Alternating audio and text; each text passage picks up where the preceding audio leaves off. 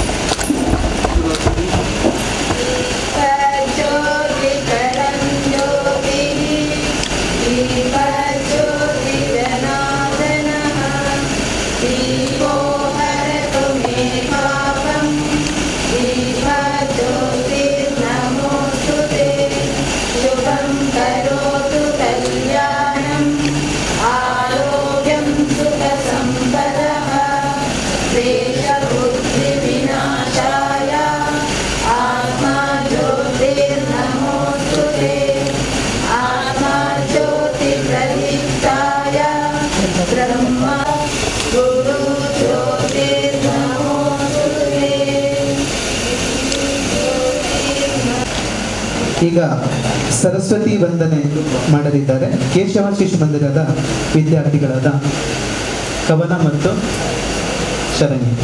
ಹಂಸವಾಹಿನಿ ಜ್ಞಾನದಾಯಿನಿ ಅಂಬ ವಿಮಲಮತಿರೆ ಅಂಬ ವಿಮಲಮತಿರೆ ಜಗ ಶಿರಮೋರು भनाये भारत बहुवल विक्रमदे अंब विमलमतिरे सहसशील हृदय में भर दे जीवन त्याग तपोमय कर दे संयम सत्य स्नेह का वर दे स्वाभिमान भर दे हे हंसवाहिनी ज्ञानदायिनी अंब विमलमति दे अंब विमलमति दे लव कुश ध्रुव प्रहलाद बने हम मानवता का त्रास हरे हम सीता सावित्री दुर्गा माँ फिर घर घर भर दे हे हंसवाहिनी ज्ञानदायिनी अंब विमलमति दे अंब विमलमति दे अंब विमलमति दे. ಸಮೂಹ ವಿದ್ಯಾಸಂಸ್ಥೆಯ ಸಂಚಾಲಕರು ಹಾಗೂ ಕರ್ನಾಟಕ ವಿಶ್ವ ಹಿಂದೂ ಪರಿಷತ್ತಿನ ಪ್ರಾಂತ ಅಧ್ಯಕ್ಷರಾಗಿದ್ದಾರೆ.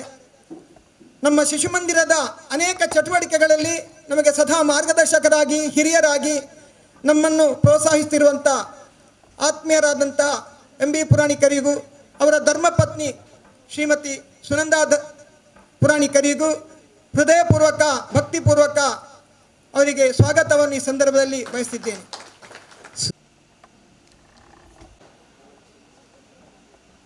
ಬಿಂದು ಆಗಿರತಕ್ಕಂಥವರು ಶ್ರೀಮತಿ ತಾರಾ ಮಾತಾಜಿಯವರು.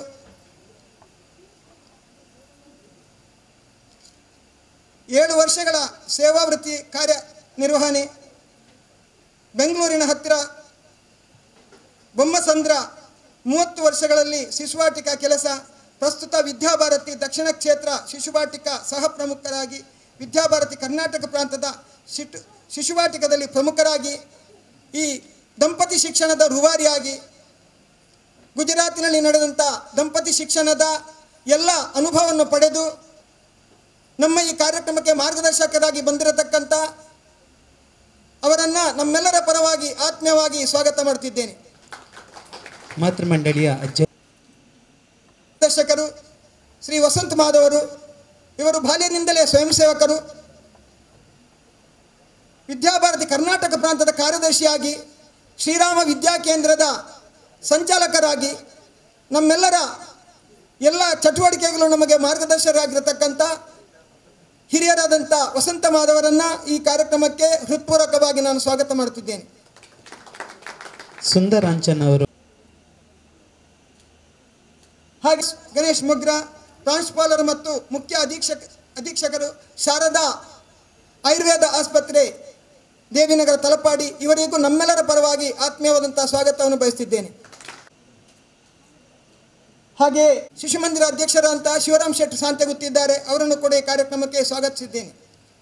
ಚೇತನ್ ಕುಮಾರ್ ಮಾತಾಜಿ ಕಲ್ಲಡ್ಕ ಶ್ರೀರಾಮ ಶಿಶು ಮಂದಿರದ ಹಾಗೂ ಶಿಶು ಶಿಕ್ಷಣ ಸಂಯೋಜಕಿಯಾಗಿ ಸೇವೆ ಸಲ್ಲಿಸುತ್ತಿರುವಂಥ ಇವರಿಗೂ ಆತ್ಮೀಯವಾದಂಥ ಸ್ವಾಗತ. ಜಯಮಾಲಾ ಅವರು ಹೂವನಿತ್ತು. ಈ ಕಾರ್ಯಕ್ರಮದಲ್ಲಿ ಶಾರದಾ ಆಯುರ್ವೇದ ಮೆಡಿಕಲ್ ಕಾಲೇಜು ಮತ್ತು ಆಸ್ಪತ್ರೆಯ ವೈದ್ಯರಾಗಿರತಕ್ಕಂಥ ಡಾಕ್ಟರ್ ಅಜಂತಾ ಶಿವಾಜಿ ಕೋಟೆಕಾರು, ಡಾಕ್ಟರ್ ಆಶಾ ಪಾರ್ವತಿ, ಡಾಕ್ಟರ್ ಶವ್ಯ, ಡಾಕ್ಟರ್ ಸೌಮ್ಯ ಕೋಟ್ಯನ್, ಡಾಕ್ಟರ್ ಪರೀಕ್ಷಿತ ನಾವ್ಡ ಇವರ ಉಪಸ್ಥಿತಿಯನ್ನು ಗೌರವಿಸುತ್ತೇನೆ. ಮಾತ್ರವಲ್ಲ, ಮುಂದಿನ ಅವಧಿಗಳಲ್ಲಿ ಅವರು ವೇದಿಕೆಗೆ ಬರಲಿದ್ದಾರೆ. ಲಕ್ಷ್ಮೀನಾರಾಯಣ ಸ್ವರೂಪಿಗಳ ಅಂತ ಎಲ್ಲ ದಂಪತಿಗಳಿಗೆ ತಲೆಬಾಗಿ ವಂದಿಸುತ್ತಾ ಮತ್ತು ಅವರನ್ನು ಪ್ರೀತಿಪೂರ್ವಕ ಸ್ವಾಗತಿಸುತ್ತಾ ದಂಪತಿಗಳಿಗೋಸ್ಕರ ಇಡೀ ನಮ್ಮ ಜಿಲ್ಲೆಯ ಹಲವಾರು ಮಂದಿಗೆ ಪ್ರತ್ಯಕ್ಷ ಮತ್ತು ದೂರವಾಣಿಯ ಮೂಲಕ ಸಂಪರ್ಕ ಮಾಡಿ ಇಷ್ಟು ಜನ ಬರಲಿಕ್ಕೆ ಸಾಧ್ಯವಾಯಿತು. ಆ ಶಬ್ದ ಯಾಕೆ ಹೇಳ್ತೇನೆಂದರೆ, ನಮ್ಮ ಈಗಿನ ಯುವಕರಿಗಾಗಲಿ ನಮ್ಮ ಹಿಂದೂ ಸಮಾಜಕ್ಕಾಗಲಿ ಒಂದು ಸಲ ಎರಡು ಸಲ ಹೇಳಿದರೆ ಅದು ಸಾಕಾಗುವುದಿಲ್ಲ, ಏನೋ ಎಂಥದ್ದು ಅಂತ ಅವರು ಭಾವಿಸ್ತಾರೆ. ಆದರೆ ನನ್ನ ಪ್ರತ್ಯಕ್ಷ ಅನುಭವ ಏನೆಂದರೆ, ಒಂದು ದಂಪತಿಗಳ ನಾನು 10 ನಿಮಿಷ ಮಾತಾಡಿದ್ದುಂಟು. ಗುಜರಾತಿಯಿಂದ ಹಿಡಿದು ಕರ್ನಾಟಕದ ಎಲ್ಲ ಸೇರಿ ಅವರಿಗೆ ಯಾವುದೆಲ್ಲ ಈ ದಂಪತಿ ಶಿಕ್ಷಣದಿಂದ ಮಾರ್ಗದರ್ಶನ ಸಿಗ್ತದೋ ಅದನ್ನೆಲ್ಲವನ್ನು ಹೇಳಬೇಕಾಗಿ ಬಂದರೆ ಮಾತ್ರ ಅವರಿಗೆ ಅರ್ಜುನನು ಕುರುಕ್ಷೇತ್ರದಲ್ಲಿ ವಿಶ್ವರೂಪ ದರ್ಶನ ಬಂದಾಗ ಅದು ಒಪ್ಪಿಕೊಂಡಿದ್ದಾನೆ ಸತ್ಯವನ್ನು. ಅದೇ ರೀತಿ ಎಲ್ಲರಿಗೂ ಈ ರೀತಿಯ ಒಂದು ಹೇಳಿಕೆ ಕೊಟ್ಟಾಗ ಮಾತ್ರ ಅವರು ಸ್ವಲ್ಪ ಕಣ್ಣು ತೆರೆದು ಇಲ್ಲಿಗೆ ಬರುವುದಕ್ಕೆ ಮನಸ್ಸು ಮಾಡುತ್ತಾರೆ. ಇಲ್ಲದ್ರೆ ಸಾಧಾರಣವಾಗಿ ಹೇಳಿದರೆ ಯಾವ ದಂಪತಿಗಳು ಕಿವಿಗೊಡುವ ಸ್ಥಿತಿ ಇಲ್ಲ. ಇದೆಲ್ಲವನ್ನು ಇಂದಿನ ಈ ತುರ್ತು ಆದಿತ್ಯವಾರಂಥ ದಿನದಲ್ಲಿ ತುಂಬ ಅನೇಕ ಕಾರ್ಯಕ್ರಮಗಳಿದ್ದಂಥ ದಂಪತಿಗಳಿದ್ದಾರೆ. ಆದರೆ ಅದನ್ನೆಲ್ಲವನ್ನು ಬದಿಗೊತ್ತಿ ಇಷ್ಟು ಸಂಖ್ಯೆಯಲ್ಲಿ ಬಂದಂಥ ನಿಮಗೆ ಮತ್ತೊಮ್ಮೆ ಸ್ವಾಗತ ಮಾಡುತ್ತಾ ನನ್ನ ಸ್ವಾಗತ ಮಾತನ್ನು ನಿಲ್ಲಿಸ್ತೇನೆ. ಕಾರ್ಯಕ್ರಮಕ್ಕೆ ಸ್ವಾಗತಿಸುತ್ತಿದ್ದೇನೆ. ಇವಾಗ ದಂಪತಿ ತಮ್ಮ ಪರಿಚಯವನ್ನು ನೀಡಬೇಕಾಗಿ ಕೇಳಿಕೊಳ್ತಾ ಇದ್ದೇವೆ. ದಯವಿಟ್ಟು ಕೂತಲ್ಲಿಂದ ಎದ್ದು ನಿಂತು ತಮ್ಮ ಹೆಸರು, ವೃತ್ತಿ, ಊರು ಮತ್ತು ಹೇಗೆ ರೆಫರೆನ್ಸ್ ಪ್ರೇರಣೆ ಏನು ಅಂತ ಹೇಳಿ, ಯಾಕಾಗಿ ಬಂದಿದ್ದೀರಿ ಅಂತ ಹೇಳಿ ಒಂದು ಚುಟುಕಾಗಿ ಪರಿಚಯಿಸಬೇಕಾಗಿ ಕೇಳಿಕೊಳ್ತಾ ಇದ್ದೆ.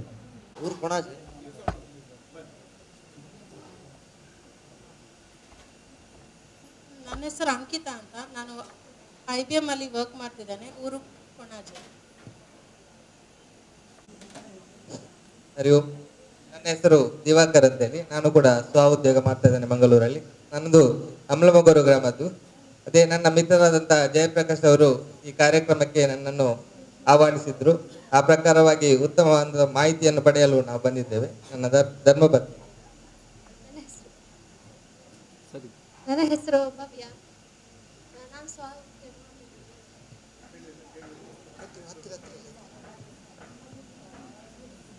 ನನ್ನ ಹೆಸರು ಭವ್ಯ. ನಾನು ಸ್ವಉದ್ಯೋಗ ಮಾಡ್ತೇನೆ. ಯೋಗೇಶ್, ದೇವಿನಗರದಲ್ಲಿ ಮನೆ, ಗ್ಯಾಸ್ ಮೆಕ್ಯಾನಿಕ್ ಕೆಲಸ ಮಾಡ್ತಾ ಇದ್ದೆ. ನನ್ನ ಹೆಸರು ಹರ್ಷಿನಿ ರೇಖಾ. ಹೌಸ್ ಕೀಪಿಂಗ್ ಕೆಲಸ ಮಾಡ್ತೇನೆ. ಶಿವಕಿನ್ಯ ತಟ್ಟಜೆ, ಆಟೋ ಚಾಲಕನಿದ್ದೇನೆ, ಶಿಶು ಮಂದಿರದ ಕಾರ್ಯಕರ್ತ. ನನ್ನ ಹೆಸರು ಗಾಯತ್ರಿ, ನಾನು ಗೃಹಿಣಿ. ಕುಶಲಕ್ಷ, ಬರ್ಕಾಡಿ, ಆಲದ. ನನ್ನ ಹೆಸರು ಸುನಂದ, ವರ್ಕಾಡಿ. ರಾಜು, ನಾನು ನಂದಿನಿ KMFಲ್ಲಿ ಕೆಲಸ ಮಾಡ್ತಿದ್ದೇನೆ. ನನ್ನ ಹೆಸರು ದಿವ್ಯಾ, ನಾನು ಸೂಪರ್ವೈಸರ್ ಆಗಿ ಕೆಲಸ ಮಾಡ್ತಾ ಇದ್ದೀನಿ. SDCC bank. ನನ್ನ ಹೆಸರು ಅರುಣ್ ಕುಮಾರ್, ಪಡುಬಣ್ಣಂತಿನ ನೀರ್ಮಾರ್ಗದಿಂದ ಕನ್ಸ್ಟ್ರಕ್ಷನ್ ಮೈಕ್. ಸುರತ್ರಾಜ್, ಸ್ವಉದ್ಯೋಗಿ, ಗುರುಪುರ. ನನ್ನ ಹೆಸರು ಮುಕ್ತ, ಆಫೀಸ್ ಅಡ್ಮಿನ್ ಆಗಿ ವರ್ಕ್ ಮಾಡ್ತೇನೆ, ಗುರುಪುರ. ನನ್ನ ಹೆಸರು ಮೋಹನ್ ಅಂತ, ನಾನು ತೊಕ್ಕೊಟ್ಟಲ್ಲಿ ಮನೆ RT ಆಫೀಸ್ ಏಜೆಂಟ್ ಆಗಿ ಕೆಲಸ ಮಾಡ್ತಿದ್ದೇನೆ.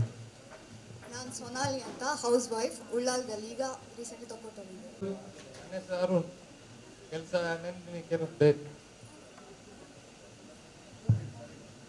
ಹರಿ ಓಂ. ಹೆಸರು ಶುಭ ಅರುಣ್. ನಾನು ವರ್ಕ್ ಮಾಡ್ತಾ ಇರೋದು ಬೆಳ್ತಂಗಡಿ ಒಂದು NGOದಲ್ಲಿ ವರ್ಕ್ ಮಾಡ್ತಾ ಇದ್ದೇನೆ. ನನ್ನ ಹೆಸರು ಭರತ್ ಕುಮಾರ್, ಮನೆ ಕುಲಶೇಖರ್ ಕುಮಾರ್, ಕಾಸರಗೋಡಿಂದ ಬರ್ತೇನೆ, ಮಲ್ಲ ದೇವಸ್ಥಾನದಿಂದ ಬರೋದು. ನಾನು ಕಾರ್ AC ಮೆಕ್ಯಾನಿಕ್ ಆಗಿದ್ದೇನೆ ಕಾಸರಗೋಡಲ್ಲಿ. ನನ್ನ ಹೆಸರು ಶ್ರೀಲತಾ, ನಾನು ಮನೆಯಲ್ಲೇ ಕೆಲಸ ಮಾಡೋದು, ಮಲ್ಲದಿಂದ ಬರೋದು. ನನ್ನ ಹೆಸರು ಸಂದೀಪ್ ಅಂತ, ನಾನು ಸ್ವಂತ ಬಿಸಿನೆಸ್ ಮತ್ತು ಕೃಷಿ ಮಾಡ್ತಾ ಇದ್ದೇನೆ. ನನಗೆ ಪ್ರೇರಣೆ ಅಂದರೆ ನನಗೆ ಕಲಿಸಿದಂಥ ಮಾಸ್ಟರ್ 10ನೇ ಕ್ಲಾಸಲ್ಲಿ ಅವರು ಈ ಥರ ಒಂದು ಇಲ್ಲಿ ಸಭೆ ಇದೆ ಅಂತ ಹೇಳಿ ನನಗೆ ಕೆಲವು ಸಲ ಫೋನ್ ಮಾಡಿ ನನ್ನ ಪ್ರೇರಿಸಿದೆ. ಆ ಪ್ರೇರಣೆಯಿಂದ ನಾನು ಇಲ್ಲಿಗೆ ಬಂದಿದ್ದೇನೆ. ನನ್ನ ಊರು ಮಿಯಪ್ಪದವರು.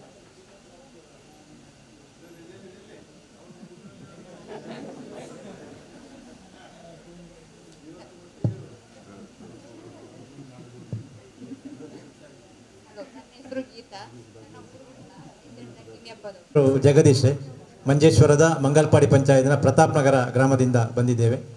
ನಮ್ಮ ಮನೆ ಅವಿಭಕ್ತ ಕುಟುಂಬ, ಸಂಘದ ಹಿನ್ನೆಲೆ ಇರುವಂತಹ ಮನೆ, ಸಂಘದ ಕಾರ್ಯಕರ್ತ.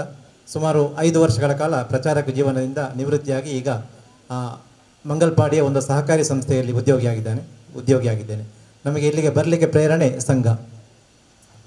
ನನ್ನ ಹೆಸರು ಶ್ವೇತಾ, ನಾನು ಈಗ ಗೃಹಿಣಿಯಾಗಿದ್ದೇನೆ. ಮೊದಲು ಟೀಚಿಂಗ್ ಮಾಡ್ತಾ ಇದ್ದೆ. ನನ್ನ ಊರು ಕಾರ್ಕಳ. ನನ್ನ ಹೆಸರು ಸುಬ್ರಹ್ಮಣ್ಯ, ಊರು ಕೊಟ್ಟೂರು. ನನ್ನ ಹೆಸರು ಶ್ರೀಲತಾ, ಹರಿಕೇಶವ, ಮುಳ್ಳೇರಿಯಾದಿಂದ ಬರುವುದು, ಕಾಸರಗೋಡು. ಉದ್ಯೋಗ ಭಾರತೀಯ ಗಡಿ ಭದ್ರತಾ ಪಡೆ, border security force, Jammu Kashmir. ನಮಸ್ತೆ, ನನ್ನ ಹೆಸರು ವೀಣಾ, ನಾನು ಟೀಚಿಂಗ್ ಮಾಡ್ತಾ ಇದ್ದೇನೆ. ಮನೆ. ನನ್ನ ಹೆಸರು ಪ್ರಸಾದ್. ಹಲೋ, ನನ್ನ ಹೆಸರು ಪ್ರಸಾದ್. ನನ್ನ ಮನೆ ಮಂಗಳೂರು. ನಾನು ಕಾಸರಗೋಡಲ್ಲಿ ದಿನದ ಕೆಲಸ ಮಾಡ್ತಿದ್ದೇನೆ. ಹೆಸರು ದಿವ್ಯಾ, ನಾನು ನನ್ನ ಹೆಸರು ರಾಕೇಶ್ ಅಂತ ಹೇಳಿ, ನಾನು ಹಸಿಗುಳಿಂದ ಬಂದಿದ್ದೇನೆ. ನಾನು ಭಾರತ ಕಾಸ್ನಲ್ಲಿ ಕೆಲಸ ಮಾಡ್ತಾ ಇದ್ದೇನೆ. ನನ್ನ ಹೆಸರು ನೀರಜಾಕ್ಷಿ, ನಾನು ಶಾರದಾ ಆಯುರ್ವೇದ ಆಸ್ಪತ್ರೆಯಲ್ಲಿ ವರ್ಕ್ ಮಾಡ್ತಾ ಇದ್ದೇನೆ. ಪೂರ ಎಲ್ಲ ಕನ್ನಡ ಬರ್ತೀರಿ, ಯಾರು ಚೂರು ತುಳುಟು ಬರ್ತೀರ. ಎನ್ನ ಬುದ್ಧ ಅರ್ಷಿತ ಅವಳ ಬಂದೆ ಚಪ್ಪಿನ ಮಗರದು ಬೈದ ನಾನು ಸುಪ್ರೀಂ ಬಜಾಜ್ ಕಂಪನಿ ಬೇಲೆ ಮಂತಂದಿಲ್ಲ.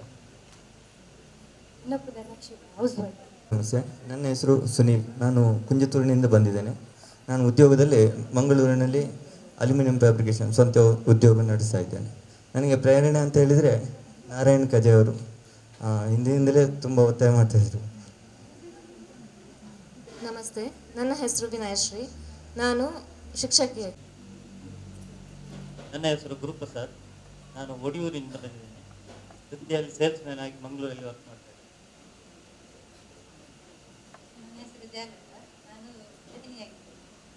ಯಾರಾದರೂ ಬಾಕಿ ಇದ್ದಾರಾ ದಂಪತಿಗಳು ಪರಿಚಯಿಸಲಿಕ್ಕೆ? ಕಾರ್ಯಕ್ರಮವನ್ನು ಮುಂದುವರಿಸ್ತಾ ಇದ್ದೇವೆ. ಇವಾಗ ಪ್ರಾಸ್ತಾವಿಕವಾಗಿ ಮಾತನಾಡಲಿಕ್ಕೆ ಇದ್ದಾರೆ ಶ್ರೀ ವಸಂತ ಮಾಧವ, ಕಾರ್ಯದರ್ಶಿಗಳು ವಿದ್ಯಾಭಾರತಿ ಕರ್ನಾಟಕ ಪ್ರಾಂತ ಹಾಗೂ ಸಂಚಾಲಕರು ಶ್ರೀರಾಮ ವಿದ್ಯಾ ಕೇಂದ್ರ ಕಲ್ಲಡ್ಕ. ಏನು ಆಯುರ್ಧಾಮ್ ಇದರ ಮಾರ್ಗದರ್ಶನ ಜೊತೆಯಲ್ಲಿ ವಿದ್ಯಾಭಾರತೀಯ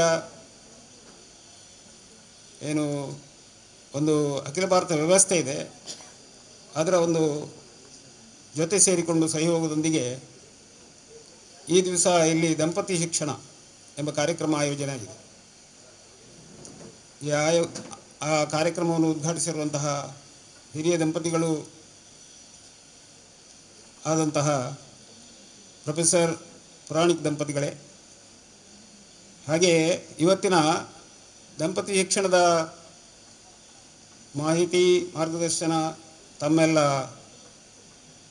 ಮುಂದಿನ ಜೀವನಕ್ಕೆ ಬೇಕಾದಂಥ ವೃತ್ತಿಯನ್ನು ನೀಡಲಿಕ್ಕೆ ಆಗಮಿಸಿರುವಂತಹ ಶ್ರೀಮತಿ ತಾರಾಮಾತಾಜಿಯವರೇ, ವೇದಿಕೆಯಲ್ಲಿ ಉಪಸ್ಥಿತಿರುವಂತಹ ಈ ಶಾರದಾ ಆಯುರ್ಧಾಮಂ ಇದರ ಮುಖ್ಯಸ್ಥರೇ ಹಾಗೂ ಶಿಶು ಮಂದಿರದ ಅಧ್ಯಕ್ಷರೇ,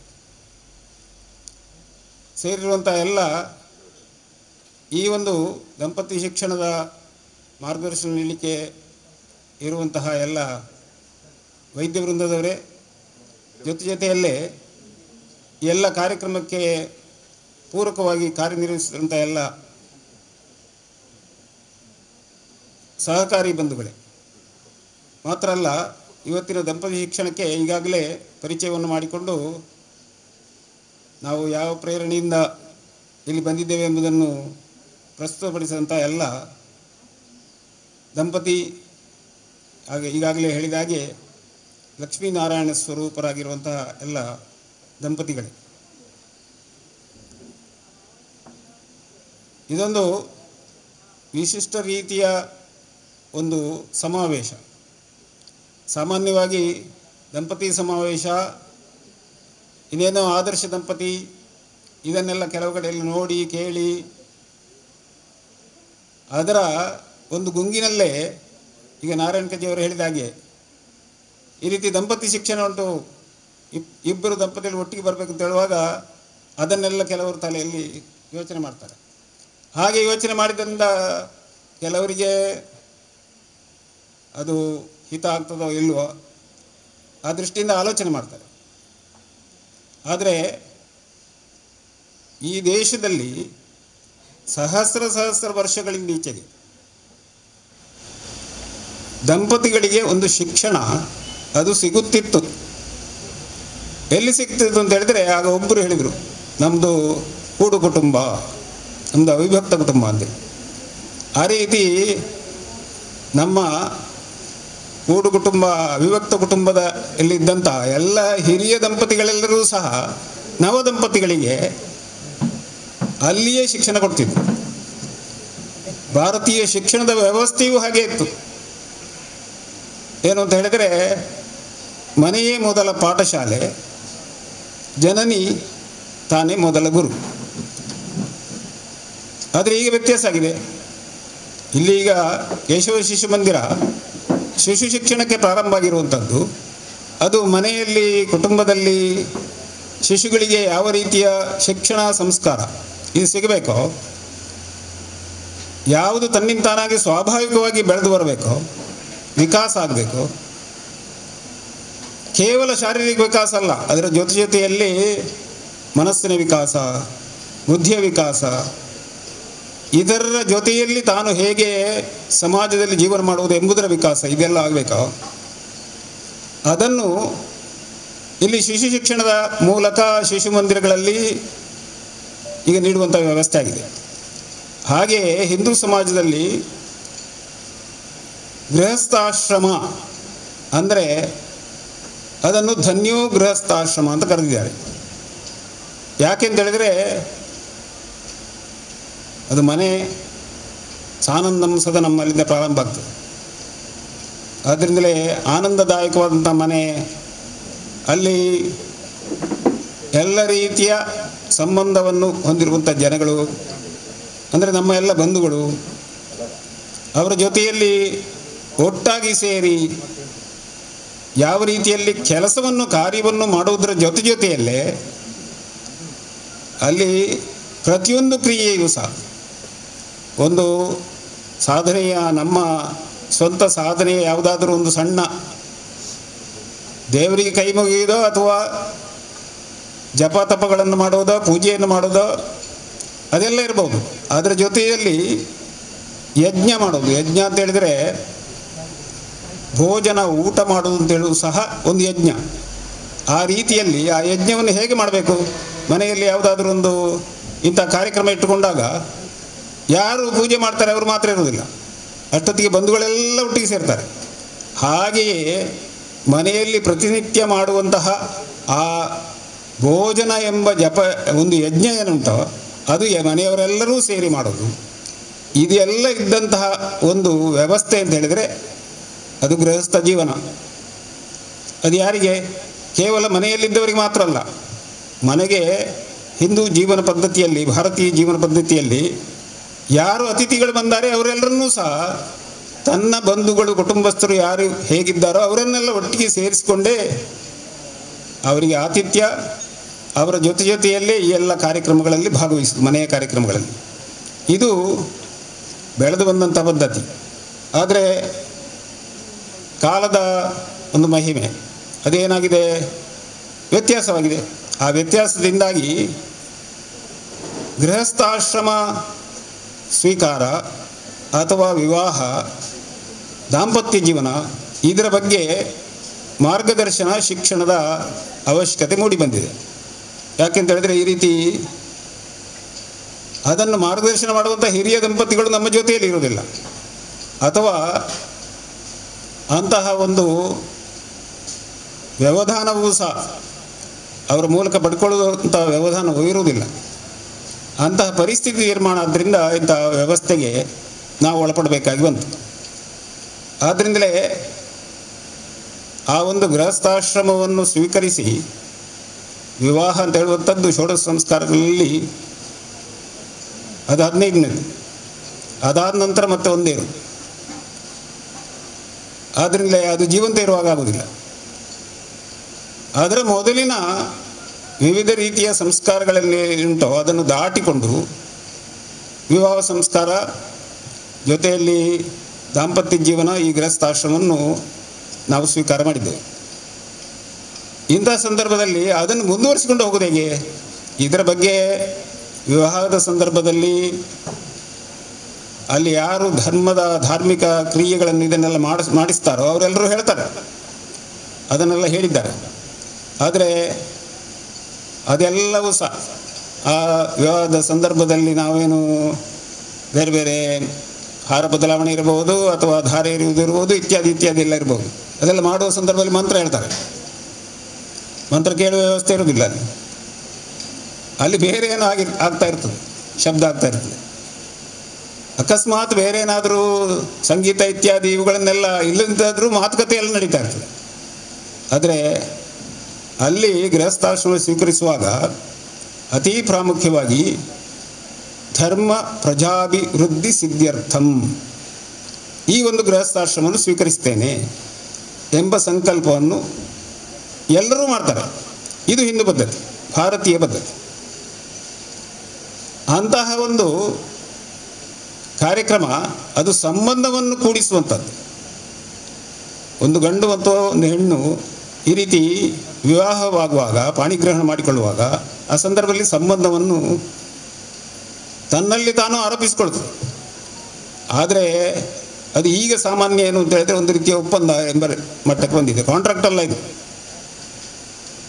ಅದು ಒಬ್ಬರಿಗೊಬ್ಬರು ಆ ಸಂಬಂಧವನ್ನು ಸಂಕಲ್ಪವನ್ನು ಮಾಡಿಕೊಂಡು ಆ ಮೂಲಕ ಇದನ್ನು ಯಾವಾಗ ಏನು ಹೇಳ್ತೇವೆ ಅದರಲ್ಲಿ ಹೇಳ್ತಾ ಇರುವಂಥದ್ದು ಅದು ಆ ಜನ್ಮ. ಆ ರೀತಿಯಲ್ಲಿ ನಡೆಯುವಂತಹ ಈ ಒಂದು ಕಾರ್ಯಕ್ರಮದಲ್ಲಿ ಆ ಎರಡು ಅಂಶಗಳನ್ನು ಹೇಳಿದೆ. ಒಂದು ಧರ್ಮ ಪರಿಪಾಲನೆಯನ್ನು ಮಾಡುವುದು, ಎರಡನೇದು ಪ್ರಜೋತ್ಪತ್ತಿ, ಸಂತಾನದ ಬಯಕೆಯನ್ನು ಇಟ್ಟುಕೊಂಡು ಈ ಒಂದು ಗೃಹಸ್ಥಾಶ್ರಮವನ್ನು ಸ್ವೀಕರಿಸುವುದು. ಆದ್ದರಿಂದಲೇ ಮೊದಲನೇದು ಧರ್ಮ ಪರಿಪಾಲನೆ ಅಂತ ಹೇಳಿದಾಗ ಆಗ ಬಂದದ್ದೆಲ್ಲ ಬರ್ತದೆ. ಮನೆಯಲ್ಲಿ ಯಾರು ಹಿರಿಯರಿದ್ದಾರೆ, ನಮ್ಮ ಬಂಧುಗಳು ಯಾರಿದ್ದಾರೆ, ಅತಿಥಿಗಳು ಯಾರು ಬರ್ತಾರೆ, ಅವರೆಲ್ಲರನ್ನೂ ಸಹ ಗೌರವಿಸಿ ಸತ್ಕರಿಸುವಂತಹ ಕೆಲಸ ಅದು ಪ್ರತಿ ಮನೆಯಲ್ಲೂ ನಡೀತಿತ್ತು. ಆದ್ದರಿಂದಲೇ ಅದನ್ನು ಧಾರ್ಮಿಕ ಆಚರಣೆಗಳನ್ನೆಲ್ಲವನ್ನೂ ಸಹ ಮಾಡಲಿಕ್ಕೆ ಬೇಕಾದಂಥ ಅಧಿಕಾರವನ್ನು ಪಡೆಯುವಂತಹ ಒಂದು ಸಂದರ್ಭ ಪುರುಷನಿಗೆ ಯಾವಾಗ ಬರ್ತದೆ ಅಂತ ಹೇಳಿದ್ರೆ ಅವನು ಈ ರೀತಿ ಪಾಣಿಗ್ರಹಣ ಮಾಡಿಕೊಂಡು ದಂಪತಿಯಾದಾಗ.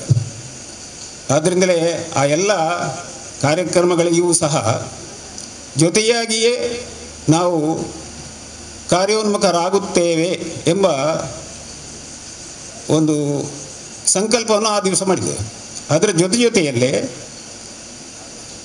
ನಮಗೆ ಏನು ಪಿತೃಋಣ ಇದೆ, ದೇವಋಣ, ಪಿತೃಋಣ, ಋಷಿಋಣ, ಈ ರೀತಿ ನಮ್ಮ ಏನು ಹಿಂದೂ ವಿಚಾರದಲ್ಲಿ ಅದನ್ನು ಹೇಳಿದ್ದಾರೆ. ಅದರಲ್ಲಿ ಪಿತೃಋಣ ಅಂತೇಳಿದೆ. ಹೇಗೆ ನಾವು ಈ ಜನ್ಮ ತಡೆದು ಈ ಭೂಮಿಗೆ ಬಂದೆವೋ ಹಾಗೆಯೇ ಸಂತಾನ ಸೃಷ್ಟಿಯ ಮೂಲಕ ಆ ಪಿತೃಋಣವನ್ನು ಸಲ್ಲಿಸುವಂತಹ ಒಂದು ಕಾರ್ಯ ಅದು ಆಗಬೇಕಾದ್ರೆ ಅದಕ್ಕೆ ಈ ರೀತಿಯ ಗೃಹಸ್ಥಾಶ್ರಮ ಅವಶ್ಯಕತೆ. ಹಾಗಿದ್ದರೆ ಸಂತಾನೋತ್ಪತ್ತಿ ಅಂತ ಹೇಳಿದ್ರೆ ಅದೇನು? ಅದು ಆ ಪಿತೃಋಣದ ಸಲ್ಲಿಸುವಿಕೆ. ಆ ದೃಷ್ಟಿಯಿಂದಲೇ ಅದನ್ನು ಹೇಗೆ ಮಾಡಬೇಕು, ಅದಕ್ಕೆ ಹೇಗಿರಬೇಕು ಎಂಬುದನ್ನು ನಮ್ಮ ಪೂರ್ವಜರು ಸಾವಿರಾರು ವರ್ಷಗಳ ಹಿಂದೆ ಹೇಳಿಯಾಗಿದೆ ಮತ್ತು ಸಾಕಷ್ಟು ಉದಾಹರಣೆಗಳು ನಮ್ಮ ಕಣ್ಣ ಮುಂದೆ ಇದೆ. ಯಾರ್ಯಾರು ಈ ರೀತಿ ಶ್ರೇಷ್ಠ ಸಂತಾನವನ್ನು ರಾಮ, ಕೃಷ್ಣ, ಶಿವಾಜಿ ಈ ರೀತಿ ಬೇರೆ ಬೇರೆ ಹೆಸರುಗಳನ್ನು ಉದ್ಧರಿಸಿದರೂ ಸಹ ಎಲ್ಲ ಇಂತಹ ಮಹಾನ್ ವ್ಯಕ್ತಿಗಳಾಗಿ ಅವರು ರೂಪುಗೊಳ್ಳಲಿಕ್ಕೆ ಅವರ ತಂದೆ ತಾಯಿ ಅವರು ಮಾಡಿದಂತಹ ಒಂದು ತ್ಯಾಗ, ಒಂದು ಶ್ರೇಷ್ಠ ಜೀವನ ಕ್ರಮ ಇದೇನು ಎಂಬುದನ್ನು ಅರಿತುಕೊಳ್ಳುವಂಥದ್ದು ನಾವು ಇದೇ ರೀತಿಯಲ್ಲಿ ಗೃಹಸ್ಥ ಜೀವನವನ್ನು ನಡೆಸಲಿಕ್ಕೆ ನಮಗೆ ದಾರಿದೀಪ ಆಗ್ತದೆ. ಆ ದೃಷ್ಟಿಯಿಂದಲೇ ಮಕ್ಕಳನ್ನು ಬೆಳಿಬೇಕು. ಮಕ್ಕಳು ಅವರು ಬೇರೆ ಬೇರೆ ರೀತಿಯಲ್ಲಿ ನಮಗಿಂತಲೂ ಉತ್ತಮರಾಗಿ ಶ್ರೇಷ್ಠರಾಗಿ ಅವರು ಬೆಳಿಬೇಕು ಎಂಬುದು ಎಲ್ರಿಗೂ ಅಪೇಕ್ಷೆ ಇದೆ. ಆದರೆ ಅದಕ್ಕೆ ಪೂರ್ವ ತಯಾರಿ, ಅದಕ್ಕೆ ಬೇಕಾದಂಥ ವ್ಯವಸ್ಥೆ ಏನು, ಇದನ್ನು ಮಾಡಿಕೊಳ್ಳುವಂಥದ್ದು ಅವಶ್ಯಕತೆ ಇದೆ. ಇದು ನಮ್ಮಲ್ಲಿ ಇಲ್ವಾ? ಎಲ್ಲ ಜ್ಞಾನ ವಿಜ್ಞಾನ ಇದು ಜೊತೆಯಾಗಿಯೇ ನಮ್ಮ ಪೂರ್ವಜರು ಹಾಕಿಕೊಟ್ಟಿದ್ದಾರೆ. ಆದ್ದರಿಂದಲೇ ಅದನ್ನೇ ಒಮ್ಮೆ ಒಂದು ಕಾಲಘಟ್ಟದಲ್ಲಿ ಮನೆಯಲ್ಲಿ ಅದರ ತಿಳುವಳಿಕೆ, ಜ್ಞಾನವನ್ನು, ಅರಿವನ್ನು ಕೊಡುವಂಥ ವ್ಯವಸ್ಥೆ ಇಲ್ಲದ ಸಂದರ್ಭದಲ್ಲಿ ಅಥವಾ ಸಮಾಜದಲ್ಲಿ ಅದನ್ನು ತಿಳಿಸಲಿಕ್ಕೆ ಬೇಕಾದಂಥ ವ್ಯವಸ್ಥೆಗಳು ರೂಪುಗೊಂಡಿದ್ದರೂ ದೇವಸ್ಥಾನಗಳು, ಮಠಗಳು, ಇಂತಹ ಧರ್ಮಕ್ಷೇತ್ರಗಳು ಇದೆಲ್ಲವೂ ಸಹ ಈ ರೀತಿ ಸಮಾಜಕ್ಕೆ ಈ ಬೋಧನೆಯನ್ನು ಮಾಡ್ತಿತ್ತು, ಈ ವ್ಯವಸ್ಥೆಯನ್ನು ತಿಳಿಸ್ತಾ ಇತ್ತು. ಅದರ ಒಂದು ಲೋಪ ಏನಾಗಿದೋ ಅದನ್ನು ಸರಿದೂಗಿಸುವುದು ಹೇಗೆ? ಇದಕ್ಕೆ ವಿದ್ಯಾಭಾರತಿ, ಅಖಿಲ ಭಾರತ ಶಿಕ್ಷಾ ಸಂಸ್ಥಾನ್ ಹಾಗೂ ದೇಶದಾದ್ಯಂತ ಹಲವಾರು ಬೇರೆ ಬೇರೆ ರೀತಿಯ ಸಂಘಟನೆಗಳು ಅನ್ವೇಷಣೆಯನ್ನು ಮಾಡಿ ನಮ್ಮ ಹಿಂದಿನ ಪೂರ್ವಜರ ಏನು ಪದ್ಧತಿ ಇದೆ ಅದನ್ನು ಮತ್ತೆ ನೆನಪಿಸುವಂಥ ಕೆಲಸವನ್ನು ಪ್ರಾರಂಭ ಮಾಡಿದೆ. ಇದರಲ್ಲಿ ಒಂದು ಉದಾಹರಣೆ ಅದೇ ಈಗ ಹೇಳಿದರು, ಗುಜರಾತಿಗೆ ಎಲ್ಲ ಹೋಗಿದ್ದಾರೆ ಅಂತೇಳಿ. ಗುಜರಾತ್ನಲ್ಲಿ ಇದರ ಒಂದು ಪ್ರಯೋಗ ಅದು 20-25 ವರ್ಷಗಳಿಂದ ಪ್ರಾರಂಭ ಆಯಿತು ಮತ್ತು ಈ ರೀತಿ ದಂಪತಿ ಶಿಕ್ಷಣ ಎಂಬ ಒಂದು ವ್ಯವಸ್ಥೆಯನ್ನು ಪ್ರಾರಂಭ ಮಾಡಿದೆ.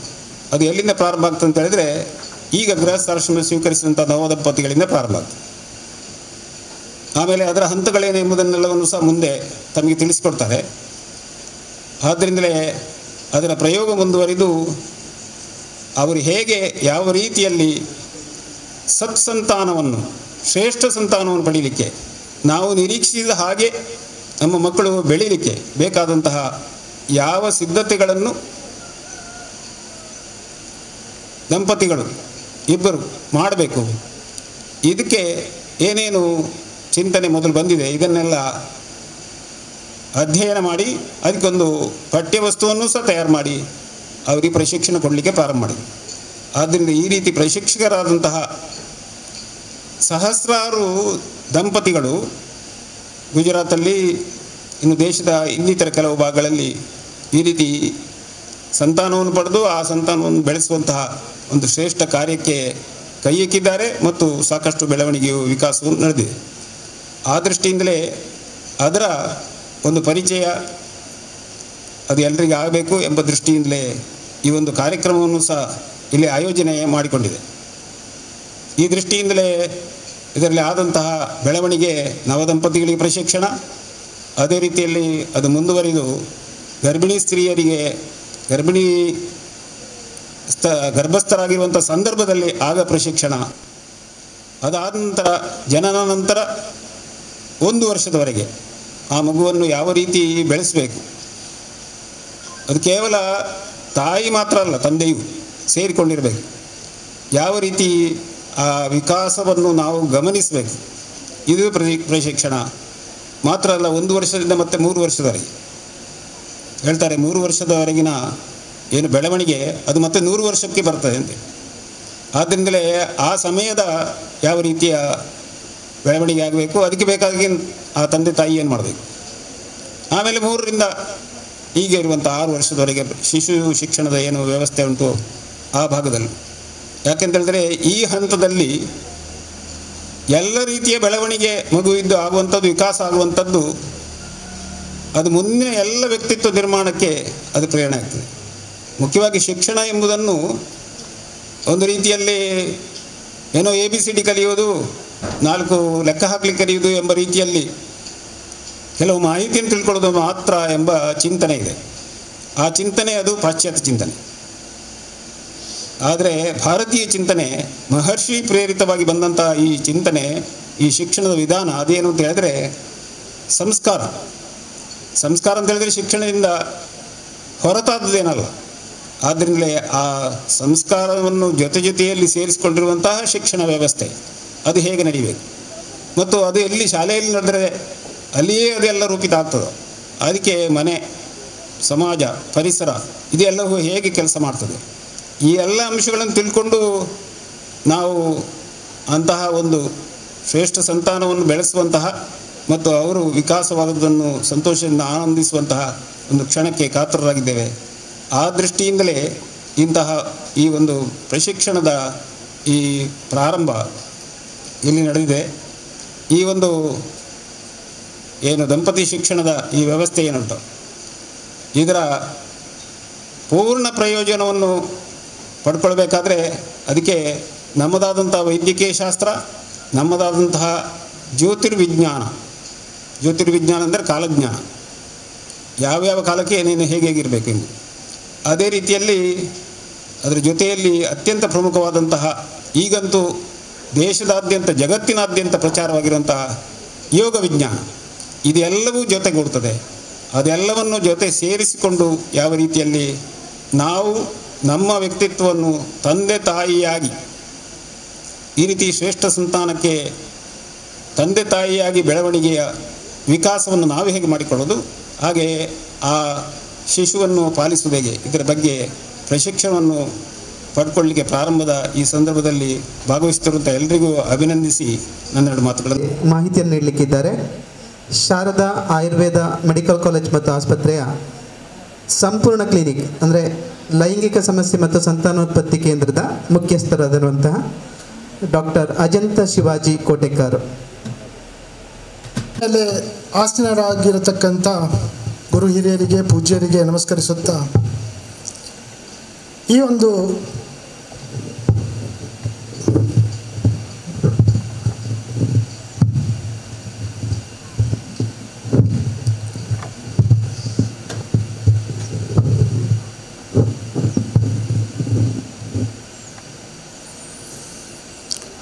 ವೇದಿಕೆ ಮೇಲೆ ಆಸೀನರಾಗಿರತಕ್ಕಂಥ ಗುರು ಹಿರಿಯರಿಗೆ ನಮಸ್ಕರಿಸುತ್ತಾ, ಈ ಒಂದು ಕಾರ್ಯಕ್ರಮವನ್ನು ಪೂರ್ಣ ಭಾರತದಲ್ಲಿ ನಡೆಸಿಕೊಂಡು ಬರುವಂತಹ ಚಿಂತನೆಯನ್ನಿಟ್ಟುಕೊಂಡು ಈ ಕಾರ್ಯಕ್ರಮವನ್ನು ನಡೆಸಿ ಬರತಕ್ಕಂಥ ಸರ್ವರನ್ನು ಈ ಒಂದು ಸಂದರ್ಭದಲ್ಲಿ ಸ್ಮರಿಸುತ್ತಾ, ಈ ಸಂದರ್ಭದಲ್ಲಿ ಕೇಶವ ಶಿಶು ಮಂದಿರ ಇರಬಹುದು, ಸರ್ವರನ್ನು ಸ್ಮರಿಸುತ್ತಾ ಇಲ್ಲಿ ಬಂದಿರತಕ್ಕಂಥ ಎಲ್ಲ ದಂಪತಿಗಳನ್ನು ಅಭಿನಂದಿಸಲಿಕ್ಕೆ ನಾನು ಬಯಸ್ತೇನೆ.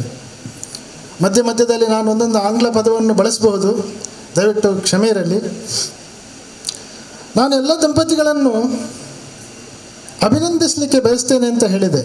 ಯಾಕೆ ಅಭಿನಂದಿಸಲಿಕ್ಕೆ ಬಯಸ್ತೇನೆ ಅಂದರೆ, ನೀವು ಒಂದು ಉತ್ಕೃಷ್ಟವಾದಂತಹ ಒಂದು ಕಾರ್ಯಕ್ಕೆ ಸಾಕ್ಷಿಯಾಗಲಿಕ್ಕಿದ್ದೀರಿ.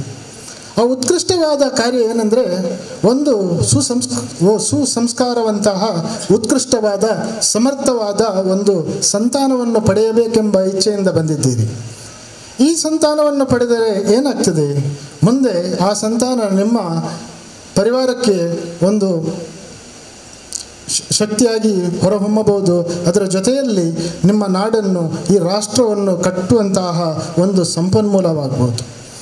ಆ ಸಂತಾನ ಇರುವಂಥ ಎಲ್ಲ ದಂಪತಿಗಳು, ಭಾರತದಲ್ಲಿರುವಂಥ ಎಲ್ಲ ದಂಪತಿಗಳು ಇದೇ ರೀತಿಯಾಗಿ ಯೋಚಿಸಿದಾಗ ಎಲ್ಲ ಸಂತಾನಗಳು ಸುಸಂತಾನವಾಗಿ ಸುಸಂಸ್ಕಾರವನ್ನು ಪಡೆದಂತಹ ಸಂತಾನಗಳಾಗಿ ಸಮರ್ಥವಾದ ಮಕ್ಕಳು ಹುಟ್ಟಿದಾಗ ಒಂದು ಸಮರ್ಥವಾದ ನಾಡನ್ನು ಕಟ್ಟಲಿಕ್ಕಾಗ್ತದೆ. ಅದು ನಿಮ್ಮ ಹಳ್ಳಿಗಳಲ್ಲಿರ್ಬೋದು, ಅಥವಾ ಅದು ಒಂದು ಜಿಲ್ಲೆಯಲ್ಲಿರ್ಬೋದು, ಅಥವಾ ಒಂದು ರಾಜ್ಯದಲ್ಲಿರ್ಬೋದು, ಅಥವಾ ಇಡೀ ರಾಷ್ಟ್ರದಲ್ಲಿರ್ಬೋದು. ಈ ಮೂಲಕ ನಾವೊಂದು ಶಕ್ತಿಶಾಲಿಯಾದಂತಹ, ಸಮರ್ಥವಾದಂತಹ, ಉತ್ಕೃಷ್ಟವಾದಂತಹ ಒಂದು ರಾಷ್ಟ್ರವನ್ನು ಕಟ್ಟಲಿಕ್ಕೆ ಸಾಧ್ಯವಾಗ್ತದೆ. ಈ ಕಾರ್ಯಕ್ರಮ ಪ್ರಾರಂಭಿಸುವಾಗ ನಾನು ನೋಡಿದೆ, ಭಾರತ ಮಾತೆಗೆ ಎಲ್ಲರೂ ಹೂವನ್ನು ಅರ್ಪಿಸಿ ಪ್ರಾರಂಭಿಸಿದ್ದೀರಿ. ಇಲ್ಲಿ ನನಗೆ ಏನು ಭಾಸ ಆಯಿತು ಅಂದರೆ, ವೇದಿಕೆ ಮತ್ತು ವೇದಿಕೆ ಮುಂದೆ ಇಲ್ಲ, ಈ ವೇದಿಕೆಯನ್ನೇ ನೀವು ಹಂಚಿದ್ದೀರಿ ಎಂದು. ನೀವು ವೇದಿಕೆಯನ್ನು ಯಾಕೆ ಹಂಚಿದ್ದೀರಿ ಅಂದರೆ, ಬಹುಶಃ ನೀವೇ ಮುಖ್ಯ ಅತಿಥಿಗಳು.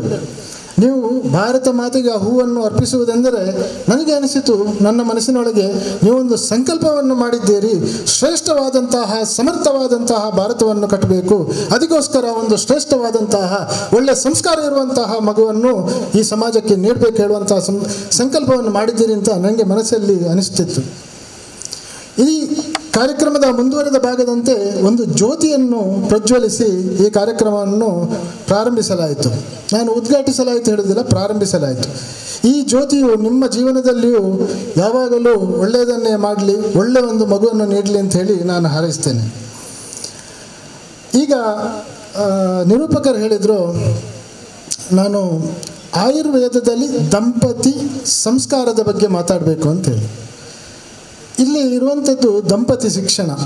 ಇದು ನವದಂಪತಿ ಶಿಕ್ಷಣಕ್ಕೆ ಮಾತ್ರ ಸೀಮಿತ ಆಗಿರೋದಿಲ್ಲ, ಇದು ದಂಪತಿ ಶಿಕ್ಷಣ. ಇದನ್ನು ಯಾಕೆ ಉಲ್ಲೇಖ ಮಾಡಿದೆ ಅಂದರೆ, ಇಲ್ಲಿ ನನಗೆ ಬಹುಶಃ ತುಂಬ ನವದಂಪತಿಗಳು ಕಾಣ್ತಾರೆ. ನೀವಿನ್ನು ಹೋದಾಗ ನಿಮ್ಮ ಮನೆಯಲ್ಲಿರುವಂಥ ಅಥವಾ ಆಸುಪಾಸಿನಲ್ಲಿರುವಂಥ ಎಲ್ಲ ದಂಪತಿಗಳಿಗೆ ಇದನ್ನು ಹೇಳಬೇಕು, ನಾವೊಂದು ಒಳ್ಳೆಯ ಕಾರ್ಯವನ್ನು ಮಾಡ್ತಿದ್ದೇವೆ, ಉತ್ಕೃಷ್ಟವಾದ ಕಾರ್ಯವನ್ನು ಮಾಡ್ತಿದ್ದೇವೆ, ಸಮರ್ಥವಾದ ಭಾರತವನ್ನು ಕಟ್ತಿದ್ದೇವೆ. ಇದಕ್ಕೋಸ್ಕರ ನಾವು ಪ್ರಜ್ಞಾವಂತ, ಸುಸಂಸ್ಕೃತವಂತ, ಸುಸಂಸ್ಕಾರವಂತ, ಎಲ್ಲರಲ್ಲಿ ಉತ್ಕೃಷ್ಟವಾದ ಸಂತಾನವನ್ನು ಈ ದೇಶಕ್ಕೆ ನೀಡಬೇಕು. ಗುರು ಹಿರಿಯರಿದ್ದರೆ ಅವರು ಅವರ ಮಕ್ಕಳಿಗೆ ಹೇಳ್ಬೋದು, ನವದಂಪತಿಗಳಿದ್ದರೆ ಅವರು ತಮ್ಮ ಮಕ್ಕಳಿಗೆ ಇದನ್ನು ನೀಡಲಿಕ್ಕೆ ಪ್ರಯೋಜನ ಆಗ್ತದೆ. ಆದ್ದರಿಂದ ಇದು ಕೇವಲ ನವದಂಪತಿ ಶಿಕ್ಷಣ ಅಲ್ಲ, ಇದು ದಂಪತಿ ಶಿಕ್ಷಣ. ಇದಕ್ಕೆ ಎಲ್ಲರೂ ಬರ್ಬೋದು. ಇನ್ನು ಅವ್ರು ಹೇಳಿದರು, ಆಯುರ್ವೇದದಲ್ಲಿ ದಂಪತಿ ಸಂಸ್ಕಾರ ಅಂತೇಳಿ. ಸಂಸ್ಕಾರ ಅಂದರೆ ಏನು? ನಾವು ಸಂಸ್ಕಾರದ ಬಗ್ಗೆ ಮಾತಾಡ್ತೇವೆ. ಸಂಸ್ಕಾರ ಅಂದರೆ ಏನು? ಸಂಸ್ಕಾರ ಅಂದರೆ ಆಯುರ್ವೇದದಲ್ಲಿ ಹೇಳ್ತಾರೆ, ಸಂಸ್ಕಾರೋ ಹಿ ಗುಣಾಂತರ್ಧಾನಂ ವಿದ್ಯಾತ್. ಒಂದು ಗುಣದಲ್ಲಿ ಪರಿವರ್ತನೆ ಮಾಡುವುದು ಸಂಸ್ಕಾರ. ನಾವು ಒಳ್ಳೆಯ ಕೆಲಸಗಳನ್ನು ಮಾಡಿ, ಒಳ್ಳೆಯ ಚಿಂತನೆಗಳನ್ನು ಇಟ್ಟುಕೊಂಡು ಒಂದು ಕಾರ್ಯವನ್ನು ಮಾಡಿದಾಗ ಒಳ್ಳೆಯ ಗುಣಗಳ ವೃದ್ಧಿ ಆಗ್ತದೆ, ಆ ಮೂಲಕ ಒಳ್ಳೆಯ ಫಲವನ್ನು ಅಪೇಕ್ಷಿಸಲಾಗ್ತದೆ. ಈಗ ನಾವು ನವದಂಪತಿಗಳು ಈ ಶಿಕ್ಷಣದ ಮೂಲಕ ಒಂದು ಒಳ್ಳೆಯ ಸಂತಾನವನ್ನು ಪಡಿಬೇಕಂತಾದರೆ ಅಲ್ಲಿ ಸಂಸ್ಕಾರದ ಅಗತ್ಯ ಇದೆ. ಆ ಸಂಸ್ಕಾರದಿಂದ, ಒಳ್ಳೆಯ ಚಿಂತನೆಗಳಿಂದ, ಒಳ್ಳೆಯ ಶಿಕ್ಷಣದಿಂದ ಒಳ್ಳೆಯ ಒಂದು ಸಂಸ್ಕಾರವಂತ ಮಗುವನ್ನು ಪಡೆಯಬಹುದು. ಇನ್ನು ಪೂಜ್ಯರು ನಿಮಗೆಲ್ಲ ತಿಳಿಸಿದ್ದಾರೆ, ದಂಪತಿಗಳೆಂದರೆ ಏನು, ಹೇಗಿರಬೇಕು, ಬಂದಂತಹ ಅವಿಭಕ್ತ ಕುಟುಂಬದ್ದು ಪ್ರಯೋಜನಗಳೇನು, ಹಾಗೂ ಬಂದಂತಹ ಅತಿಥಿಗಳನ್ನು ಹೇಗೆ ಗೌರವಿಸಬೇಕು, ನಮ್ಮ ಚಿಂತನೆ ಹೇಗಿರಬೇಕು, ದೇಶ ಅಂದರೆ ಏನು, ಎಲ್ಲದರ ಬಗ್ಗೆಯನ್ನು ತಿಳಿಸಿದ್ದಾರೆ. ಆದ್ದರಿಂದ ಆ ವಿಚಾರದಲ್ಲಿ ನಾನು ಪ್ರಸ್ತಾವಿಸಲು ಬಯಸೋದಿಲ್ಲ. ನಾನು ಆಯುರ್ವೇದದಲ್ಲಿ ದಂಪತಿ ಸಂಸ್ಕಾರ, ಸಂಸ್ಕಾರ ಅಂದರೆ ಏನು ಅಂತ ತಿಳಿಸ್ಕೊಟ್ಟಿದ್ದೇನೆ. ದಂಪತಿ ಅಂದರೆ ಏನು ಅಂತ ಪೂಜ್ಯರು ಸವಿಸ್ತಾರವಾಗಿ ನಿಮಗೆ ತಿಳಿಸಿಕೊಟ್ಟಿದ್ದಾರೆ. ಗಂಡ ಹೆಂಡತಿ ವೈವಾಹಿಕ ಸಂಸ್ಕಾರವನ್ನು ಪಡೆದ ನಂತರ ಇದನ್ನು ಮನಸ್ಸಿನಲ್ಲಿಟ್ಕೊಳ್ಬೇಕು. ಕಾಯಿಕವಾಗಿ ಕಾಯ ವಾಚ ಮನಸ್ಸ, ಕಾಯದಿಂದಾಗಲಿ ಮನಸ್ಸಿನಿಂದಾಗಲಿ ಮಾತಿನಿಂದಾಗಲಿ ಒಬ್ಬರಿಗೊಬ್ಬರು ಪೂರಕವಾಗಿ ಆದರ್ಶವಾದ ಜೀವನವನ್ನು ನಡೆಸಬೇಕು.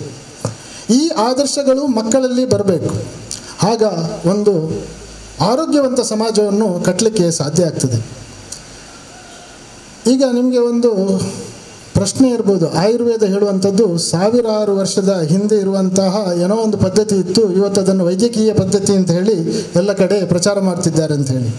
ಬಂಧುಗಳೇ, ನಾನು ನಿಮ್ಮನ್ನು ಬಂಧುಗಳೇ ಅಂತ ಸಂಬೋಧಿಸಿದ್ದೇನೆ ಅಂದರೆ ನೀವೆಲ್ಲ ನನ್ನ ಸಂಬಂಧಿಕರು. ನೀವು ಒಂದು ವಿಚಾರವನ್ನು ನೆನಪಿನಲ್ಲಿ ಇಟ್ಕೊಳ್ಬೇಕು, ಈ ದೇಶ, ಭಾರತ ದೇಶದ ಸನಾತನವಾದ ಪದ್ಧತಿ ಏನಾದರೂ ಇದ್ದರೆ, ಜೀವನ ಶೈಲಿ ಏನಾದರೂ ಇದ್ದರೆ ಅದು ಆಯುರ್ವೇದ ಪದ್ಧತಿ. ಆಯುರ್ವೇದ ಪದ್ಧತಿಯಲ್ಲಿ ವೈದ್ಯಕೀಯ ಶಿಕ್ಷಣ ಅಥವಾ ವೈದ್ಯಕೀಯ ಪದ್ಧತಿ ಹೇಳುವಂಥದ್ದು ಒಂದು ಚಿಕ್ಕ ಭಾಗ ಮಾತ್ರ. ಅಂದರೆ ಆಯುರ್ವೇದ ಅಗಾಧವಾದಂಥ ಒಂದು ಸಂಪತ್ತು, ಅದರಲ್ಲಿ ನಿಮ್ಮ ಪೂರ್ತಿ ಜೀವನ ಶೈಲಿಯು ಅಡಕವಾಗಿದೆ. ಪೂಜ್ಯರು ಈಗಾಗಲೇ ಹೇಳಿದರು, ಕೇವಲ ಜನ್ಮದಿಂದ ಸಾಯುವವರೆಗೆ ಅಲ್ಲ, ಅದರ ನಂತರದ್ದು ಕೂಡ ನಮ್ಮ ಜೀವನದಲ್ಲಿ ಅಡಕವಾಗಿದೆ ಅಂತ ಹೇಳಿ.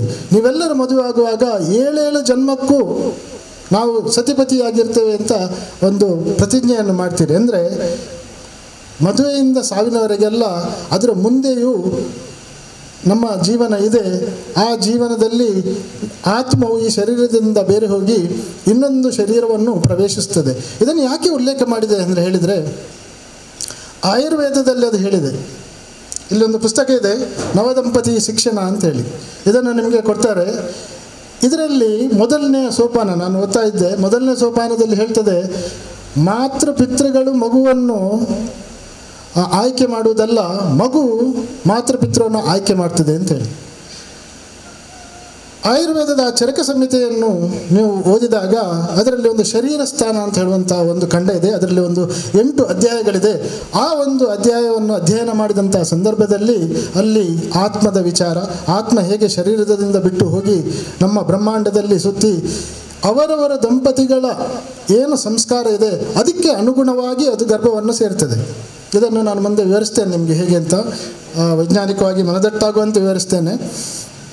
ಈ ಪುಸ್ತಕದಲ್ಲಿ ನನಗೆ ತುಂಬ ಒಂದು ಖುಷಿಯನ್ನು ನೀಡಿದ ವಿಷಯ ಅಂದರೆ, ಇಲ್ಲೊಂದು ಆಹ್ವಾನ ಮಂತ್ರವನ್ನು ಬರೆದಿದೆ. ಓಂ ಅಹಿರಸಿ ಆಯುರಸಿ ಮಂತ್ರವನ್ನು ಇಲ್ಲಿ ಬರೆದಿದೆ.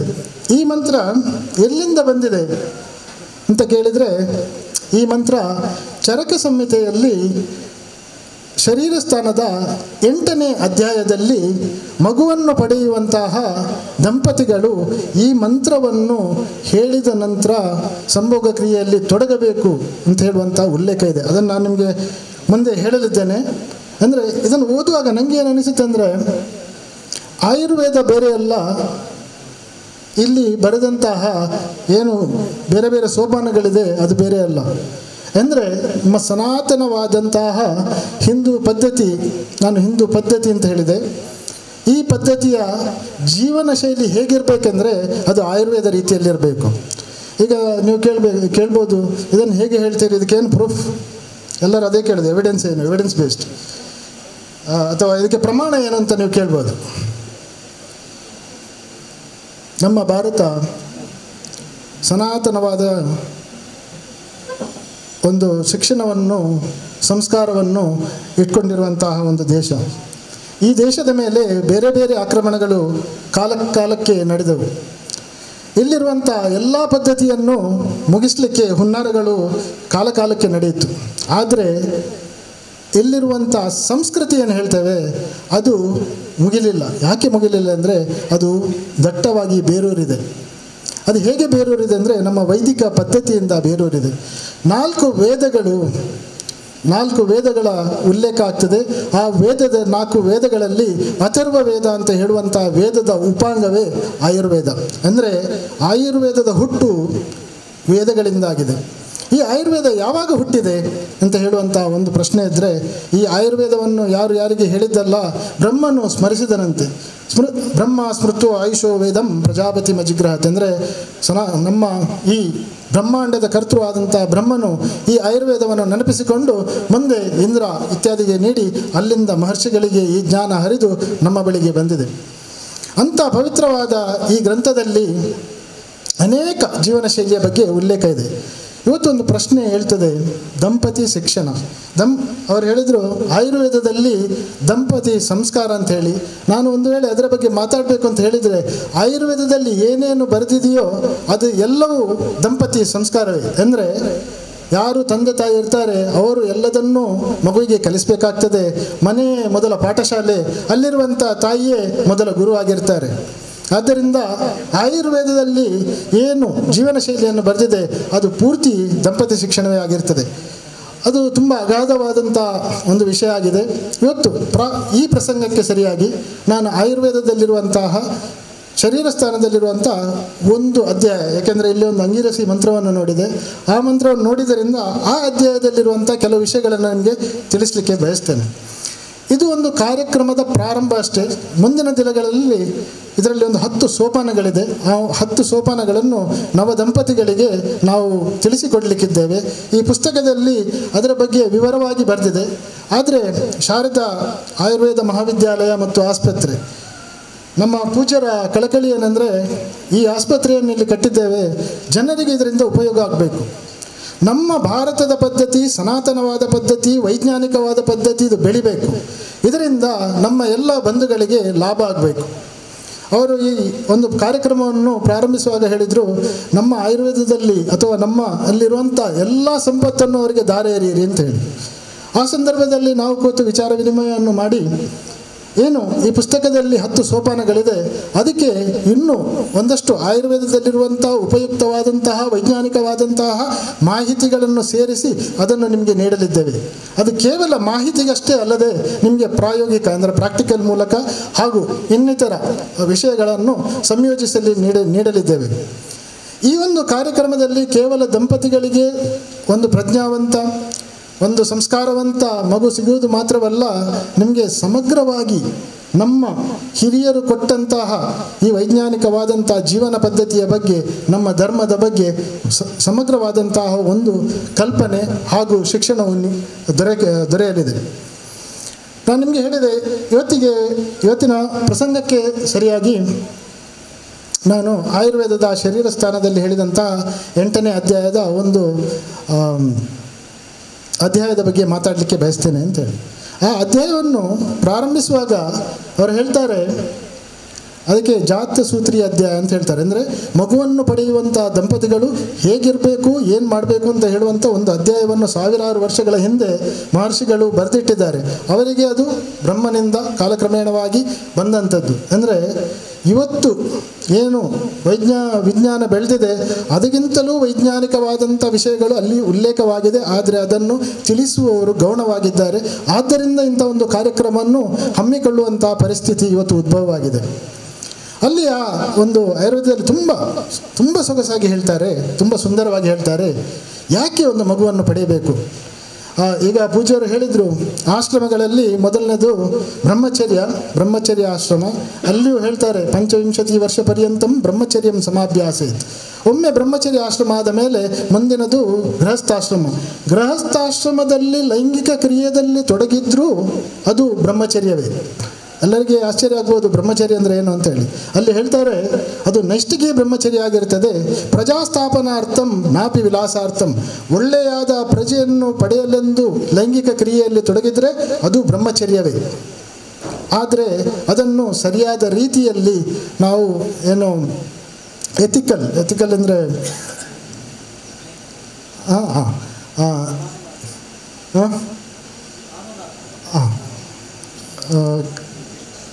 ಎಥಿಕಲ್ ಆಗಿ ಅಂದರೆ ಒಳ್ಳೆಯ ಸರಿಯಾದ ರೀತಿಯಲ್ಲಿ ಅಂತ ನಾನು ಹೇಳಿಕೆ ಬಯಸ್ತೇನೆ. ಸರಿಯಾದ ರೀತಿಯಲ್ಲಿ ಅಥವಾ ಯೋಗ್ಯವಾದ ರೀತಿಯಲ್ಲಿ ಅಂದರೆ ನಮ್ಮ ಸಂಸ್ಕಾರಕ್ಕೆ ನಮ್ಮ ಹಿರಿಯರು ಹಾಕಿಕೊಟ್ಟಂಥ ತಳಹದಿಯ ಏನು ಮಾರ್ಗದರ್ಶನ ಇದೆ ಅದಕ್ಕೆ ಯೋಗ್ಯವಾದ ರೀತಿಯಲ್ಲಿ ನಾವು ಮುಂದುವರಿಬೇಕಾದದ್ದು ತುಂಬ ಅಗತ್ಯ. ಅಲ್ಲಿ ಹೇಳ್ತಾರೆ, ಯಾಕೆ ಮಗುವನ್ನು ಪಡಿಬೇಕು. ಅವ್ರು ಹೇಳ್ತಾರೆ, ಅಲ್ಲಿ ಮಹರ್ಷಿಗಳು ಉಲ್ಲೇಖ ಮಾಡಿದ್ದಾರೆ, ಸತ್ ಪ್ರಜೆಗಳನ್ನು ಸೃಷ್ಟಿಸಲಿಕ್ಕೆ ಹೇಳಿ. ಸತ್ ಪ್ರಜೆಗಳಂದ್ರೆ ಏನು? ನಮ್ಮ ಮಗು ಸತ್ ಪ್ರಜೆ ಆಗಿರಬೇಕೆಂದ್ರೆ ಅದರಲ್ಲಿ ಆ ಸಂಸ್ಕಾರಗಳಿರಬೇಕು. ಆ ಮಗು ತಂದೆ ತಾಯಿಯನ್ನು ಗೌರವಿಸೋ ಹಾಗೆ ಆಗಬೇಕು. ಎಲ್ಲಿರುವಂಥ ದಂಪತಿಗಳು ಒಂದು ವಿಚಾರವನ್ನು ನೆನಪಿಸಬೇಕು, ನಮಗೆ ಒಳ್ಳೆ ಮಕ್ಕಳು ಬೇಕು, ನಾವು ನಮ್ಮ ತಂದೆ ತಾಯಿಗೆ ಒಳ್ಳೆ ಮಕ್ಕಳಾಗಿದ್ದೇವಾ? ಇದನ್ನು ಎಲ್ಲರೂ ಒಮ್ಮೆ ಆತ್ಮಾವಲೋಕನವನ್ನು ಮಾಡಬೇಕು. ಅಂದರೆ ನೀವು ನಿಮ್ಮ ತಂದೆ ತಾಯಿಗೆ ಒಳ್ಳೆಯ ಮಕ್ಕಳಾಗಬೇಕು, ಅವರ ಕಷ್ಟ ಸುಖ ಎಲ್ಲದರಲ್ಲಿ ಭಾಗಿಯಾಗಬೇಕು, ಅದನ್ನು ನೆನೆಸ್ಕೊಳ್ಬೇಕು. ಹಾಗಿದ್ದಾಗ ನೀವು ಮುಂದೆ ನಿಮ್ಮ ಮಕ್ಕಳು ಸತ್ ಪ್ರಜೆಗಳಾಗೋದನ್ನು ಬಯಸಲಿಕ್ಕೆ ಆಗ್ತದೆ. ಇದೊಂದು ಮಾರ್ಪಾಡು ನಿಮ್ಮಲ್ಲಿ ಆಗಬೇಕು. ಈ ಸತ್ ಪ್ರಜೆಯನ್ನು ಪಡಿಬೇಕಾದ್ರೆ ಏನು ಮಾಡಬೇಕು? ಈಗ ಕೇಳಿದಾಗ ಎಲ್ಲರೂ ಹೇಳ್ತಾರೆ ಲೈಂಗಿಕ ಕ್ರಿಯೆಯಲ್ಲಿ ತೊಡಗಬೇಕು, ಮಕ್ಕಳಾಗ್ತದೆ ಅಂತ. ಅದು ಹಾಗಿಲ್ಲ. ಮಗು ಹೇಳುವಂಥದ್ದು ಅದು ಪೂರ್ವ ಜನ್ಮ ಫಲದಿಂದ ಸಿಕ್ಕುವಂಥದ್ದು. ನಾನು ಹೇಳಿದೆ, ತಂದೆ ತಾಯಿಗಳು ಮಗುವನ್ನು ಆಯ್ಕೆ ಮಾಡಲಿಕ್ಕೆ ಆಗೋದಿಲ್ಲ. ಆ ಆತ್ಮ ಯಾವುದು ಬ್ರಹ್ಮಾಂಡದಲ್ಲಿದೆ, ಸೂಕ್ಷ್ಮ ಶರೀರ ಯಾವುದು ಪಂಚಮಹಾಭೂತಗಳ ಜೊತೆಯಲ್ಲಿ ಮನಸ್ಸನ್ನು ಹೊಂದಿಕೊಂಡು ತಿರುಗಾಡ್ತಾ ಇದೆ, ಅದು ಗರ್ಭವನ್ನು ಪ್ರವೇಶಿಸ್ತದೆ. ಇಲ್ಲದಿದ್ದರೆ ಸಂಭೋಗ ಮಾಡಿದ ಪ್ರತಿಯೊಂದು ಕ್ಷಣದಲ್ಲಿಯೂ ಮಕ್ಕಳಾಗಬೇಕು, ಅಥವಾ ಪ್ರತಿಯೊಂದು ಇನ್ಸ್ಟೆನ್ಸ್ ಹೇಳ್ತದೆ ಆಂಗ್ಲ ಭಾಷೆಯಲ್ಲಿ, ಅಥವಾ ಮಾಡಿದ ಪ್ರತಿಯೊಂದು ಸರಿ ಕೂಡ ಮಕ್ಕಳಾಗಬೇಕು. ಹಾಗೆ ಆಗೋದಿಲ್ಲ. ಎಷ್ಟೋ ಸಲ ಮಕ್ಕಳು ತುಂಬ ವಿಳಂಬವಾಗಿ ಆಗ್ತದೆ.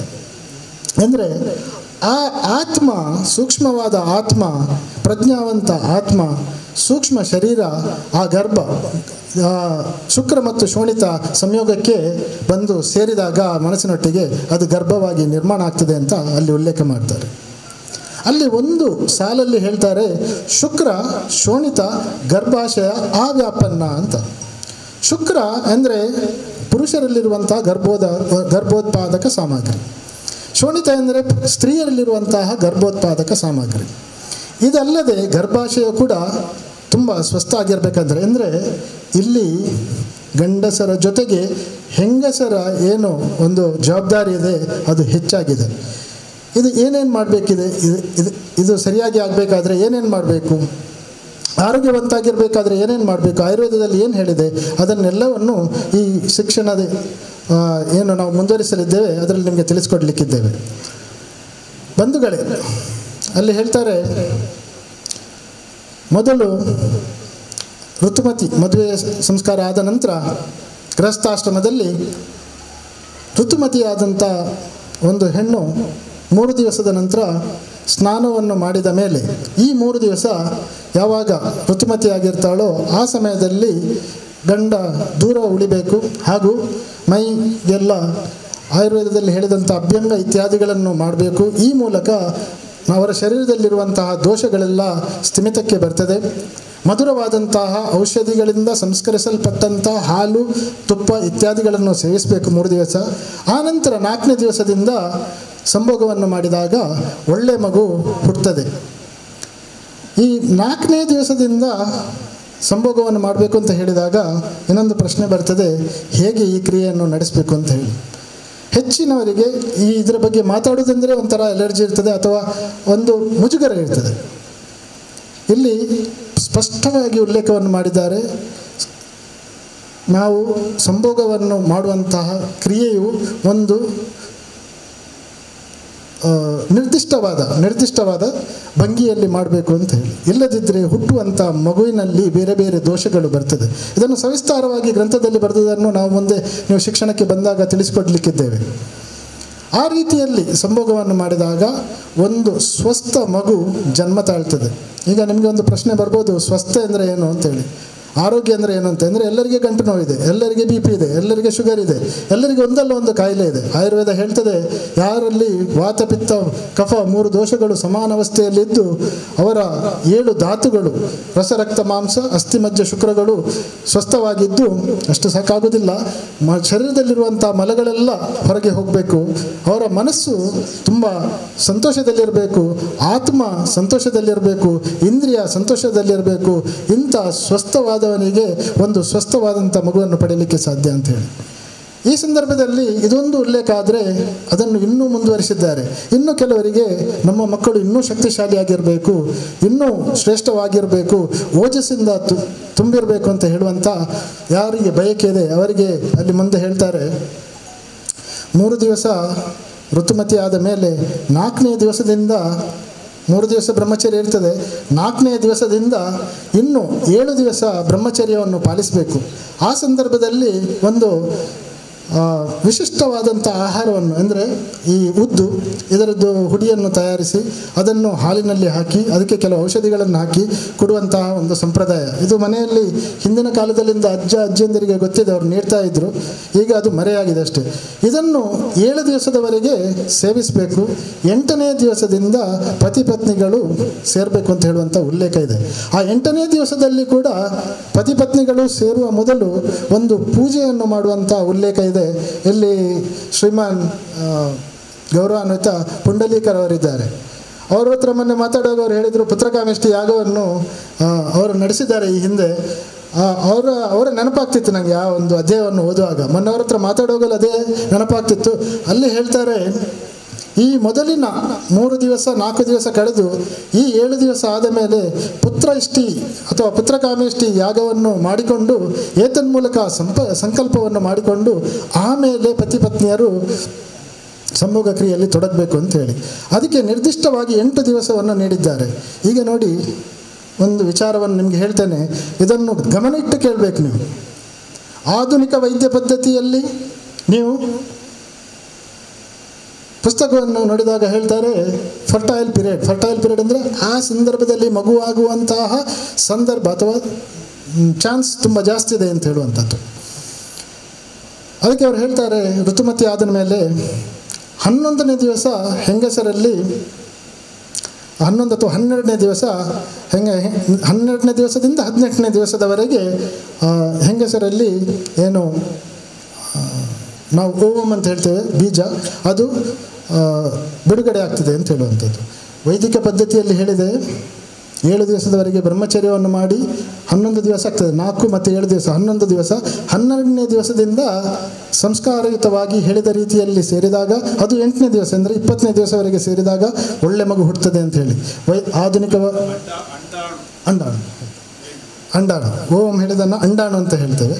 ಸೊ ಆಧುನಿಕ ವೈದ್ಯ ಪದ್ಧತಿಯಲ್ಲಿ ಏನು ಹೇಳ್ತೇವೆ ಅಂದರೆ 12ನೇ ದಿವಸದಿಂದ 18 ಅಥವಾ 20ನೇ ದಿವಸದವರೆಗೆ ಸೇರಿದಾಗ ಮಕ್ಕಳು ಆಗುವಂತಹ ಏನು ಚಾನ್ಸ್ ಇದೆ ಅದು ತುಂಬ ಜಾಸ್ತಿ ಇದೆ ಅಂತ. ಈಗ ನೀವು ಸಾವಿರಾರು ವರ್ಷದ ಹಿಂದೆ ವೇದಗಳಲ್ಲಿ ಉಲ್ಲೇಖ ಮಾಡಲ್ಪಟ್ಟಂತಹ ವಿಷಯವು ಇಂದಿನ ಆಧುನಿಕ ವೈಜ್ಞಾನಿಕ ಪದ್ಧತಿಯಲ್ಲಿ ಹೇಳಿದ್ದು ಒಂದಕ್ಕೆ ಒಂದು ತಾಳೆ ಆಗ್ತದೆ. ಅಂದರೆ ಇದರಲ್ಲಿ ಏನು ಹೊಸತಿಲ್ಲ, ಏನು ಆಯುರ್ವೇದದಲ್ಲಿ ಹೇಳಿದೆ ಅದನ್ನು ಇನ್ನೊಮ್ಮೆ ಪುನರುಚ್ಚರಿಸಲಾಗಿದೆ. ಆದರೆ ಒಳ್ಳೆ ಸಂಸ್ಕಾರಯುತ ಮಗುವನ್ನು ಪಡೆಯುವಂಥ ವಿಧಾನವನ್ನು ಮಾತ್ರ ಈ ಆಂಗ್ಲರು ಕೊಟ್ಟಂತಹ ವೈಜ್ಞಾನಿಕ ಅಂತ ನಾವೇನು ಕರಿತೇವೆ ಆ ಪದ್ಧತಿಯಲ್ಲಿ ಉಲ್ಲೇಖ ಆಗಲಿಲ್ಲ. ಆದ್ದರಿಂದ ಬಂಧುಗಳೇ, ಇಂಥ ಶ್ರೇಷ್ಠವಾದ ಪದ್ಧತಿಯನ್ನು ನಾವು ಬೆಳೆಸಬೇಕು. ಇದಿಷ್ಟಕ್ಕೆ ನಿಲ್ಲೋದಿಲ್ಲ. ಅಲ್ಲಿ ಹೇಳ್ತಾನೆ ಮುಂದೆಗೆ, ಕೇವಲ ಶರೀರಕ್ಕೆ ಬೇಕಾದಂಥ ಔಷಧಿಯನ್ನು ಕೊಡುವುದು ಅಥವಾ ಒಂದು ಸ್ವಚ್ಛತೆಯನ್ನು ಕಾಪಾಡುವುದು ಸಾಕಾಗುವುದಿಲ್ಲ, ಮನಸ್ಸಿನ ಸ್ವಚ್ಛತೆ ತುಂಬ ಪ್ರಾಮುಖ್ಯವನ್ನು ಹೊಂದುತ್ತದೆ ಅಂತ ಹೇಳ್ತಾರೆ. ಅಂದರೆ ಗಂಡ ಹೆಂಡತಿ ಜಗಳ ಮಾಡೋದು, ಆಮೇಲೆ ಮಕ್ಕಳನ್ನು ಬಯಸುವುದು, ಆ ಏನು ಮಾನಸಿಕ ಸ್ಥಿತಿ ಇದೆ ಅದು ಮಕ್ಕಳಲ್ಲಿ ಕೂಡ ಮೂಡ್ತದೆ. ಅಂದರೆ ಇದು ಖಾಲಿ ಗಂಡ ಹೆಂಡತಿಗೆ ಮಾತ್ರವಲ್ಲ, ಆ ಸಂಸಾರದವರು ಸುತ್ತಮುತ್ತಲಿನ ಇರುವವರು ಕೂಡ ತುಂಬ ಮಂದಿ ಮುಖ ನೋಡ್ತಿದ್ದಾರೆ. ಅಲ್ಲಿ ಉಲ್ಲೇಖ ಮಾಡಿ ಹೇಳ್ತಾರೆ, ಇದು ಕೇವಲ ಗಂಡ ಹೆಂಡತಿಯ ಮಧ್ಯೆ ಮಾತ್ರ ಅಲ್ಲ, ಮನೆಯಲ್ಲಿರುವವರು ಕೂಡ ಒಂದು ಯೋಗ್ಯವಾದ ವಾತಾವರಣವನ್ನು ಸೃಷ್ಟಿಸಬೇಕು. ಆ ಸಮಯದಲ್ಲಿ ಕೇಳುವಂಥ ಕಥೆಗಳಿರ್ಬೋದು, ಮಾಡುವಂಥ ಮಾತುಕತೆಗಳಿರ್ಬೋದು, ಅದೆಲ್ಲ ಮುಂದಿನ ಗರ್ಭಕ್ಕೆ ಸಂಸ್ಕಾರವನ್ನು ನೀಡುವಂಥ ಮಾತುಕತೆಗಳು ಅಥವಾ ಕಾರ್ಯಕ್ರಮಗಳು ಅಥವಾ ವಿಷಯಗಳಿರಬೇಕು ಅಂತ ಹೇಳ್ತಾರೆ. ಈ ಸಂದರ್ಭದಲ್ಲಿ ಇಲ್ಲೊಂದು ಪುಸ್ತಕವನ್ನು ಈಗ ಬೆಳಿಗ್ಗೆ ಕೊಟ್ಟರು ನನಗೆ. ಇದರಲ್ಲಿ ತಾಯಿಯ ಪವಿತ್ರ ಮಡಿಲಲ್ಲಿ ಅಂತ ಹೇಳಿ ಒಂದು ಪುಸ್ತಕ ಇದೆ. ಇದರಲ್ಲಿ ಕೆಲವೊಂದು ಕಥೆಗಳನ್ನೆಲ್ಲ ಹೇಳಿದ್ದಾರೆ. ಇನ್ನು ಈ ಸಂದರ್ಭದಲ್ಲಿ ಸಂಗೀತವನ್ನು ಕೇಳುವಂಥ ಅಭ್ಯಾಸವನ್ನು ಇಟ್ಕೊಳ್ಬೇಕು. ಯಾವ ಸಂಗೀತವನ್ನು ಕೇಳಬೇಕು? ಎಲ್ಲರೂ ಇಷ್ಟಪಡ್ತಾರೆ ಹೊಡಿಮಗ ಹೊಡಿಮಗ ಹೊಡಿಮಗ ಅಂತ. ಅದನ್ನು ಕೇಳಿದರೆ ಮಗು, ಹುಟ್ಟಿದ ಮಗು ಮುದವನ್ನು ನೀಡ್ತದೆ, ಸಂತೋಷವನ್ನು ನೀಡ್ತದೆ. ಮಗು 16 ವರ್ಷ 18 ವರ್ಷ 20-25 ವರ್ಷ ತುಂಬಿದಾಗ ಆಮೇಲೆ ಅದೇ ಪದ್ಯವು ನಿಮ್ಮ ಮೇಲೆ ಪ್ರಯೋಗಿಸ್ತಾರೆ. ಅದಕ್ಕೋಸ್ಕರ ನೀವು ಮನಸ್ಸಿನಲ್ಲಿ ಇಟ್ಕೊಳ್ಬೇಕು ಬಂಧುಗಳೇ, ಮಗುವನ್ನು ಬೆಳೆಸುವುದು ಒಂದು ಸಾಮಾನ್ಯವಾದ ಜವಾಬ್ದಾರಿ ಅಲ್ಲ, ಅದೊಂದು ಗುರುತರವಾದಂತಹ ಜವಾಬ್ದಾರಿ. ಆ ಭ್ರೂಣ ಏನು ಮಗುವಾಗಿ ವಿಕಸನಗೊಳ್ಳುವಂಥ ಸ್ಥಿತಿ ಇದೆ, ಆವಾಗ ಆದಷ್ಟು ನಮ್ಮಲ್ಲಿ ಸಾತ್ವಿಕತೆಯನ್ನು ತುಂಬಬೇಕು. ಮನಸ್ಸಿಗೆ 3 ದೋಷಗಳು ಅಥವಾ ಮನಸ್ಸನ್ನು ಕಂಟ್ರೋಲ್ ಮಾಡೋದು ಅಥವಾ ಇದು ಮಾಡುವಂಥ 3 ದೋಷಗಳು ಅಂದರೆ, ಒಂದು ಸತ್ವ ರಜ ತಮ. ಸತ್ವದಿಂದ ಮನಸ್ಸು ಪುಷ್ಟಿಗೊಳ್ಳುತ್ತದೆ, ರಜಸ್ಸಿನಿಂದ ಕ್ರೋಧ ಜಾಸ್ತಿ ಆಗ್ತದೆ, ಕ್ರೋಧ ಅಂದರೆ ಕೋಪ. ತಮಸ್ಸಿನಿಂದ ಮೋಹ ಜಾಸ್ತಿ ಆಗ್ತದೆ. ಯಾವಾಗ ಕ್ರೋಧ ಮತ್ತು ಮೋಹ ಮನುಷ್ಯನಲ್ಲಿ ಆಶ್ರಯ ಮಾಡ್ತದೋ ಆವಾಗ ಎಲ್ಲ ವೈಚಾರಿಕತೆಯಿಂದ ಹೊರ ನಡೆಯುವಂಥ ಪ್ರವೃತ್ತಿಗಳು ಮತ್ತು ಕಾರ್ಯಗಳು ಉಗಮವಾಗ್ತದೆ. ಆದ್ದರಿಂದ ನೀವು ಸಾತ್ವಿಕ ಗುಣಗಳನ್ನು ಬೆಳೆಸಬೇಕು. ಆವಾಗ ನಿಮ್ಮ ಮಗುವಿನಲ್ಲಿ ಕೂಡ ಸಾತ್ವಿಕ ಗುಣಗಳು ಬೆಳೆಯುತ್ತದೆ. ಒಂದು ಸಂಸ್ಕಾರವಂತ, ಒಂದು ಉತ್ತಮವಾದ ಮಗುವನ್ನು ಪಡೀಲಿಕ್ಕೆ ಸಾಧ್ಯ ಆಗ್ತದೆ ಅಂತ ಹೇಳಲಿಕ್ಕೆ ಬಯಸ್ತೇನೆ. ಅದೇ ಸಂದರ್ಭದಲ್ಲಿ ಇನ್ನೊಂದು ಮಾತನ್ನು ಹೇಳ್ತಾರೆ, ಏನನ್ನು ತಗೊಳ್ಬಾರ್ದು, ಯಾವುದನ್ನು ಮಾಡಬಾರ್ದು, ಯಾವುದರಿಂದ ಗರ್ಭಕ್ಕೆ ತೊಂದರೆ ಆಗ್ತದೆ ಅಂತ ಹೇಳುವಂಥ ವಿಚಾರವನ್ನು ಅಲ್ಲಿ ತಿಳಿಸ್ತಾರೆ. ಇನ್ನು ಕೊನೆಯ ಒಂದು ಮಾತು, ಈಗ ನೀವೆಲ್ಲ ಇಲ್ಲಿ ಬಂದಿದ್ದೀರಿ, ನಾವೆಲ್ಲ ಭಾವಿಸ್ತೇವೆ ನಾವು ಸ್ವಸ್ಥರಾಗಿದ್ದೇವೆ ಅಂಥೇಳಿ. ನಾವು ಮಾಡುವಂಥ ಕಾರ್ಯದಿಂದ ಇರ್ಬೋದು, ನಾವು ತಿನ್ನುವಂಥ ಆಹಾರದಿಂದ ಇರ್ಬೋದು, ಅಥವಾ ನಮ್ಮ ಆಚಾರ ವಿಚಾರಗಳಿಂದ ಇರ್ಬೋದು. ವಿಚಾರಗಳಿಂದ ಕೂಡ ಮಾನಸಿಕ ಕ್ಲೇಶ ಉಂಟಾಗ್ತದೆ, ಅದು ಶರೀರದ ಮೇಲೆ ಪರಿಣಾಮ ಬೀರಿ ಶರೀರದಲ್ಲಿಯೂ ಕ್ಲೇಶವು ಉಂಟಾಗ್ತದೆ. ಇದರಿಂದ ಶರೀರದಲ್ಲಿ ಅದೆಷ್ಟೋ ವಿಷ ವಸ್ತುಗಳು ತುಂಬಿರ್ತದೆ. ಆ ವಿಷ ವಸ್ತುಗಳು, ಅದನ್ನು ನಾವು ಟಾಕ್ಸಿನ್ಸ್ ಅಂತ ಕರಿತೇವೆ, ಅದನ್ನು ಶರೀರದಿಂದ ದೂರ ಮಾಡಿದ ಮೇಲೆ ಮಗುವನ್ನು ಪಡೆಯುವಂತಹ ಕಾರ್ಯಕ್ಕೆ ಪ್ರವೃತ್ತರಾಗಬೇಕು. ಆಯುರ್ವೇದದಲ್ಲಿ ಹೇಳ್ತಾರೆ, ಯಾರು ಮಗುವನ್ನು ಒಳ್ಳೆ ಮಗುವನ್ನು ಶಕ್ತಿಶಾಲಿಯಾದಂಥ ಆರೋಗ್ಯಪೂರ್ಣ ಮಗುವನ್ನು ಪಡೀಲಿಕ್ಕೆ ಬಯಸ್ತಾರೋ ಅವರು ಶಾರೀರಿಕ ಹಾಗೂ ಮಾನಸಿಕ ಶುದ್ಧಿಯನ್ನು ಪಡಿಬೇಕು. ಶಾರೀರಿಕ ಶುದ್ಧಿಗೋಸ್ಕರ ಪಂಚಕರ್ಮ ಚಿಕಿತ್ಸೆಯನ್ನು ಉಲ್ಲೇಖ ಮಾಡಲಾಗಿದೆ. ಗಂಡ ಹೆಂಡತಿ ಇಬ್ಬರು ಪಂಚಕರ್ಮ ಚಿಕಿತ್ಸೆಯನ್ನು ತೆಗೆದು ಶರೀರದಲ್ಲಿ ಇರತಕ್ಕಂಥ ವಿಷಕಾರಿ ಅಂಶಗಳನ್ನು ಹೊರಗೆ ಹಾಕಿ ಅದರ ಜೊತೆಯಲ್ಲಿ ಸತ್ವ ಚಿಕಿತ್ಸೆಯನ್ನು ತಗೊಂಡು ಮನಸ್ಸಿನಲ್ಲಿರುವಂಥ ಕ್ಲೇಶಗಳನ್ನು ದೂರ ಮಾಡಿಕೊಂಡು ಒಳ್ಳೆ ಮಗುವನ್ನು ಪಡಿಬೇಕು ಅಂತ ಹೇಳುವಂಥ ಒಂದು ಒಳ್ಳೆ ನಿರ್ಧಾರವನ್ನು ಮಾಡಿಕೊಂಡು ಇಲ್ಲಿ ಹೇಳಿದಂಥ ಈ ಶಿಕ್ಷಣದಲ್ಲಿ ಬರುವಂಥ ವಿವಿಧ ವಿಷಯಗಳನ್ನು ಪಾಲಿಸಿಕೊಂಡು ನೀವು ಕಾರ್ಯಪ್ರವೃತ್ತರಾದಲ್ಲಿ ಆ ಭಗವಂತನು ನಿಮಗೆ ಒಂದು ಒಳ್ಳೆ ಸಂಸ್ಕಾರ ಇರುವಂಥ ಸಂಸ್ಕಾರ ಇರುವಂಥ ತುಂಬ ಶಕ್ತಿಶಾಲಿಯಾದಂಥ ಸಮರ್ಥವಾದಂಥ ಒಂದು ಒಳ್ಳೆ ಮಗುವನ್ನು ನೀಡ್ತಾನೆ. ಆ ಮಗು ನಿಮ್ಮ ಒಂದು ಪರಿವಾರವಲ್ಲದೆ ಈ ಒಂದು ದೇಶವನ್ನು ಸಮರ್ಥವಾಗಿ ಬೆಳೆಸಲಿಕ್ಕೆ ಮುಂದೆ ಕಾರಣೀಭೂತರಾಗ್ತಾರೆ ಅಂತ ಹೇಳುವಂಥ ಒಂದು ಆಶಯವನ್ನು ಇಟ್ಕೊಂಡು ಈ ಸಂದರ್ಭದಲ್ಲಿ ಈ ಒಂದು ಕಾರ್ಯಕ್ರಮಕ್ಕೆ ಬಂದಂಥ ನಿಮಗೆಲ್ಲರಿಗೂ ಇನ್ನೊಮ್ಮೆ ಅಭಿನಂದಿಸ್ತಾ ಈ ವೇದಿಕೆ ಮೇಲಿರುವ ಎಲ್ಲ ಪೂಜ್ಯರಿಗೆ ಇನ್ನೊಮ್ಮೆ ನಮಿಸುತ್ತಾ ನನ್ನ ಮಾತುಗಳನ್ನು ಮುಗಿಸುವ ಮೊದಲು ನೀವೆಲ್ಲರೂ ಶಾರದಾ ಆಯುರ್ವೇದ ಕಾಲೇಜು ಮತ್ತು ಆಸ್ಪತ್ರೆಗೆ ಬನ್ನಿ. ಹೆಚ್ಚಿನ ಮಾರ್ಗದರ್ಶನವನ್ನು ನೀಡಲಿದ್ದೇವೆ. ಇದರ ಪ್ರತಿಯೊಂದು ವಿಷಯದ ಬಗ್ಗೆ ಕೂಲಂಕಷವಾಗಿ ನಿಮಗೆ ತಿಳಿಸಲಿಕ್ಕಿದ್ದೇವೆ. ಹಾಗೂ ನಿಮಗೆ ಒಂದು ಒಳ್ಳೆ ಮಗು ಸಿಗಲಿಕ್ಕೆ ಅಥವಾ ಒಂದು ಒಳ್ಳೆ ಮಗುವಿಗೆ ನೀವು ಜನನ ನೀಡಲಿಕ್ಕೆ ಬೇಕಾದಂಥ ಎಲ್ಲ ರೀತಿಯ ಸಹಾಯವನ್ನು ನಾವು ಮಾಡಲಿಕ್ಕಿದ್ದೇವೆ ಅಂತ ಹೇಳಿ ನಮ್ಮ ಸಂಸ್ಥೆಯ ಪರವಾಗಿ ನಾನು ನಿಮಗೆ ತಿಳಿಸಲಿಕ್ಕೆ ಬಯಸ್ತೇನೆ. ಈ ಮಾತಿನೊಂದಿಗೆ ನಿಮಗೆಲ್ಲರಿಗೂ ಇನ್ನೊಮ್ಮೆ ಅಭಿನಂದನೆಯನ್ನು ಸಲ್ಲಿಸಲಿಕ್ಕೆ ಬಯಸ್ತೇನೆ. ಉಪಯೋಗ ಏನು, ಸಾರ್ಥಕತೆ ಏನು ಅಂತ ನಿಮಗೆ ಅರ್ಥ ಆಗ್ತದೆ. ನೀವೆಲ್ಲ ವಿದ್ಯಾವಂತರು. ನನ್ನ ತಾಯಿಗೆ 12 ವರ್ಷದಲ್ಲಿ ಮದುವೆ ಆಗಿದೆ. ನನ್ನ ಅಪ್ಪನಿಗೆ 19 ವರ್ಷ, ಅಮ್ಮನಿಗೆ 12 ವರ್ಷ. ಇನ್ನೂ ಅವಳು ಕೌಮಾರ್ಯಕ್ಕೆ ಬಂದಿಲ್ಲ. ಆ ಸಂದರ್ಭದಲ್ಲಿ ಒಂದು 70-80 ಹೆಚ್ಚು ಕಡಿಮೆ ಒಂದು 95 ವರ್ಷದ ಹಿಂದಿನ ಪರಿಸ್ಥಿತಿ. ಆಗ ಇನ್ನು ಕೆಲವು ಸಮಾಜದಲ್ಲಿ ಇವತ್ತು ಕೂಡ ಬಾಲ್ಯ ವಿವಾಹ ಎನ್ನತಕ್ಕಂಥ ಒಂದು ಅನಿಷ್ಟ ಪದ್ಧತಿ ಇದೆ. ಅದಕ್ಕೆ ಕಾರಣ ಇದೆ. ಯಾಕೆ ಬಾಲ್ಯ ವಿವಾಹ ನಮ್ಮ ಸಮಾಜದಲ್ಲಿ, ಹಿಂದೂ ಸಮಾಜದಲ್ಲಿ ಆರಂಭವಾಯಿತು ಎನ್ನುವಂಥದ್ದು ನಮ್ಮ ಅನಿಷ್ಟಗಳು, ನಮ್ಮ ವಿರೋಧಿಗಳು ಹೆಣ್ಣು ಮಕ್ಕಳನ್ನು, ಪ್ರಬುದ್ಧತೆ ಬಂದಂಥ ಹುಡುಗಿಯರನ್ನು ಹಾರಿಸಿಕೊಂಡು ಹೋಗ್ತಾರೆ. ಕಣ್ಣೆದುರಿಗೆ ಅವರು ನಾಚ ಹಾಕ್ತಾರೆ ಎನ್ನುವ ಭಯದಿಂದ ಬಾಲ್ಯ ವಿವಾಹ ಉತ್ತರ ಭಾರತದಲ್ಲಿ ವಿಪರೀತ ಇತ್ತು, ಆರಂಭವಾಯಿತು. ಅದೇನೂ ಇಲ್ಲ. ಇವತ್ತು ಸಾಮಾನ್ಯವಾಗಿ ಸರ್ಕಾರ ನಿಯಮವನ್ನು ಮಾಡಿದೆ. ಹೆಣ್ಣು ಮಗುವಿಗೆ, ಹುಡುಗಿಗೆ ಕನಿಷ್ಠ 18 ವರ್ಷ, ಹುಡುಗನಿಗೆ 21 ವರ್ಷ. ಈಗ ಅದನ್ನು ಹೆಚ್ಚು ಮಾಡಿದ್ದಾರೆ. ಹೆಣ್ಣು ಮಕ್ಕಳಿಗೂ 21 ವರ್ಷ ಆಗಬೇಕು ಅಂತ ಹೇಳಿದ್ದಾರೆ.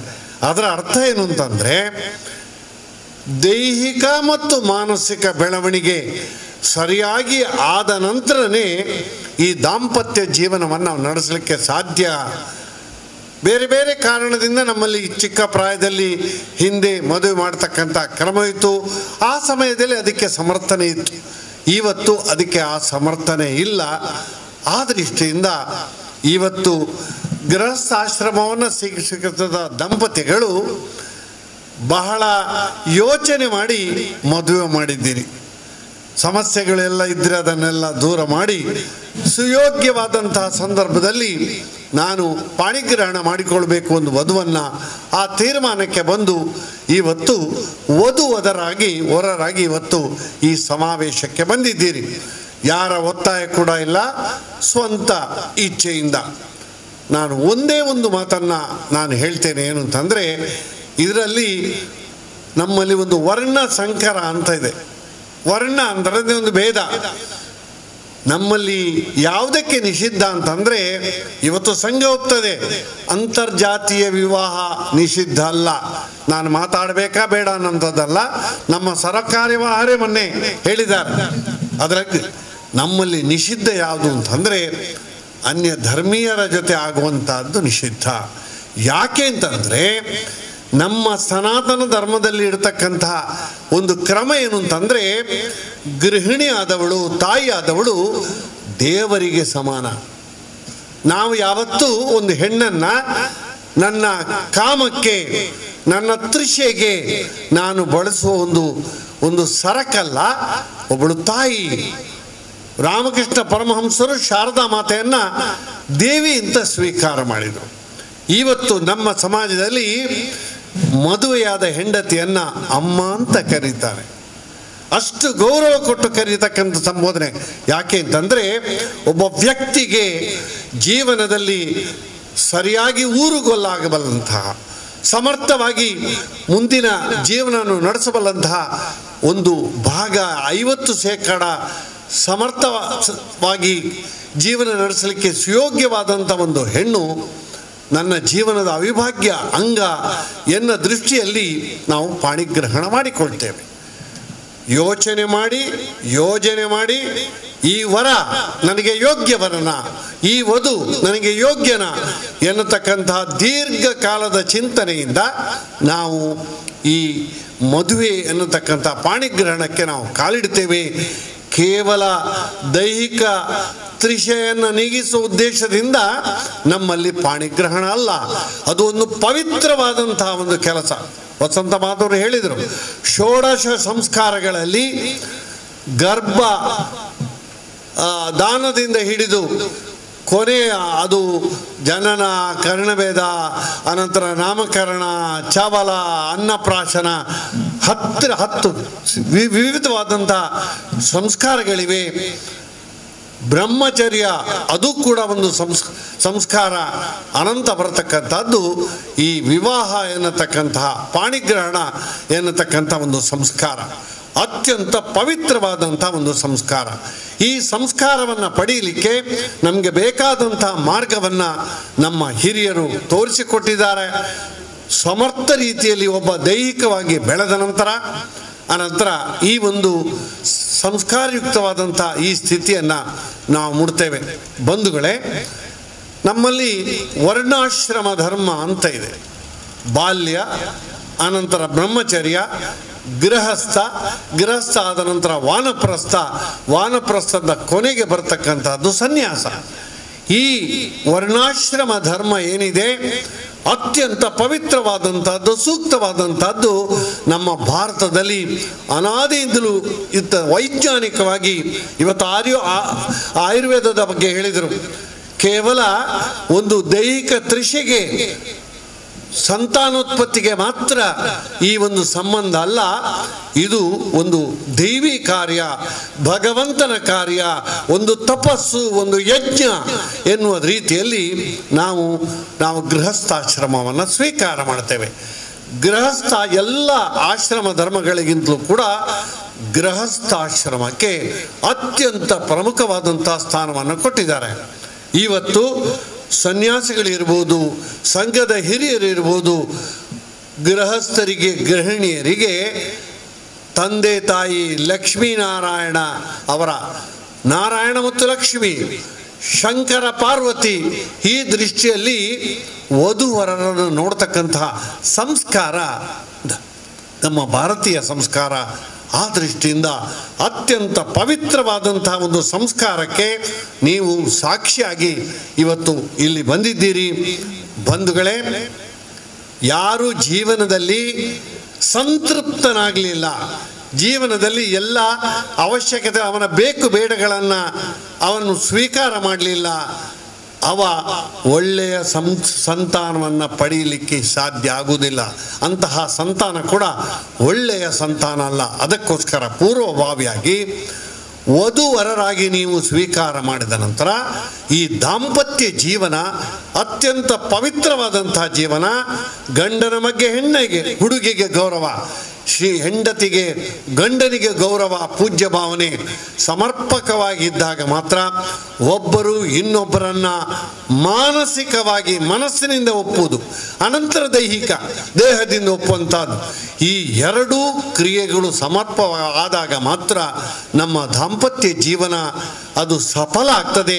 ಅದಕ್ಕೋಸ್ಕರ ನಿಮಗೆ ಕೇವಲ ಒಳ್ಳೆಯ ಸಂತಾನವನ್ನು ಹೇಗೆ ಪಡೆಯುವುದು, ಆರೋಗ್ಯಕರವಾದಂಥ ಮಗುವನ್ನು ಹೇಗೆ ಪಡೆದ ನಂತರ ಬೆಳೆಸುವುದು ಒಂದು ಅಂಶ ಆದರೆ, ಅದಕ್ಕೆ ಪೂರ್ವಭಾವಿಯಾಗಿ ನೀವು ತಿಳ್ಕೊಳ್ಬಹುದು. ಇಂಗ್ಲೀಷ್ನಲ್ಲಿ ಹೇಳುವುದಕ್ಕಿಂತಲೂ ಮೊದಲು ಹೇಳ್ತಾರೆ, marriages are made in heaven ಅಂತೇಳಿ. ಒಬ್ಬ ವಧುವಿಗೆ ಇಂತಹದ್ದೇ ವರ, ಒಬ್ಬ ಹುಡುಗನಿಗೆ ಇಂತಹದ್ದೇ ಹುಡುಗಿ ಅಂತೇಳಿ ನಾವು ತಂದೆ ತಾಯಿ ಇದ್ದು ನಿಶ್ಚಯ ಮಾಡಿರ್ಬೋದು, ಅಥವಾ ಇವತ್ತಿನ ಆಧುನಿಕ ಯುಗದಲ್ಲಿ ಏನು ಲವ್ ಮ್ಯಾರೇಜ್ ನಾವೇ ನೋಡಿ ನಿಶ್ಚಯಿಸ್ತೇವೆ ಅಂತ ಇರ್ಬೋದು. ಇದು ಎಲ್ಲ ಕೂಡ ಒಂದು ಭಗವಂತನ ಪ್ರೇರಣೆ, ಭಗವಂತನ ಇಚ್ಛೆ. ಈಗ ಹೇಳಿದರು, ಯಾವ ಮಗು ಕೂಡ ಹೇಳಿ ಕೇಳಿ ಇಂತಹ ತಂದೆ ತಾಯಿಗಳ ಹೊಟ್ಟೆಯಲ್ಲಿ ಹುಡಬೇಕು ಅಂತೇಳಿ ಅಪ್ಲಿಕೇಶನ್ ಮಾಡಿ ಬರುವುದಿಲ್ಲ. ಯಾರು ಕೂಡ ನೀವು ಇಂತಹದ್ದೇ ಹುಡುಗಿ ನನಗೆ ಸಿಗ್ತಾಳೆ, ಇಂತಹದ್ದೇ ವರ ಸಿಗ್ತಾನೆ ಅಂತೇಳಿ ನಿಮ್ಮ ಬಾಲ್ಯದಲ್ಲಿ ನೀವು ಯೋಚನೆ ಮಾಡೋದಿಲ್ಲ. ನನಗೊಬ್ಬರು ಪ್ರೊಫೆಸರ್ ಇದ್ದರು. ನಾನು ಡಿಗ್ರಿ ಕಾಲೇಜಿಗೆ ಹೋದಾಗ ಒಂದು ಹುಡುಗಿಯನ್ನು, ಅವಳಿಗೆ ಆಗ 18-19 ವರ್ಷ, ನಿಂತ್ಕೊ ಅಂತ ಹೇಳಿದ್ರು. ಸೈಕಾಲಜಿ ಮನಸ್ಶಾಸ್ತ್ರದ ಪ್ರೊಫೆಸರ್ ಕೇಳಿದ್ರು, ಅವಳು ನಿಂತ್ಕೊಳ್ಳು. ಅವಳು ಉತ್ತರ ಭಾರತದ ಒಬ್ಬಳು ಹುಡುಗಿ, ಹಿಂದಿ ಮಾತಾಡೋದು. ನೀನು ಇಷ್ಟರವರೆಗೆ ಎಷ್ಟು ಸರ್ತಿ ಮದುವೆ ಆಗಿದ್ದಿ ಅಂತ ಕೇಳಿದರು. How many times have you married ಅಂತೇಳಿ. ಪಾಪ ಹುಡುಗಿ ನಡಗಲಿಕ್ಕೆ ಶುರುವಾದ್ಲು. ಅವಳು ಬಿಳಿ ಬಣ್ಣ, ನಾನು ನೋಡ್ತಾ ಇದ್ದೇನೆ, ಅವಳ ಕೆನ್ನೆಲ್ಲ ಕೆಂಪಾಯಿತು. ಏನು ಹೇಳ್ತಾರೆ, ನಾನು ಮದುವೆ ಆಗಿದ್ದು ಮೊದಲೇ ಟೈಮ್, ಏನು ಇಲ್ಲದ ಅಪವಾದನೆ ಏನು ಮಾಡ್ತಾರೆ. No sir, I have never married, still I am a bachelor ಅಂತ ಹೇಳಿದ್ರು. ನಾವು ಮದುವೆ ಆಗಿಲ್ಲ ಅವರು ಹೇಳಿದರು. ನಾನು ಹೇಳಿದ ಅರ್ಥ ಅಲ್ಲ. ಒಂದು ಮಗು ತನ್ನ ಪ್ರಜ್ಞಾವಂತಿಕೆಯನ್ನು ಬಾಲ್ಯದಲ್ಲಿ ಬೆಳೆಸ್ಕೊಂಡು ಬರ್ತದೆ. ಅದಕ್ಕೆ ಒಂದು ಸಂಸಾರ, ಒಂದು ತಾಯಿ ತಂದೆ, ಗುರುಗಳು, ಶಾಲೆ, ಸಮಾಜ, ಇದರ ಬಗ್ಗೆ ಒಂದು ಪರಿಜ್ಞಾನ ಬರುವ ಸಂದರ್ಭದಲ್ಲಿ ಸಾಮಾನ್ಯ ಒಂದು 6, 7, 8 ವರ್ಷದಲ್ಲಿಯೇ ಒಬ್ಬ ಸೈಕಾಲಜಿಸ್ಟ್ ಹೇಳ್ತಾನೆ, ಅದು ಒಂದು ಯೋಗ್ಯವಾದಂಥ ಹುಡುಗನನ್ನು ನೋಡಿದರೆ ಅವ್ಯಕ್ತವಾಗಿ ಇಂತಹ ಒಬ್ಬ ಹುಡುಗ ನನಗೆ ಗಂಡನಾಗಿ ಬಂದರೆ, ಇಂತಹ ಒಂದು ಹುಡುಗಿಯನ್ನು ನೋಡಿದಾಗ ಇವಳು ನನ್ನ ಹೆಂಡತಿ ಆದರೆ ಎನ್ನತಕ್ಕಂತಹ ಒಂದು ಚಿಂತನೆ ಎಳೆಯ ಮಗುವಿಗೆ ಬರ್ತದೆ. ಇದು ಸುಮ್ಮನೆ ಕೇಳಿದಲ್ಲ ನನ್ನ ಪ್ರೊಫೆಸರ್. ಒಂದು ಮದುವೆ ಆಗುವ ಮೊದಲು ಒಂದು 10 ಸರ್ತಿ ಆದರೆ ಒಂದು ಹುಡುಗ ಮದುವೆ ಆಗಿರ್ತಾರಂತೆ. ಅಂದರೆ ನೀವು ಇಷ್ಟು ಸಿದ್ಧತೆಯನ್ನ ಮಾಡಿದ ನಂತರ ಮಾತ್ರ ನೀವು ಪಾಣಿಗ್ರಹ ಮಾಡ್ಕೊಂಡಿದ್ದೀರಿ, ವಧುವರಾಗಿದ್ದೀರಿ ಅನ್ನೋದಕ್ಕೆ ಹೇಳಿದೆ. ಅಂದರೆ it is not all of A sudden, ಅನಿರೀಕ್ಷಿತವಾಗಿ ನೀವು ಗಂಡ ಹೆಂಡತಿರಾದ್ದಲ್ಲ. ಸಾಕಷ್ಟು ಚಿಂತನೆ ವಿಚಾರ ನಿಮ್ಮ ಮನಸ್ಸಿನಲ್ಲಿ ಬಂದಿದೆ, ಅನಂತರ ಮಾತ್ರ ಇವತ್ತು ನೀವು ದಂಪತಿಗಳಾಗಿ ಈಗ ಬಂದಿದ್ದೀರಿ. ನಮ್ಮ ಭಾರತೀಯ ನಮ್ಮ ಸಂಸ್ಕೃತಿಯಲ್ಲಿ, ಸನಾತನ ಧರ್ಮದಲ್ಲಿ ಇಡೀ ಸಂಸಾರದ ಜವಾಬ್ದಾರಿಯನ್ನು ಗಂಡಸಿಗಿಂತ ಹೆಚ್ಚು ಹೊರುವವಳು ಹೆಂಡತಿ, ಸ್ತ್ರೀ, ಮನೆ ಯಜಮಾನಿ. ಅದಕ್ಕೋಸ್ಕರ ನಮ್ಮ ಹಿಂದೂ ಸಮಾಜದಲ್ಲಿ ತಾಯಿಗೆ ಅತ್ಯಂತ ಪ್ರಮುಖವಾದಂತಹ ಸ್ಥಾನ. ನನ್ನ ಸಂಸಾರದ ನಿರ್ವಹಣೆಯಲ್ಲಿ ನನ್ನ ಭಾಗ 25 ಮಾತ್ರ, ನನ್ನ ಶ್ರೀಮತಿಯರ ಪಾತ್ರ 75ಕ್ಕಿಂತ ಹೆಚ್ಚಿದೆ. ಆ ರೀತಿಯಲ್ಲಿ ನಾನು ಹೇಳ್ತೇನೆ, ನಮ್ಮ ಹಿಂದೂ ಸಮಾಜದಲ್ಲಿ ಒಬ್ಬಳ ಹೆಂಡತಿಯನ್ನು ಅಷ್ಟು ಗೌರವದಿಂದ ಕಾಣತಕ್ಕಂಥದ್ದು. ಅದಕ್ಕೋಸ್ಕರ ಏಕಪತ್ನಿ ವೃತ ನಮ್ಮ ಹಿಂದೂ ಸಮಾಜದಲ್ಲಿದೆ. ಒಬ್ಬ ಹುಡುಗಿಯನ್ನು ನಾನು ಶ್ರೀಮತಿ ಹೆಂಡತಿ ಅಂತ ಸ್ವೀಕಾರ ಮಾಡಿದ ಆ ಜನ್ಮ ಪರ್ಯಂತ ನಾನು ಸಾಯುವಲ್ಲಿಯವರೆಗೆ ಅನ್ಯ ಸ್ತ್ರೀಯನ್ನು ನಾನು ನನ್ನ ಹೆಂಡತಿ ಹಾಗೆ ನಾನು ನೋಡುವುದಿಲ್ಲ ಎನ್ನತಕ್ಕಂಥ ಒಂದು ವ್ರತವನ್ನು ಪಾಣಿಗ್ರಹಣದ ದಿವಸ ಗಂಡ ಮಾಡ್ತಾನೆ. ಧರ್ಮೇಚ ಅರ್ಥೇಚ ಕಾಮೇಚ ನಾತಿ ಚರಾಮಿ. ಧರ್ಮ ಅರ್ಥ ಕಾಮದಲ್ಲಿ ನಿನ್ನನ್ನು ನಾನು ಮೀರಿ ನಡೆಯುವುದಿಲ್ಲ ಎನ್ನತಕ್ಕಂಥ ಒಂದು ಪ್ರತಿಜ್ಞೆಯನ್ನ ಅಗ್ನಿಯ ಮುಂದೆ ಮಾಡುತ್ತಾನೆ. ತಿಳ್ಕೊಳ್ಳಿ, ಇಲ್ಲಿದ್ದ ಗಂಡರೆಲ್ಲ ನೀವು ಕಣ್ಣು ಮುಚ್ಚಿ ಕೂತ್ಕೊಳ್ಬೇಡಿ. ಒಂದು ಹುಡುಗಿಯನ್ನ ನೀವು ನನ್ನ ಹೆಂಡತಿ ಅಂತ ನೀವು ಸ್ವೀಕಾರ ಮಾಡಿದರೆ ಭಗವಂತನ ಅಗ್ನಿಯ ಮುಂದೆ ಕೂತ್ಕೊಂಡು ನೀವು ನಿಮ್ಮ ಹೆಂಡತಿಯನ್ನ ಸ್ವೀಕಾರ ಮಾಡಿದೆ ನನ್ನ ಪತ್ನಿ ಅಂತೇಳಿ. ಅದರಲ್ಲಿ ನಮ್ಮ ಜೀವನದಲ್ಲಿ 4 ಅವಕಾಶಗಳಿವೆ. ಅದರಲ್ಲಿ ಬ್ರಹ್ಮಚರ್ಯ, ಗೃಹಸ್ಥ, ವಾನಪ್ರಸ್ಥ ಇದು ಅಂತ ಹೇಳಿದೆ. ಆದರೆ ಚತುರ್ವಿಧ ಪುರುಷಾರ್ಥಗಳ ಬಗ್ಗೆ ನಮ್ಮಲ್ಲಿ ಹೇಳಿದ್ದಾರೆ. ಧರ್ಮ, ಅರ್ಥ, ಕಾಮ ಮತ್ತು ಮೋಕ್ಷ ಅಂತೇಳಿ. ನಮ್ಮ ಎಲ್ಲರ ಜೀವನದ ಉದ್ದೇಶ ನಾವು ಒಳ್ಳೆಯದನ್ನು ಮೋಕ್ಷ ಅಂತ ನಾವು ಯಾರೂ ನೋಡಲಿಲ್ಲ, ನೋಡಿದ್ದನ್ನು ಕೆಲವರು ಹೇಳಿದ್ದಾರೆ, ನಾನು ನೋಡಲಿಲ್ಲ. ಅಂತೂ ನನ್ನ ಜೀವನದಲ್ಲಿ ನಾನು ಸಾಯುವಾಗ ನೆಮ್ಮದಿಯಿಂದ ಸಾಯಬೇಕು. ಅಯ್ಯೋ ದೇವರ, ನನ್ನ ಆಸ್ತಿಗೆ ಯಾರು ಹೊಣೆ, ನಾನು ಇಷ್ಟೆಲ್ಲ ಕರ್ಮ ಮಾಡಿದ್ದೇನೆ ಎನ್ನತಕ್ಕಂಥ ನೋವಿನಿಂದ ನಾನು ಸಾಯಬಾರ್ದು. ನೆಮ್ಮದಿಯಿಂದ ನಾನು ಉಸಿರೆಳಬೇಕು. ನಂತರ ಸಾವಿನ ನಂತರ ಎಲ್ಲಿ ಹೋಗ್ತೇವೆ ಅಂತೆಲ್ಲ ಹಿರಿಯರು ಮಾರ್ಗ ತೋರಿಸಿದ್ದಾರೆ. ಮೋಕ್ಷ ಅಂತೇಳಿ. ಮೋಕ್ಷ ಜೀವನದ ಪರಮ ಗುರಿ ಅಲ್ಲ. ನಮ್ಮ ಜೀವನ ದಂಪತಿಗಳೇ ನಿಂತುಕೊಳ್ಳಿ, ಧರ್ಮ. ನಿಮ್ಮ ಯಾವುದೇ ಕೆಲಸವನ್ನು ನೀವು ಮಾಡುವಾಗಲೂ ಕೂಡ ಧರ್ಮದಿಂದ ಆರಂಭ ಮಾಡಬೇಕು. ಏನು ವ್ಯವಹಾರ ಕೂಡ ಧರ್ಮದ ಆಧಾರದಲ್ಲಿ ನಮ್ಮ ಜೀವನವನ್ನು ನಾವು ಕಟ್ಟಬೇಕು. ಅದಕ್ಕೋಸ್ಕರ ಧರ್ಮಕ್ಕೆ ನಮ್ಮ ಜೀವನದಲ್ಲಿ ಅತ್ಯಂತ ಪ್ರಮುಖವಾದಂಥ ಸ್ಥಾನ. ನಿಮ್ಮ ಉದ್ಯೋಗ ಇರಲಿ, ಆರ್ಥಿಕ ಸಂಪಾದನೆ ಇರಲಿ, ನಿಮ್ಮ ಜವಾಬ್ದಾರಿ ಇರಲಿ, ಧರ್ಮದ ತಳಹದಿಯಿಂದ ನಮ್ಮ ಜೀವನ ಆರಂಭ ಆಗಬೇಕು. ಧರ್ಮದ ಆಧಾರದಲ್ಲಿ ನಾವು ಅರ್ಥ ಅಂತಂದರೆ ದುಡ್ಡು ಮಾತ್ರ ಅಲ್ಲ. ಅರ್ಥ ಅಂತಂದರೆ ಸಂಪತ್ತುಗಳು, ಒಟ್ಟು ಜೀವನಕ್ಕೆ ಬೇಕಾದಂಥ ಒಟ್ಟು ವ್ಯವಸ್ಥೆಯನ್ನು ಅರ್ಥ ಅಂತ ಕರೆದ್ರು ಅದು ಹಣ ಅಥವಾ ಚಿನ್ನ ಅಲ್ಲ. ಸಾಧನಗಳು, ನಮ್ಮ ಜೀವನವನ್ನು ನಿರ್ವಹಣೆಗೆ ಬೇಕಾದಂಥ ಎಲ್ಲ ಸವಲತ್ತುಗಳನ್ನು ಕೂಡ ಅರ್ಥ ಅಂತ ಕರೆದ್ರು.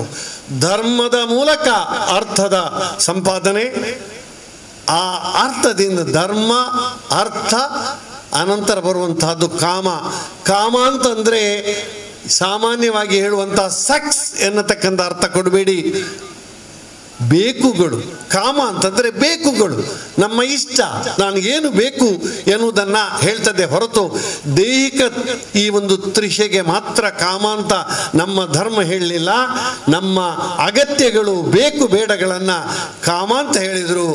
ಆ ರೀತಿಯಲ್ಲಿ ಸಂಪಾದನೆ ಮಾಡಿದಂತಹ ದುಡ್ಡಿನಿಂದ ನಮ್ಮ ಬೇಕು ಬೇಡಗಳನ್ನು ಪೂರೈಸಿಕೋ.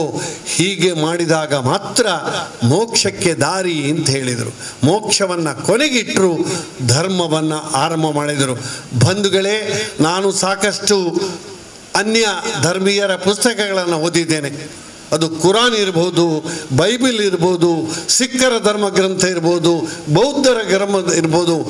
ನಮ್ಮ ಸನಾತನ ಧರ್ಮದಲ್ಲಿ, ಹಿಂದೂ ಧರ್ಮದಲ್ಲಿ ವಿಶ್ಲೇಷಣೆ ಮಾಡಿದಂಥ ಇಷ್ಟು ವ್ಯವಸ್ಥಿತವಾದಂಥ ಒಂದು ವ್ಯವಸ್ಥೆ ಬೇರೆ ಯಾವುದೇ ಮತದಲ್ಲಿ ಇಲ್ಲ. ಅದಕ್ಕೋಸ್ಕರ ಬಂಧುಗಳೇ, ನನ್ನ ದೌರ್ಭಾಗ್ಯ ಈಗ ಅಲ್ಪ ಸ್ವಲ್ಪ ಈ ಡೈವರ್ಸ್ ಎಲ್ಲ ನಡೀತದೆ.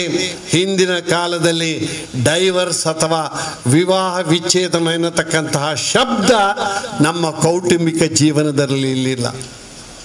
ಯಾರು ಕೂಡ ಗಂಡ ತ್ಯಜಿಸಿದವಳು ಹೆಣ್ಣು ಅಥವಾ ಈ ರೀತಿಯ ಇತ್ತೀಚಿನ ದಿನಗಳಲ್ಲಿ ಪಾಶ್ಚಾತ್ಯ ಸಂಸ್ಕೃತಿಯ ಪ್ರಭಾವ, ನಮ್ಮ ಧರ್ಮದ ಬಗ್ಗೆ ಇರತಕ್ಕಂಥ ಮಾಹಿತಿಯ ಕೊರತೆಯಿಂದಾಗಿ ಎಷ್ಟೋ ಸಂದರ್ಭಗಳಲ್ಲಿ ನಾಡ್ತಾರೆ. ಗಂಡನಿಂದ ಶಿಕ್ಷೆಗೆ ಒಳಪಟ್ಟಂಥ ಒಬ್ಬಳು ಹೆಣ್ಣು ಹೇಳ್ತಾಳೆ, ಎಷ್ಟೇ ಗಂಡ ನನಗೆ ಶಿಕ್ಷೆ ಕೊಟ್ಟರು ಕೂಡ ಅದು ನನ್ನ ಕರ್ಮ, ಪೂರ್ವ ಜನ್ಮದಲ್ಲಿ ನಾನು ಮಾಡಿದಂಥ ಒಂದು ಕರ್ಮಕ್ಕೆ ಈ ವ್ಯಕ್ತಿ ನನ್ನನ್ನು ನಾನು ಗಂಡನಾಗಿ ಪಡೆದಿದ್ದೇನೆ. ಆ ದೃಷ್ಟಿಯಿಂದ ಎಲ್ಲ ಕಷ್ಟವನ್ನು ಕೂಡ ಈ ಜನ್ಮದಲ್ಲಿ, ಪೂರ್ವ ಜನ್ಮ ಹಿಂದಿನ ಜನ್ಮದಲ್ಲಿ ಮಾಡಿದಂತಹ ಆ ಪಾಪದ ಪ್ರಾಯಶ್ಚಿತ್ತವಾಗಿ ನಾನು ಇದನ್ನು ಈ ಜನ್ಮದಲ್ಲಿ ಉಣ್ತೇನೆ ಎನ್ನುವ ಒಂದು ಚಿಂತನೆಯಿಂದ ಮಾತ್ರ ಈ ದಾಂಪತ್ಯ ಜೀವನ. ನಾನು ಹೇಳ್ತೇನೆ, ನನಗೆ ಬೇಕಿದ್ದ ಹಾಗೆ ನನ್ನ ಹೆಂಡತಿ ಇರಲಿಕ್ಕೆ ಸಾಧ್ಯ ಇಲ್ಲ. ಯಾವುದೋ ಒಂದು ಮನೆಯಲ್ಲಿ ಹುಟ್ಟಿ ಬೆಳೆದವಳು, ಯಾವುದೇ ಒಂದು ಪರಿಸರದಲ್ಲಿ ಹುಟ್ಟಿದವಳು, ನಾನು ಇನ್ನೊಂದು ಪರಿಸರದಲ್ಲಿ ಹುಟ್ಟಿದವ, ಇಬ್ಬರೂ ಒಟ್ಟಿಗೆ ಬದುಕಬೇಕು ಅಂತ ಹೇಳಿದರೆ ಬಂಧುಗಳೇ, ನಿಮಗೆ ನಾನು ಹೇಳ್ತೇನೆ, ನಿಮ್ಮಲ್ಲಿ ತ್ಯಾಗ ಬೇಕು. ತ್ಯಾಗ ಅಂತಂದರೆ ಕೊಟ್ಟು ಪಡೆಯುವಂಥದ್ದು. ತ್ಯಾಗದಿಂದ ನೀವು ದೊಡ್ಡ ಸಂಪತ್ತನ್ನು ಪಡೀತೀರಿ, ತೃಪ್ತಿಯನ್ನು ಪಡೀತೀರಿ. ಕೊಡುವುದರಿಂದ ತೃಪ್ತಿ. ಬಂಧುಗಳೇ, ನಮ್ಮ ಸಮಾಜ, ನಮ್ಮ ಧರ್ಮ ಹೇಳಿದೆ, ಗಿವ್ ಆ್ಯಂಡ್ ಎಂಜಾಯ್. ನೀವು ಕೊಟ್ಟು ಅದರಿಂದಾಗಿ ಸಿಗುವಂತಹ ತೃಪ್ತಿ, ಅದು ವಿಶೇಷವಾದಂತಹ ತೃಪ್ತಿ. ಅದನ್ನೇ ತ್ಯಾಗ ಮತ್ತು ಕೊಡುವುದಕ್ಕೆ ವ್ಯತ್ಯಾಸ ಇದೆ. ತ್ಯಾಗ ಅಂತಂದರೆ ನನ್ನಲ್ಲಿದ್ದಂಥ 5 ರೂಪಾಯಿಯನ್ನು ಇನ್ನೊಬ್ಬರಿಗೆ ಕೊಡುವುದಲ್ಲ. ನನ್ನ ಮೂಲ ಅವಶ್ಯಕತೆಗಳು ಇದ್ದಾಗಲೂ ಕೂಡ ಇನ್ನೊಬ್ಬ ನನಗಿಂತ ದುಃಖಿತನಾಗಿದ್ದರೆ, ನನಗಿಂತ ಕಷ್ಟದಲ್ಲಿದ್ದರೆ, ತನ್ನ ಅವಶ್ಯಕತೆಗಳನ್ನು ಬದಿಗಿಟ್ಟು ಅವರಿಗೆ ಕೊಡ್ತಕ್ಕಂತಹ ಈ ಒಂದು ಕ್ರಿಯೆ ಏನಿದೆ ಅದನ್ನು ತ್ಯಾಗ ಅಂತ ಕರೆದರು. ನಮ್ಮ ಕೌಟುಂಬಿಕ ಜೀವನ, ಗಂಡ ಹೆಂಡತಿಯ ಜೀವನ ಇದು ತ್ಯಾಗದಿಂದ ಕೂಡ್ತದೆ. ನಾನು ಹೇಳ್ತೇನೆ, ನನ್ನ ಅಮ್ಮನ ಒಂದು ಉದಾಹರಣೆಯನ್ನು ಕೊಡ್ತೇನೆ. ಅನಿರೀಕ್ಷಿತವಾಗಿ ನಮ್ಮ ಮನೆಗೆ ಒಂದು 6-7 ಜನ ಊಟದ ಸಮಯದಲ್ಲಿ ಬಂದರು. ನನ್ನ ಅಮ್ಮ ಎಲ್ರಿಗೂ ಅತಿಥಿಗಳಿಗೆ ಊಟ ಹಾಕಿದ್ಲು, ನಮಗೆ ಮತ್ತೆ ಮಕ್ಕಳಿಗೆ ಮತ್ತೆ ಬಡಿಸಿದ್ಲು. ಯಾವಾಗಲೂ ಕೂಡ ಅತಿಥಿಗಳಿಗೆ ಊಟ ಬಡಿಸುವಾಗ ಆ ಅನ್ನದ ಪಾತ್ರಕ್ಕೆ ಶಬ್ದ ಮಾಡಲಿಲ್ಲ. ಇನ್ನಿಲ್ಲ, ಕಡಿಮೆ ಇಲ್ಲ, ನೀವು ಹೇಳ್ಬೋದು ಹೊಟ್ಟೆ ತುಂಬಿಸಲಿ ಅಂತ ಹೇಳಿ.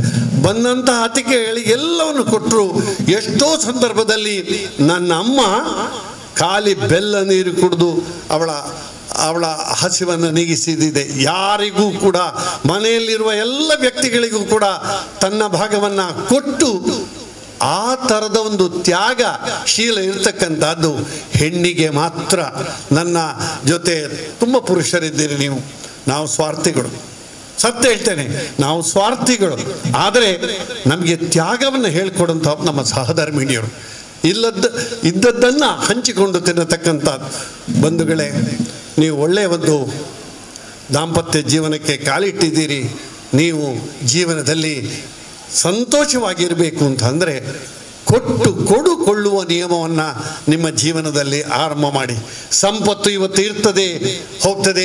ಬಡತನದಲ್ಲಿದ್ದಂತಹ ಜನಗಳು ದುಃಖಿಗಳು ಅಂತ ಯಾವತ್ತೂ ತಿಳ್ಕೊಳ್ಬೇಡಿ. ಶ್ರೀಮಂತ ಇದ್ದಾನೆ, ಆಗಿದ್ರೆ ಶ್ರೀಮಂತರ ಮನೆಯಲ್ಲಿ ಆಗುವಷ್ಟು ಸುಸೈಡ್ ಬೇರೆ ಅಥವಾ ವಿವಾಹ ವಿಚ್ಛೇದನ ಬೇರೆ ಕಡೆ ನಡೆಯುವುದಿಲ್ಲ. ಬಡವರ ಮನೆಯಲ್ಲಿ ಇದ್ದದರಲ್ಲಿ ತೃಪ್ತಿ ಪಡೋದ್ರಲ್ಲಿ ನೆಮ್ಮದಿಯಾಗಿ ಅವರು ಜೀವನ ಮಾಡ್ತಾರೆ. ಅದಕ್ಕೋಸ್ಕರ ಅತ್ಯಂತ ಅಗತ್ಯವಾದಂತಹ ನಿಮ್ಮ ಕೌಟುಂಬಿಕ ಜೀವನದಲ್ಲಿ ಕೊಡುವುದರಲ್ಲಿ ಸಂತೋಷ, ತ್ಯಾಗದಲ್ಲಿ ಇರತಕ್ಕಂತಹ ತೃಪ್ತಿ, ಇದ್ದದರಲ್ಲಿ ಸಂತೋಷ ಪಡ್ತಕ್ಕಂಥದ್ದು. ನನ್ನ ಪಕ್ಕದ ಮನೆಯವರಲ್ಲಿ ಇಷ್ಟು ಚಿನ್ನ ಇದೆ, ಇಷ್ಟು ಒಡವೆ ಇದೆ, ಇಷ್ಟು ಕಾರು ಇದೆ, ಇಷ್ಟು ಬಂಗಲೆ ಇದೆ, ಫ್ರಿಡ್ಜ್ ಇದೆ ಎನ್ನುವುದನ್ನು ನೋಡದೆ, ನನ್ನ ಗಂಡ ಅವನ ಪ್ರಾಮಾಣಿಕ ಒಂದು ಪರಿಶ್ರಮದಿಂದ ಇಷ್ಟು ಸಂಪಾದನೆ ಮಾಡಿದ್ದಾನೆ, ಅದರಲ್ಲಿ ಅವ ತೃಪ್ತಿ ಪಡ್ತಾನೆ. ಒಂದು ಸತ್ಯವನ್ನು ನನ್ನ ತಾಯಂದಿರಿಗೆ, ನನ್ನ ಮಕ್ಕಳು, ನೀವಿಲ್ಲಿ ಕೂತಿದ್ದೀರಿ, ಹೆಣ್ಣು ಮಕ್ಕಳು, ನಿಮಗೆ ಹೇಳ್ತೇನೆ, ಇವತ್ತು ನಿಮ್ಮ ಗಂಡ ಯೋಗ್ಯ ರೀತಿಯಲ್ಲಿ ಜೀವನ ನಡೆಸಬೇಕಿದ್ರೆ ನಿಮ್ಮ ಪಾತ್ರ ಕೂಡ ಇದೆ. ಅತೃಪ್ತಿಯ ಜೀವನ ನಿಮ್ದಾಗಬಾರ್ದು. ಪ್ರತಿ ಸಂದರ್ಭದಲ್ಲಿ ನನಗೊಂದು ಒಳ್ಳೆ ಸೀರೆ ಕೊಡಲಿಲ್ಲ, ಎಲ್ಲರಲ್ಲಿ ಸ್ಕೂಟರ್ ಇದೆ, ನಮಗೊಂದು ಕಾರ್ ಇಲ್ಲ, ಪ್ರತಿ ಸಂದರ್ಭದಲ್ಲಿಯೂ ಅವನ ಕಿವಿಗೆ ಇದೇ ವಿಚಾರವನ್ನು ಹಾಕ್ತಾ ಬಿದ್ದರೆ ಅಧರ್ಮದ ದಾರಿಯನ್ನು ಸಂಪಾದನೆ ಮಾಡಲಿಕ್ಕೆ ಗಂಡ ಆರಂಭ ಮಾಡ್ತಾನೆ. ಹೆಂಡತಿಗೆ ಸಂತೋಷ ಕೊಡಬೇಕು ಅಂತೇಳಿ ಆದ ರೀತಿಯ ಪ್ರೇರಣೆಯನ್ನು ಹೆಂಡತಿಯಾದವಳು ಕೊಡಬಾರ್ದು. ಒಂದು ಪಕ್ಷ ಅಧರ್ಮದ ಮಾರ್ಗದಲ್ಲಿ ಏನಾದರೂ ಹಣ ಸಂಪಾದನೆ ಮಾಡಿದರೆ ನೀವು ಬಿಡಬೇಕು, ನನಗೆ ಬೇಡ, ನಿಮ್ಮ ಅಧರ್ಮದ ರೀತಿಯ ಸಂಪಾದನೆ ನನಗೆ ಬೇಡ, ನಮ್ಮ ಪರಿಶ್ರಮದಿಂದ ಒಟ್ಟಿಗೆ ನೀವು ತಂದದ್ದು ನಾವು ಹಂಚಿ ತಿಂತೇವೆ, ಈ ರೀತಿಯ ಪ್ರೇರಣೆಯನ್ನು ಕೊಡತಕ್ಕಂಥ ಒಂದು ಪತ್ನಿಯರು, ಲಕ್ಷ್ಮಿಯವರು ನೀವು ಆಗಬೇಕು. ಮುಂದಿನ ಸಂತಾನದ ಬಗ್ಗೆ ಹೇಳಿದರು. ವಿಪುಲವಾದಂತಹ ವ್ಯವಸ್ಥೆ ನಮ್ಮ ಮಕ್ಕಳನ್ನು ಬೆಳೆಸುವುದರಲ್ಲಿದೆ. ನಾನೊಬ್ಬ ಶಿಕ್ಷಣ ಸಂಸ್ಥೆಯನ್ನು ನಡೆಸುವವ, ಸುಮಾರು 8,000 ವಿದ್ಯಾರ್ಥಿಗಳು ನನಗಿದೆ. ನಾನು ಅಧ್ಯಾಪಕನಾಗಿ ಕಳೆದ 54 ವರ್ಷದಿಂದ ಒಬ್ಬ ಅಧ್ಯಾಪಕನಾಗಿ ಸಾಕಷ್ಟು ಅನುಭವವನ್ನು ನನ್ನ ಜೀವನದಲ್ಲಿ ಪಡೀತಾನೆ. ಆ ರೀತಿ ಉಪದೇಶ ಮಾಡತಕ್ಕಂಥ ಒಂದು ಹುಮ್ಮಸ್ಸು ನನಗಿಲ್ಲ. ಆದರೆ ಒಳ್ಳೆಯ ಮಕ್ಕಳನ್ನು ಜೀವನದಲ್ಲಿ ತಯಾರು ಮಾಡತಕ್ಕಂಥ ಹೊಣೆಗಾರಿಕೆ ತಾಯಂದಿರಿಗಿದೆ, ನಿಮಗಿದೆ, ನಂತರ ತಂದೆ ತಾಯಿಗಳಿಗಿದೆ. ಅಂತಹ ಮಗು, ಇಂತಹ ಮಗು ಎಲ್ರಿಗೂ ಒಂದೇ ರೀತಿಯ ಬುದ್ಧಿವಂತ ಮಗು ಹುಟ್ಟಲಿಕ್ಕೆ ಸಾಧ್ಯ ಇಲ್ಲ. ಅದರಲ್ಲಿ ನಮ್ಮ ಹೊಣೆ ಇದೆ, ಅದರಲ್ಲಿ ಈ ಜೆನೆಟಿಕ್ಸ್ ಜೀನ್ ಅದರ ಹೊಣೆ ಇದೆ. ಆದರೆ ಬಂದಂತಹ ಮಗುವಿಗೆ ಕೊಡತಕ್ಕಂತಹ ಸಂಸ್ಕಾರ, ಈ ಸಂಸ್ಕಾರವನ್ನು ಕೊಡಲಿಕ್ಕೆ ಇವತ್ತು ಶಾಲೆ ಕಾಲೇಜುಗಳು ಸೋತಿವೆ. ಕೇಶವ ಶಿಶು ಮಂದಿರದಂಥ ಇಂತಹ ಸಂಸ್ಥೆಗಳು ನೂರಾರು ಮಕ್ಕಳಿಗೆ ಬಾಲ ಸಂಸ್ಕಾರವನ್ನು ನೀಡಿದೆ. ಇಲ್ಲಿದ್ದಂಥ ನಮ್ಮ ಹಿರಿಯರೆಲ್ಲ ಇಲ್ಲಿದ್ದಾರೆ. ಅವರ ಒಂದು ಪರಿಶ್ರಮ, ಅವರ ಮಕ್ಕಳು ಮಾತ್ರ ಇಲ್ಲಿ ಓದಿದ್ದಲ್ಲ, ಕಲಿತದ್ದಲ್ಲ, ಅವರಿಗೆ ಉತ್ತಮ ಉತ್ತಮವಾದಂಥ ಶ್ರೇಷ್ಠವಾದಂಥ ಮಾತಾಜಿಯವರನ್ನು ಕರೆದು ಸಮಾಜದ ಹಿರಿಯರನ್ನು ಕರೆದು ಒಳ್ಳೆಯ ರೀತಿಯ ಸಂಸ್ಕಾರವನ್ನು ಕಟ್ತಕ್ಕಂತಹ ಒಂದು ವ್ಯವಸ್ಥೆಯನ್ನು ಮಾಡಿದ್ದಾರೆ. ಮುಂದಿನ ಜೀವನದಲ್ಲಿ ನಿಮ್ಮ ಮಕ್ಕಳಿಗೆ ನೀವು ಕೊಡತಕ್ಕಂತಹ ಬಾಲ್ಯ ಸಂಸ್ಕಾರ ಅದು ಕೋಟಿ ಕೋಟಿ ರೂಪಾಯಿಯ ಡೆಪಾಸಿಟ್ಗಿಂತ ಶ್ರೇಷ್ಠ ಅಂತ ಹೇಳ್ತಾ ಇವತ್ತು ಈ ಒಂದು ಕಾರ್ಯಕ್ರಮಕ್ಕೆ ಹೊಸ ದಂಪತಿಗಳು ನವ ದಂಪತಿಗಳು ಬಂದಿದ್ದೀರಿ. ನಾವು ಕೂಡ ಬಂದಿದ್ದೇವೆ. ಯಾಕೆ ಅಂತಂದರೆ ನಾ ಕೃಷ್ಣಪ್ಪನವರು ನಮ್ಮ ಗುರುಗಳು ಈಗ ನಮ್ಮ ಜೊತೆ ಇಲ್ಲ, ಸಂಘದ ಹಿರಿಯರು ನಮ್ಮನ್ನು 2-3 ದಿವಸ ಈ ಕೌಟುಂಬಿಕ ಸಹಮಿಲನಕ್ಕೆ ಕರ್ಕೊಂಡು ಹೋಗ್ತಾ ಇದ್ದರು. ಒಮ್ಮೆ ನಾವು ಇದಕ್ಕೆ ಹೋಗಿದ್ದೇವೆ, ಎಲ್ಲಿಗೆ ಅಲ್ಲ ಇದು ಕೊಪ್ಪದ ಒಂದು ಅವಿಭಕ್ತ ಕುಟುಂಬಕ್ಕೆ, ಮತ್ತೊಮ್ಮೆ ಸಿರಿಸಿಯ ಒಂದು ಅವಿಭಕ್ತ ಕುಟುಂಬಕ್ಕೆ ಕೊಂಡೋಗಿದ್ದಾರೆ. ಅಲ್ಲಿ 3 ದಿವಸ ಅಲ್ಲಿ ಇರಬೇಕು. ನಮಗೆ ಎಂಥ ಪಾಠ ಮಾಡ್ತಾ ಇದ್ರು. ಆಗ ನನಗೆ 2 ಮಕ್ಕಳಾಗಿದೆ, ಮದುವೆಯಾಗಿ ಇನ್ನು 10-12 ವರ್ಷ ಆಗಿದೆ. ನಮ್ಮಲ್ಲಿರತಕ್ಕಂತಹ ಲೋಪದೋಷಗಳನ್ನು ಹೆಂಡತಿಯನ್ನೆಲ್ಲ ಕರೆದು ನಿನ್ನ ಗಂಡನಲ್ಲಿ ಏನೆಲ್ಲ ದೋಷ ಇದೆ ಹೇಳು, ಅವರಿಗೆ ಕೌನ್ಸಿಲಿಂಗ್, ಗಂಡಂದರಿಗೆ ಕೌನ್ಸಿಲಿಂಗ್. ನನಗೆ ಮದುವೆಯಾಗಿ 46 ವರ್ಷ ಆಯ್ತು. ನಾವು ಪರಿಪೂರ್ಣರು ಅಂತ ಹೇಳುವುದಿಲ್ಲ. ನಾನು ಇಂಥ ಕಾರ್ಯಕ್ರಮಕ್ಕೆ ನನ್ನ ಹೆಂಡತಿಯನ್ನು ಕರ್ಕೊಂಡು ಬಂದಾಗ ಅವಳು ಕೂಡ ಕಲಿತಾಳೆ, ನಾನು ಕೂಡ ಕಲಿತೇನೆ. ಕಲಿಕೆ ಅನ್ನತಕ್ಕಂಥದ್ದು ನಿರಂತರ, education is a continuous process. ಆ ರೀತಿಯಲ್ಲಿ ನಾವು ನಿರಂತರ ಜೀವನದಲ್ಲಿ ಪಾಠವನ್ನು ಕಲಿಯೋಕ್ಕಂಥ ವಿಪುಲವಾದಂಥ ಅವಕಾಶ ಇದೆ. ಈ ಒಂದು ದಂಪತಿ ಸಮಾವೇಶಕ್ಕೆ ಬಂದಂತಹ ನವ ದಂಪತಿಗಳು ನೀವಿದ್ದೀರಿ. ನನ್ನ ಪ್ರಾರ್ಥನೆ ನಿಮ್ಮಲ್ಲಿ ಭಗವಂತನಲ್ಲಿಷ್ಟೇ, ನೀವು ತೃಪ್ತಿಯ ಜೀವನವನ್ನು ಮಾಡಬೇಕು. ಸಂತೃಪ್ತಿಯ ಜೀವನವನ್ನು ಇದ್ದದರಲ್ಲಿ ನಾನು ಸಂತುಷ್ಟ, ನಾನು ಸಂತೋಷವಾಗಿ ಜೀವನವನ್ನು ನಿರ್ವಹಿಸಬಲ್ಲೆ ಅನ್ನತಕ್ಕಂಥ ಸಂಪೂರ್ಣ ಸಂತೃಪ್ತಿಯ ಜೀವನವನ್ನು ಮಾಡಿದಾಗ ಮಾತ್ರ ನಿಮ್ಮ ದಾಂಪತ್ಯ ಜೀವನ ಒಳ್ಳೆಯದಾಗ್ತದೆ. ಅದರಿಂದ ನಿಮ್ಮ ಸಂತಾನ, ಮುಂದಿನ ನಿಮ್ಮ ಕುಟುಂಬ ಉಜ್ವಲವಾಗಿ ಬೆಳೆಯುತ್ತದೆ ಅಂತ ಹೇಳ್ತಾ, ನಿಮಗಾಗಿ, ನಿಮ್ಮ ಏಳಿಗೆಗಾಗಿ ಎಷ್ಟು ದಿವಸ ನಿಮ್ಮ ತಂದೆ ತಾಯಿಗಳು ನಿದ್ದೆ ಬಿಟ್ಟಿದ್ದಾರೆ, ಅವಸ್ಥೆ ಪಟ್ಟಿದ್ದಾರೆ ಅಂತ ನಮ್ಗೆ ಗೊತ್ತಿಲ್ಲ. ನಮಗೆ ಮಕ್ಕಳಾದಾಗ ಮಾತ್ರ ನಮಗೆ ಅದರ ಪರಿಚಯ. ಯಾವುದೇ ಕಾರಣಕ್ಕೂ ಕೂಡ ವೃದ್ಧ ತಂದೆ ತಾಯಿಗಳನ್ನು ವೃದ್ಧಾಶ್ರಮಕ್ಕೆ ಕಳಿಸುವಂತಹ ಕೆಲಸವನ್ನು ನೀವು ಮಾಡಬಾರ್ದು. ನಿಮಗಿಂತ ಹೆಚ್ಚಾಗಿ ಹೆಂಗಸರು, ಈಗ ಹುಡುಗಿಗೆ, ಕನ್ಯೆಗೆ, ವಧುವಿಗೆ ಮಾವ, ಗಂಡನ ತಂದೆ ತಾಯಿ, ನಿಮಗೆ ನೇರ ಸಂಬಂಧ ಇಲ್ಲ. ಆದರೆ ಅದು ಪವಿತ್ರ ಕರ್ತವ್ಯ ಅಂತ ನೀವು ನಿಮ್ಮ ಹಿರಿಯರನ್ನು ನೀವು ಪೋಷಣೆ ಮಾಡಬೇಕು. ನಮ್ಮಲ್ಲಿ ಎಲ್ಲ ಕೇಳ್ತಾ ಇದೆ, ಪುರಾಣಿಕರೇ ನಿಮ್ಮ ಹತ್ರ ಗೋಶಾಲೆ ಇದೆ, ಅನಾಥಾಶ್ರಮ ಇದೆ, ಅನಾಥ ಹೆಣ್ಣು ಮಕ್ಕಳಿಗೆ. ನಿನ್ನೆಲ್ಲ ಮೊನ್ನೆ ನಾನು ಕಾರ್ನಲ್ಲಿ ಹೋಗ್ತೇನೆ ಒಬ್ಬರು ಹೇಳ್ತಾರೆ, 86 ವರ್ಷದ ಒಬ್ಬ ನನ್ನ ತಂದೆ ಇದ್ದಾನೆ, 80 ವರ್ಷದ ನನ್ನ ತಾಯಿ ಇದ್ದಾಳೆ, ಬುದ್ಧಿಮಾಂದ್ಯ ಒಂದು ಮಗು ಇದೆ. ಪುರಾಣಿಕರಿದ್ದು ಉಡುಪಿ ಕಡೆಯಿಂದ ಒಬ್ಬರು ಫೋನ್ ಮಾಡಿ, ಪುರಾಣಿಕರೇ ನಿಮ್ಮ ಈ ಗೋಶಾಲೆಯಲ್ಲಿ ಅಥವಾ ಆಶ್ರಮದಲ್ಲಿ ಅವರನ್ನು ಸೇರಿಸಿಕೊಳ್ತೀರಾ ಅಂತ. ಯಾಕೆ ಅಂತ ಕೇಳಿದೆ. ನನ್ನ ಹೆಂಡತಿಗೆ ಇವರನ್ನು ನೋಡ್ಕೊಳ್ಳಿಕ್ಕೆ ಬಹಳ ಕಷ್ಟ ಆಗ್ತಾ ಇದೆ, ಒಬ್ಬನೇ ಮಗ, ಅವರಿಗೆ ಈಗ ತಂದೆ ತಾಯಿಗಳು ನೋಡುವಂಥದ್ದು ಬೇಡ. ನಾನು ಹೇಳಿದೆ, ಆ ಪಾಪ ಕರ್ಮ ನಾನು ಮಾಡೋದಿಲ್ಲ. ಆ ವೃದ್ಧಾಶ್ರಮವನ್ನು ನಾವು ಕಟ್ಟಲಿಕ್ಕೆ ಸಾಮರ್ಥ್ಯ ಇಲ್ಲ ಅಂತಲ್ಲ, ಕಟ್ಟುವುದಿಲ್ಲ. ಮಗನೇ, ನಿನ್ನ ಪ್ರಾರಬ್ಧ ನೀನು ನೋಡಬೇಕು. ಒಬ್ಬ ಲೆಕ್ಚರರ್, ಸೀನಿಯರ್ ಪ್ರೊಫೆಸರ್ ಅವ, ನಿನ್ನ ಹೆಂಡತಿ ನೀನು ನೋಡಬೇಕು. ಈ ಕಾಲದಲ್ಲಿ 86 ವರ್ಷಕ್ಕೆ ಅವ ವೃದ್ಧಾಶ್ರಮಕ್ಕೆ ಆ ತಂದೆ ತಾಯಿಯನ್ನು ಕಳಿಸಲಿಕ್ಕೆ ಯೋಜನೆ ಮಾಡ್ತಾನೆ. ಇದರಷ್ಟು ಕೃತಜ್ಞ ಯಾರಿದ್ದಾರೆ ಅಂತ ಹೇಳಿ. ಆ ರೀತಿ ನಮ್ಮ ವೃದ್ಧ ತಂದೆ ತಾಯಿಗಳನ್ನು, ನಮ್ಮ ಬಂಧುಗಳನ್ನು ನೋಡಿಸುವಂಥದ್ದು ನಮ್ಮ ಹೆಂಡತಿ ಮಕ್ಕಳ ಪೋಷಣೆ ಎಷ್ಟು ಅಗತ್ಯನೋ ಅಷ್ಟೇ ಪ್ರಮುಖ ಅಂತ ಹೇಳ್ತಾ, ನಿಮ್ಮ ಜೀವನ ಅತ್ಯಂತ ಸುಖಮಯವಾಗಲಿ, ನೆಮ್ಮದಿಯ ಜೀವನ ಆಗಲಿ ಅಂತೇಳಿ ನಮ್ಮ ಆರಾಧ್ಯ ದೈವ, ನಮ್ಮ ಊರಿನ ದೇವಿ ದುರ್ಗಾದೇವಿಯಲ್ಲಿ ಪ್ರಾರ್ಥನೆ ಮಾಡಿ ನನ್ನ ಮಾತನ್ನು ಕೇಳಿ. ಇದು ಸ್ವಲ್ಪ ಮಾಸ್ಟ್ರದ್ದು ಅಧಿಕ ಪ್ರಸಂಗ ಅಂದರೆ ಬಿಡಿ, ಅದರಲ್ಲಿ ಒಂದು ಕ್ಷೀರ ನ್ಯಾಯ ಅಂತ ಉಂಟು.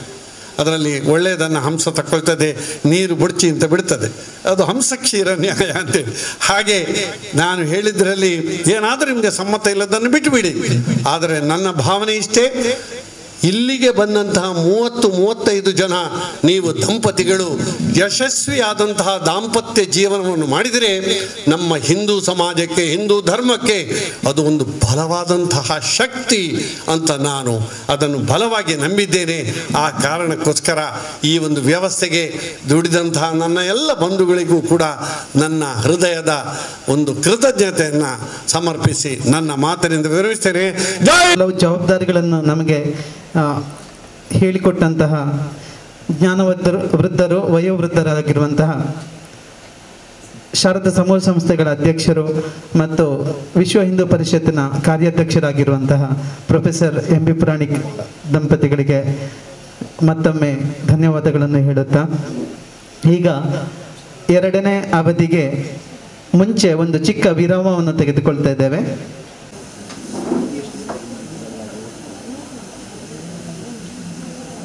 ಹರಿ ಓಂ. ಎಲ್ರಿಗೂ ನಮಸ್ಕಾರ. ಒಂದ್ಸಲ ಬ್ರಹ್ಮನಾದ ಮಾಡೋಣ, ಓಂಕಾರವನ್ನು ಮಾಡಿ ಪ್ರಾರಂಭ ಮಾಡೋಣ ಎರಡನೇ ಅವಧಿಯನ್ನು. ಚಿನ್ಮುದ್ರಾ ಸ್ಥಿತಿ, ಕಣ್ಮುಚ್ಚಿರಲಿ,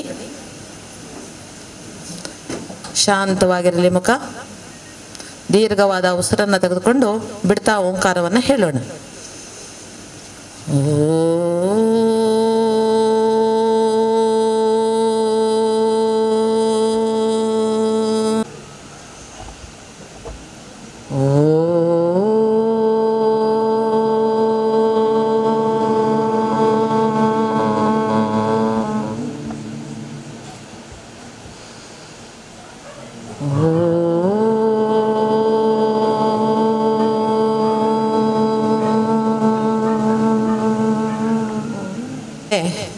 ಉಪಸ್ಥಿತರಿರುವಂತಹ ಹಿರಿಯರೇ, ಶ್ರೇಷ್ಠರೇ ಹಾಗೂ ಇಲ್ಲಿ ನೆರೆದಿರುವಂತಹ ಎಲ್ಲ ಹಿರಿಯ ಕಿರಿಯ ಬಂಧು ಭಗಿನಿಯರೇ, ಈಗಾಗಲೇ ನಾವು ಸಾಕಷ್ಟು ವಿಷಯಗಳನ್ನು ಇಲ್ಲಿ ಈವರೆಗೆ ತಿಳ್ಕೊಂಡಿದ್ದೀವಿ.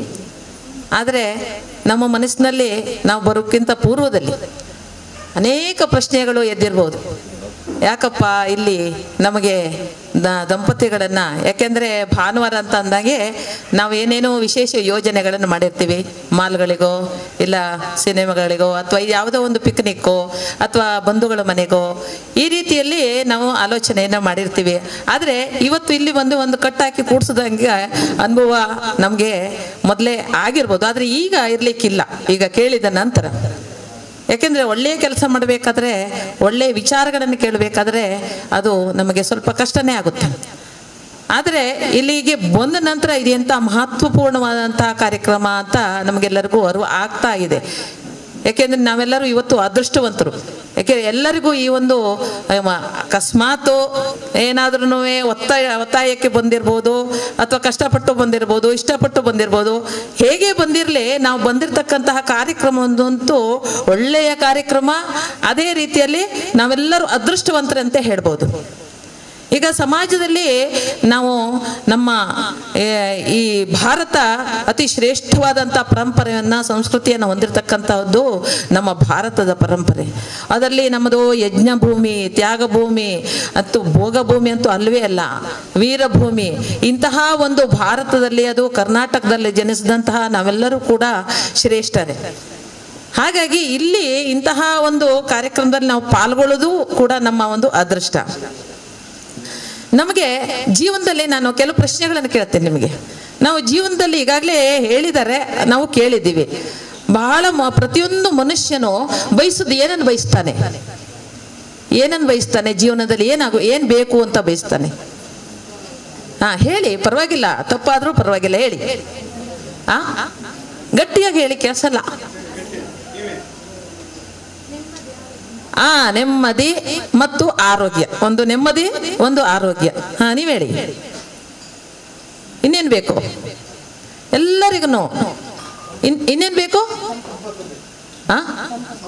ಸಂಪತ್ತು ಬೇಕು. ಓಕೆ, ಸಂಪತ್ತು ಬೇಕು, ನಿಜ. ಆಮೇಲೆ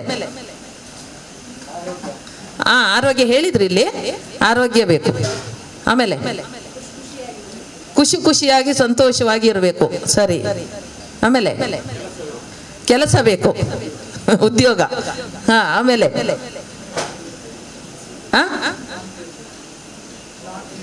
ಶಾಂತಿ ಇರಬೇಕು. ಸರಿ ಸರಿ.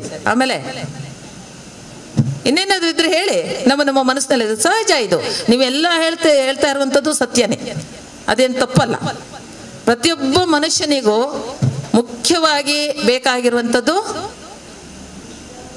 ನೆಮ್ಮದಿ, ಆರೋಗ್ಯ ಅಂತ ಮೊದಲು ಹೇಳಿದ್ರಲ್ಲ. ಮೊದಲನೇದೇ ಆರೋಗ್ಯ. ಆರೋಗ್ಯ ಇದ್ದಾಗ ಮಾತ್ರ ನೆಮ್ಮದಿ ಬರುತ್ತೆ ಅಲ್ವಾ?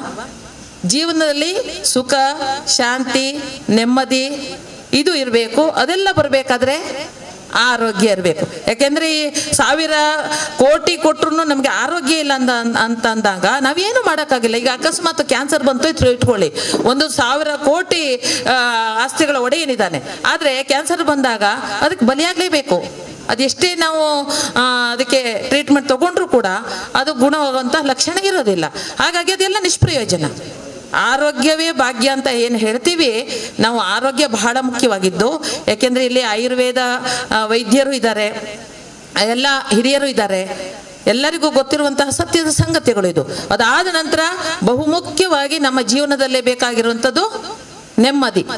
ನೆಮ್ಮದಿಯೊಂದು ಕೊಟ್ಟರೆ ಸಾಕಪ್ಪ. ನಾವೆಲ್ಲ ಇಷ್ಟೊಂದು ನಾವು ಸಮಾಜದಲ್ಲಿ ನೋಡ್ತೀವಿ, ಅನೇಕ ಜನರನ್ನು ನೋಡ್ತೀವಿ. ಅವ್ರ ಹತ್ರ ಕೇಳಿದ್ರೆ ನೀವೇನಾದ್ರು ನೆಮ್ಮದಿಯಿಂದ ಇದ್ದೀರಾ ಕೇಳಿದ್ರೆ ಒಬ್ಬರೂ ಉತ್ತರ ಕೊಡಲ್ಲ ನಾನು ನೆಮ್ಮದಿಯಿಂದ ಇದ್ದೀನಿ ಅಂತ. ಯಾರು ಒಂದಲ್ಲ ಒಂದು ಸಮಸ್ಯೆಯಲ್ಲಿ ಅವರು ಬಳಲ್ತಾ ಇರ್ತಾರೆ. ನಾವು ಯಾರಾದ್ರೂ ನೀವು ಕೇಳಿ, ನೀವು ನೆಮ್ಮದಿಯಿಂದ ಇದ್ದೀರಾ, ಸಂತೋಷದಿಂದ ಇದ್ದೀರಾ, ಸುಖದಿಂದ ಇದ್ದೀರಾ? ಇದೆ, ಎಲ್ಲದು ಇದೆ, ಆಸ್ತಿ ಇದೆ, ಮಕ್ಕಳಿದ್ದಾರೆ, ಎಲ್ಲದು ಇದೆ, ನನಗೆ ನೆಮ್ಮದಿ ಇಲ್ಲ. ನಾವು ಯಾಕೆಂದ್ರೆ 36 ವರ್ಷಗಳಿಂದ ನಾನು ಶಿಕ್ಷಣದ ವೃತ್ತಿಯಲ್ಲಿ ಇದ್ದೀನಿ. ನಾ ಪಾಲಕರ ಜೊತೆ ಸಂವಾದ ಮಾಡ್ತೀನಿ, ಪಾಲಕರಿಗೆ ತರಬೇತಿ ಕೊಡ್ತೀನಿ, ಶಿಕ್ಷಕರಿಗೆ ತರಬೇತಿ ಕೊಡ್ತೀನಿ. ಈ ಫೀಲ್ಡಲ್ಲಿ ಸಂಪರ್ಕಗಳನ್ನ ಮಾಡಿದಾಗ, ಪಾಲಕರನ್ನ ಕೇಳಿದಾಗ ನಮಗೆ ಎಲ್ಲರೂ ಕಣ್ಣೀರಿಡುವಂಥ ಪರಿಸ್ಥಿತಿಗಳು. ಯಾಕೆ ಹೀಗೆ ಯಾಕಿರ್ಬೋದು ಈ ರೀತಿಯಲ್ಲಿ? ಹೇಳಿ ನೋಡೋಣ ಉತ್ತರ. ಯಾಕಿರ್ಬೋದು? ಯಾರು ಕಾರಣ ಇದಕ್ಕೆ? ಯಾರು? ನಾವೇ ಕಾರಣನಾ? ಒಪ್ಕೊಳ್ತೀರಾ? ನಮ್ಮ ಮನಸ್ಸಿನ ಸಂತೋಷಕ್ಕೂ ನಾವೇ ಕಾರಣ, ದುಃಖಕ್ಕೂ ನಾವೇ ಕಾರಣ. ನಾವು ಯಾವುದನ್ನ ಯಾವ ರೀತಿಯಲ್ಲಿ ಸ್ವೀಕಾರ ಮಾಡ್ತೀವೋ ಅದೊಂದು ಬಹಳ ಮುಖ್ಯ. ಅದಕ್ಕೂ ಪೂರ್ವದಲ್ಲಿ ನಾವು ಹಿರಿಯರೆಲ್ಲ ಹೇಳ್ತಾರೆ, ನಾವು ನಮ್ಮ ಶಾಲೆಗೆ ಅನೇಕ ಮಕ್ಕಳನ್ನು ಕಳಿಸ್ತಾರೆ. ನಮ್ಮ ಮಕ್ಕಳಿಗೆ ಒಳ್ಳೆ ವಿದ್ಯಾಭ್ಯಾಸ ಕೊಡಿಸ್ಬೇಕು, ಅವನು ಇಂಜಿನಿಯರ್ ಆಗಬೇಕು, ಡಾಕ್ಟರ್ ಆಗಬೇಕು, ಅದಾಗಬೇಕು, ಇದಾಗಬೇಕು. ನಮ್ಗೆ ಎಷ್ಟೇ ಕಷ್ಟ ಆದರೂ ಪರವಾಗಿಲ್ಲ, ನಾವು ಅವರನ್ನು ಓದಿಸಿ ಅವರನ್ನು ಚೆನ್ನಾಗಿ ಒಳ್ಳೆ ವ್ಯಕ್ತಿಗಳನ್ನಾಗಿ ಮಾಡಬೇಕು. ಇವತ್ತು ನೋಡ್ತಾ ಇದ್ದೀವಿ, ನಮ್ಮ ದೇಶಾದ್ಯಂತ ನೋಡ್ತಾ ಇದ್ದೀವಿ, ಮಕ್ಕಳನ್ನ ಬೆಳೆಸ್ತಾರೆ, ಸಾಕ್ತಾರೆ, ಅವರಿಗೆಲ್ಲವನ್ನೂ ಕೊಡ್ತಾರೆ, ಕೇಳಿದ್ದನ್ನೆಲ್ಲ ಒದಗಿಸ್ತಾರೆ. ಹೌದಾ ಇಲ್ಲ? ಎಲ್ಲವನ್ನೂ ಅವ್ರಿಗೆ ಒದಗಿಸ್ತಾರೆ, ಕಷ್ಟಪಟ್ಟು ಓದಿಸ್ತಾರೆ, ಮನೆ ಕೆಲಸಕ್ಕೆ ಹೋಗಿ ಓದಿಸ್ತಾರೆ. ಫೀಸ್ ಕಟ್ಟಬೇಕು ಅಂತ ಅಂದಾಗ, ಶುಲ್ಕ ಕಟ್ಟಬೇಕು ಅಂತ ಅಂದಾಗ ತಮ್ಮ ಒಡವೆಗಳನ್ನ ಹೋಗಿ ಅಡವಿಟ್ಟು ಬಂದು ಕಟ್ತಾರೆ. ಇಷ್ಟೆಲ್ಲ ಮಾಡ್ತಾರೆ ತಂದೆ ತಾಯಿಗಳು. ಆದರೆ ಮಗನನ್ನು ಓದಿಸ್ತಾರೆ, ಮಾಡ್ತಾರೆ. ಹೆಚ್ಚಿನ ಅಂಶ ಮಕ್ಕಳು ಡಾಕ್ಟ್ರೂ ಆಗ್ತಾರೆ, ಇಂಜಿನಿಯರು ಆಗ್ತಾರೆ. ಆಮೇಲೆ ಏನಾಗ್ತಾರೆ? ಅನೇಕ ಜನರು ವಿದೇಶಕ್ಕೆ ಹೋಗ್ತಾ ಇದ್ದಾರೆ, ಅಲ್ಲೂ ಸೆಟ್ಲ್ ಆಗ್ತಾರೆ. ಇಲ್ಲಿ ತಂದೆ ತಾಯಿಗಳು ಅನಾಥರಾಗ್ತಾರೆ, ವೃದ್ಧಾಶ್ರಮ ಸೇರ್ತಾ ಇದ್ದಾರೆ. ಇದೆಲ್ಲ ಈಗಾಗಲೇ ಪುರಾಣಿಕರು ಹೇಳಿದ್ದಾರೆ. ಅದು ನಾನು ಒಂದು ವಿಸ್ತೃತವಾಗಿ ಹೇಳ್ತೀನಿ. ಇದು ನಾನು ಸ್ವತಃ ಅನುಭವದಿಂದ ಹೇಳ್ತಕ್ಕಂಥ. ಮತ್ತು ಅವರು ಕಣ್ಣಿರ್ತಾರೆ. ಕೊನೆಗೆ ತಂದೆ ತಾಯಿಗಳ ಸತ್ತಾಗ ಫೋನ್ ಮಾಡಿದಾಗ ಅವರು ಅಲ್ಲಿಂದನೂ ನೀವೇ ಮಾಡಿ ಮುಗಿಸ್ಬಿಡಿ, ನಮ್ಗೆ ಬರೋಕ್ಕೆ ಸಮಯ ಇಲ್ಲ ಅಂತ ಹೇಳುವಂಥ ಪರಿಸ್ಥಿತಿಯೂ ಇದೆ ಇವತ್ತು. ಅನೇಕ ಫ್ಯಾಮಿಲಿಗಳನ್ನು ನಾನು ನೋಡಿದ್ದೀನಿ, ಕಣ್ಣಾರೆ ಕಂಡಿದ್ದೀನಿ. ಹೀಗೆಲ್ಲ ಇಷ್ಟೊಂದು ಸಮಸ್ಯೆಗಳು. ನಾವು ಮನುಷ್ಯರಾಗಿ ಹೀಗೆ ಭೂಮಿಗೆ ಬಂದ ನಂತರ ನಾವೆಲ್ಲ ಆಸೆಗಳನ್ನು ನಾವು ಗಂಡ ಹೆಂಡತಿ ಇಬ್ಬರೂ ಸಂಪಾದನೆ ಮಾಡ್ತೀವಿ, ಆಯ್ತಾ? ನಮಗೆ ಆಸ್ತಿ ಬೇಕು ಅಂತ ಹೇಳ್ತೀವಿ, ನಮ್ಗೆ ಅದು ಬೇಕು, ಇದು ಬೇಕು, ಮತ್ತೊಂದು ಬೇಕು, ಎಲ್ಲದನ್ನು ಮಾಡ್ತೀವಿ. ಆದರೆ ಜೀವನದಲ್ಲಿ ನೆಮ್ಮದಿಗಳು ಸಿಗಲ್ಲ. ಹಾಗಾಗಿ ಇದಕ್ಕೆಲ್ಲ ಪರಿಹಾರ ಏನು? ಈಗ ಸಾಮಾನ್ಯವಾಗಿ ನಾವುಗಳೇ ಇದರ ಒಂದು ತಿಳುವಳಿಕೆಯನ್ನ ನಾವು ಪಡ್ಕೊಳ್ಳದೆ ಹೋದರೆ, ಅದಕ್ಕೆ ನಾನು ಹೇಳ್ತಾ ಇರೋದು, ಇವತ್ತು ನಾವು ದಂಪತಿಗಳು ಸೇರಿದ್ದೀವಿ, ಇಷ್ಟು ಜನ ನಾವು ಸೇರಿದ್ದೀವಿ, ಇಷ್ಟು ಜನರ ಮನಸ್ಸನ್ನ ಪರಿವರ್ತನೆ ಮಾಡಿ ನಾವು ಇದರ ಕಡೆಗೆ ಇದನ್ನು ಸರಿ ಮಾಡ್ಕೊಳ್ಳದೆ ಹೋದ್ರೆ, ಈಗಲೇ ಸರಿ ಮಾಡ್ಕೊಳ್ಳದೆ ಹೋದ್ರೆ ನಾಳೆ ದಿವಸ ನಾವೂ ಕೂಡ ಇದರಲ್ಲೇ ಭಾಗಿಯಾಗ್ತೀವಿ, ದುಃಖ ಪಡ್ತೀವಿ, ನಾಳೆಗೆ ಏನು ಮಾಡೋದಿಕ್ಕಾಗೋದಿಲ್ಲ. ಇದಂತೂ ಸತ್ಯ. ಯಾಕೆಂತಂದರೆ ನಾವು ಗಿಡ ಬೆಳೆದು ದೊಡ್ಡದಾದ್ಮೇಲೆ ಫಲ ಕೊಡುವಂಗೆ ಆದಮೇಲೆ ಆಮೇಲೆ ಅದಕ್ಕೆ ಏನು ಮಾಡೋಕ್ಕಾಗಲ್ಲ. ಅದಕ್ಕೆ ಏನಾದರೂ ಮಾಡಬೇಕಾದ್ರೆ ಕಾಯಕಲ್ಪವನ್ನು ಇವತ್ತೇ ಮಾಡಬೇಕು. ನಾವು ಇದು ಬಹಳ ಮಹತ್ವದ ವಿಚಾರ, ನೆನ್ಪಿಟ್ಟುಕೊಳ್ಳಿ. ಯಾಕೆಂದ್ರೆ ನಮಗೆ ಒಡವೆ ಮುಖ್ಯ ಅಲ್ಲ, ಆಸ್ತಿ ಮುಖ್ಯ ಅಲ್ಲ, ಸಂಪತ್ತು ಮುಖ್ಯ ಇಲ್ಲ, ಆಯ್ತಾ? ಯಾವುದು ಮುಖ್ಯ ಅದನ್ನು ನೋಡಬೇಕು. ಯಾವುದಕ್ಕೆ ನಾವು ಹೆಚ್ಚು ಮಹತ್ವವನ್ನು ಕೊಡಬೇಕು ಅದನ್ನ ನೋಡೋಣ. ಈ ಅವಧಿಯಲ್ಲಿ ನಾನು ಸ್ವಲ್ಪ ಕಂಡಂತಹ ಅನುಭವವನ್ನು ಪಡೆದಂತಹ ವಿಚಾರಗಳನ್ನು ನಿಮಗೆ ಹೇಳಕ್ಕೆ ಇಷ್ಟಪಡ್ತೀನಿ. ಈಗ ಸಾಮಾನ್ಯವಾಗಿ ನಾವು ಒಂದು ಗಿಡವನ್ನು ಚೆನ್ನಾಗಿ ಸಾಮಾನ್ಯವಾಗಿ ಉತ್ತಮವಾದಂತಹ ಫಲವನ್ನು ನಾವು ಅಪೇಕ್ಷೆ ಪಡಬೇಕಾದ್ರೆ ಉತ್ತಮವಾದಂತಹ ಏನು ಬೇಕು? ಗಿಡ ಬೇಕು, ಉತ್ತಮವಾದ ವೃಕ್ಷ ಬೇಕು ಅಲ್ವಾ? ಉತ್ತಮವಾದ ಫಲ ಪಡಿಬೇಕು ಅಂತಂದ್ರೆ ಉತ್ತಮ ವೃಕ್ಷ ಬೇಕು. ಉತ್ತಮ ವೃಕ್ಷ ಪಡಿಬೇಕು ಅಂತಂದ್ರೆ, ಉತ್ತಮ ವೃಕ್ಷ ಆಗ್ಬೇಕು ಅಂತಂದ್ರೆ ಏನ್ ಮಾಡ್ಬೇಕು? ಏನ್ ಮಾಡ್ಬೇಕು? ಉತ್ತಮವಾದ ಬೀಜ ಬೇಕು. ಹೌದು ತಾನೆ? ಈಗ ನಾವು ರೈತರು ಇದ್ದೀವಿ, ಕೆಲವರು ಇಲ್ಲ ರೈತರು ಮಾಡುವಂತಹ ಕೆಲಸಗಳನ್ನ ನಾವು ನೋಡಿದೀವಿ ಅಥವಾ ಅವರನ್ನು ಹೋಗಿ ಕೇಳಿ. ಮೊದಲನೇದಾಗಿ ರೈತ ಸರಿಯಾದ ಒಂದು ಫಲವನ್ನ ಪಡಿಬೇಕು, ಬೆಳೆಯನ್ನು ತೆಗಿಬೇಕು ಅಂದ್ರೆ ಏನ್ ಮಾಡ್ತಾರೆ? ಏನ್ ಮಾಡ್ತಾರೆ? ಏನ್ ಮಾಡ್ತಾರೆ ಹೇಳಿ, ಪರವಾಗಿಲ್ಲ. ಯಾಕೆಂದ್ರೆ ನಾವು ಹೇಳ್ತಾ ಹೋಗ್ತಾ ಇದ್ರೆ ನೀವು ಕೇಳ್ತಾ ಹೋಗ್ತೀರ ಅಷ್ಟೇ. ಆಮೇಲೆ ಅದು ಆ ಕಡೆ ಹೋಗ್ತಾ ಇರ್ತಾರೆ. ಇಬ್ಬರು ಸೇರಿ ಚರ್ಚೆ ಮಾಡಿದಾಗ ಹೆಚ್ಚು ಪರಿಣಾಮಕಾರಿಯಾಗುತ್ತೆ. ಹೇಳಿ.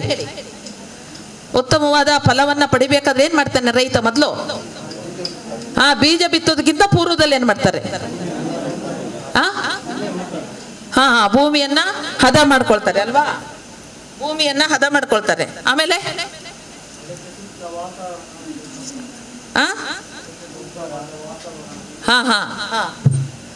ಯಾವ ಕಾಲಕ್ಕೆ ಯಾವ ಬೆಳೆಯನ್ನ ಬೆಳಿಬೇಕು, ರೈತನದು ಒಂದು ವಿಜ್ಞಾನ ಅದು, ಗೊತ್ತಾಯ್ತಾ? ಯಾವ ಸಮಯದಲ್ಲಿ ಯಾವ ಫಲವನ್ನು ನಾವು ಗಿಡವನ್ನ ನೆಡಬೇಕು ಅಥವಾ ಒಂದು ಬೆಳೆಯನ್ನ ನೆಡಬೇಕು ಹೇಳ್ಕೊಂಡು ರೈತ ಆಲೋಚನೆ ಮಾಡ್ತಾನೆ. ಮೊದಲನೇದಾಗಿ ಭೂಮಿಯನ್ನ ಹದ ಮಾಡ್ತಾರೆ ಅಲ್ವಾ? ಉತ್ತು ಭೂಮಿಯನ್ನ ಹದವನ್ನಾಗಿ ಮಾಡಿ, ಅದು ಫಲವತ್ತಾದ ಭೂಮಿಯನ್ನಾಗಿ ಮಾಡಿ, ಅದಕ್ಕೆ ಗೊಬ್ಬರವನ್ನ ಸೇರಿಸಿ, ಅದು ಯಾವ ಕಾಲಕ್ಕೆ ಮಳೆ ಬರುತ್ತೆ ಅಂತ ನೋಡ್ತಾರೆ. ನಮ್ಗೆ ಗೊತ್ತಿದ್ದಿಲ್ವಾ ಯಾವ ಕಾಲಕ್ಕೆ ಯಾವ್ಯಾವ ಮಳೆ ಬಂದಾಗ ಯಾವ ಬೆಳೆಯನ್ನು ತೆಗಿಬೇಕು ಅಂತ ರೈತನಿಗೆ ಪಕ್ಕಾ ಗೊತ್ತಿರುತ್ತೆ. ಆದ್ರೆ ಅವ್ರು ಯಾವ ಕಾಲೇಜಿಗೆ ಹೋಗಿರೋದಿಲ್ಲ, ಯಾವ ಇಂಜಿನಿಯರಿಂಗ್ ಓದಿರೋದಿಲ್ಲ, ಅಥವಾ ಯಾವುದೋ ಅಧ್ಯಯನ ಮಾಡಿರೋದಿಲ್ಲ.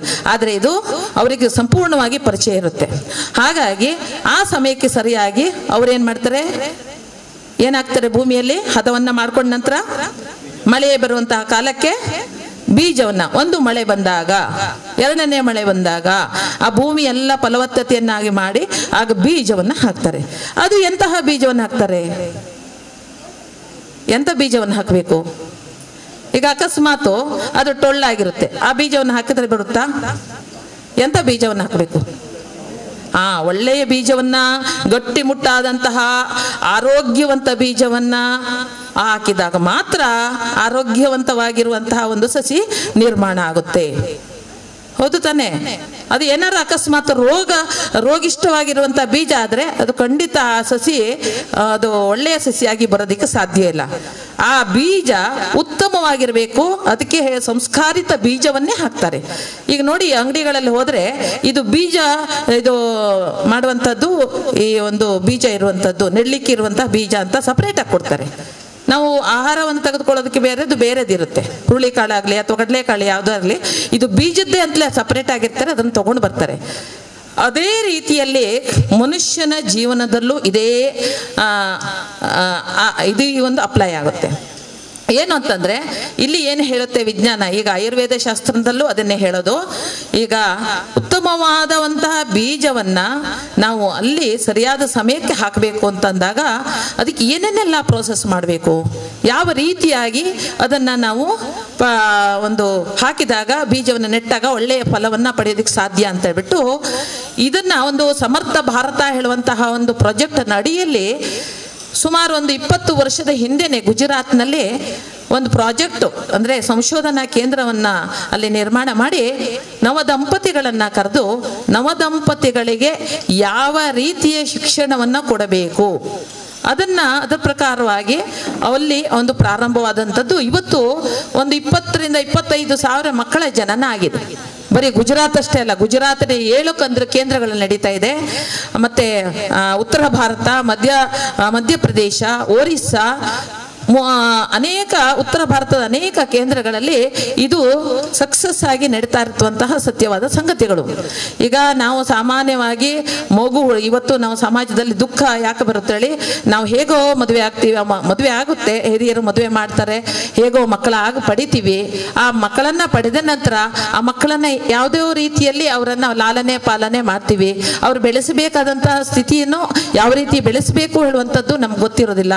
ಆ ಕಾರಣಕ್ಕೋಸ್ಕರ ನಾಳೆ ದಿವಸ ಮಕ್ಕಳು ಅನೇಕ ದೋಷ ಮುಕ್ತರಾಗಿ ಅನೇಕ ಬೇರೆ ಬೇರೆ ದಾರಿಗಳಲ್ಲಿ ಹೋಗುವಂಥದ್ದನ್ನು ನಾವು ಕಾಣ್ತೀವಿ.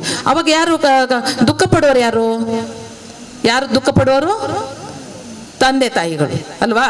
ತಂದೆ ತಾಯಿಗಳು ಯಾಕೆ ಹೀಗಾದ ನನ್ನ ಮಗ, ನನ್ನ ಮಗಳು ಯಾಕೆ ಹೀಗಾದ್ಲು, ನಾವು ಇಷ್ಟೆಲ್ಲ ಕಷ್ಟಪಟ್ಟು ಬೆಳೆಸಿದೆ, ಎಲ್ಲವನ್ನೂ ಕೊಟ್ಟು ಬೆಳೆಸಿದೆ, ಆದರೆ ಇದೆಲ್ಲವನ್ನು ನನ್ನ ಒಂದು ದೋಷದ ಫಲ ಅಂತ ನಾವು ಯೋಚನೆ ಮಾಡಕ್ಕೆ ಹೋಗೋದಿಲ್ಲ.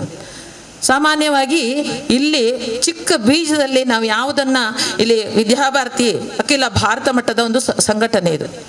ಇಡೀ ಅಖಿಲ ಭಾರತ ಮಟ್ಟದ ಅಂದರೆ ರಾಷ್ಟ್ರೀಯ ಸ್ವಯಂ ಸೇವಕ ಸಂಘದಲ್ಲಿ ಅನೇಕ ವಿಂಗಗಳಿವೆ, ಅನೇಕ ವಿಭಾಗಗಳಿವೆ. ಸಂಸ್ಕೃತ ವಿಭಾಗವಾಗಿರ್ಬೋದು, ಇನ್ನೊಂದು ಬೇರೆ ಬೇರೆ ಬೇರೆ ಬೇರೆ ಥರದ ಒಂದು ವಿಭಾಗಗಳಿವೆ. ಅದರಲ್ಲಿ ಶಿಕ್ಷಣಕ್ಕೆ ಸಂಬಂಧಪಟ್ಟಂತೆ ಈ ಒಂದು ವಿದ್ಯಾಭಾರತಿ ನಡೀತಾ ಇದೆ. ಇದು ದೇಶದಲ್ಲಿ ಒಂದು 26,000ಕ್ಕಿಂತ ಹೆಚ್ಚು ಶಾಲೆಗಳು ನಡೀತಾ ಇದೆ. ಕರ್ನಾಟಕದಲ್ಲಿ 460ಕ್ಕಿಂತ ಹೆಚ್ಚು ಶಾಲೆಗಳು ನಡೀತಾ ಇದೆ. ಬರೀ ಓದು ಬರಹ, ಶಿಕ್ಷಣ ಅನ್ನುವುದು ಬರೀ ಕೇವಲ ಓದು ಬರಹ ಅಲ್ಲ, ಸಂಸ್ಕಾರಯುತವಾದಂತಹ ಜೀವನ ಶಿಕ್ಷಣವನ್ನು ನೀಡುವಂತಹ ಇಡೀ ಪೂರ್ತಿ ಒಂದು ಮಾನವನನ್ನು ಮಾಧವನನ್ನಾಗಿಸುವ ಒಂದು ಕೇಂದ್ರ ಈ ಶಾಲೆಗಳಾಗಬೇಕು ಆಗಿದೆ.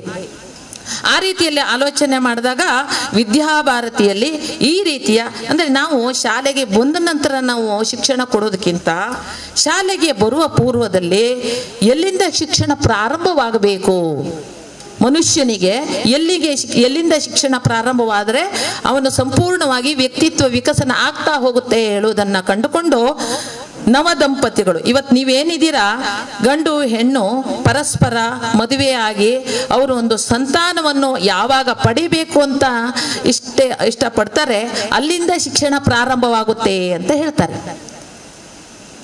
ಎಲ್ಲಿ ಆ ಒಂದು ದಂಪತಿಗಳಿಗೆ ಒಂದು ಶ್ರೇಷ್ಠ ಸಂತಾನವನ್ನ ನಾವು ಪಡಿಬೇಕು ಅಂತ ಅವರು ಯಾವಾಗ ಸಂಕಲ್ಪ ಮಾಡ್ತಾರೋ ಅಲ್ಲಿಂದ ಶಿಕ್ಷಣ ಪ್ರಾರಂಭ ಆಗುತ್ತೆ.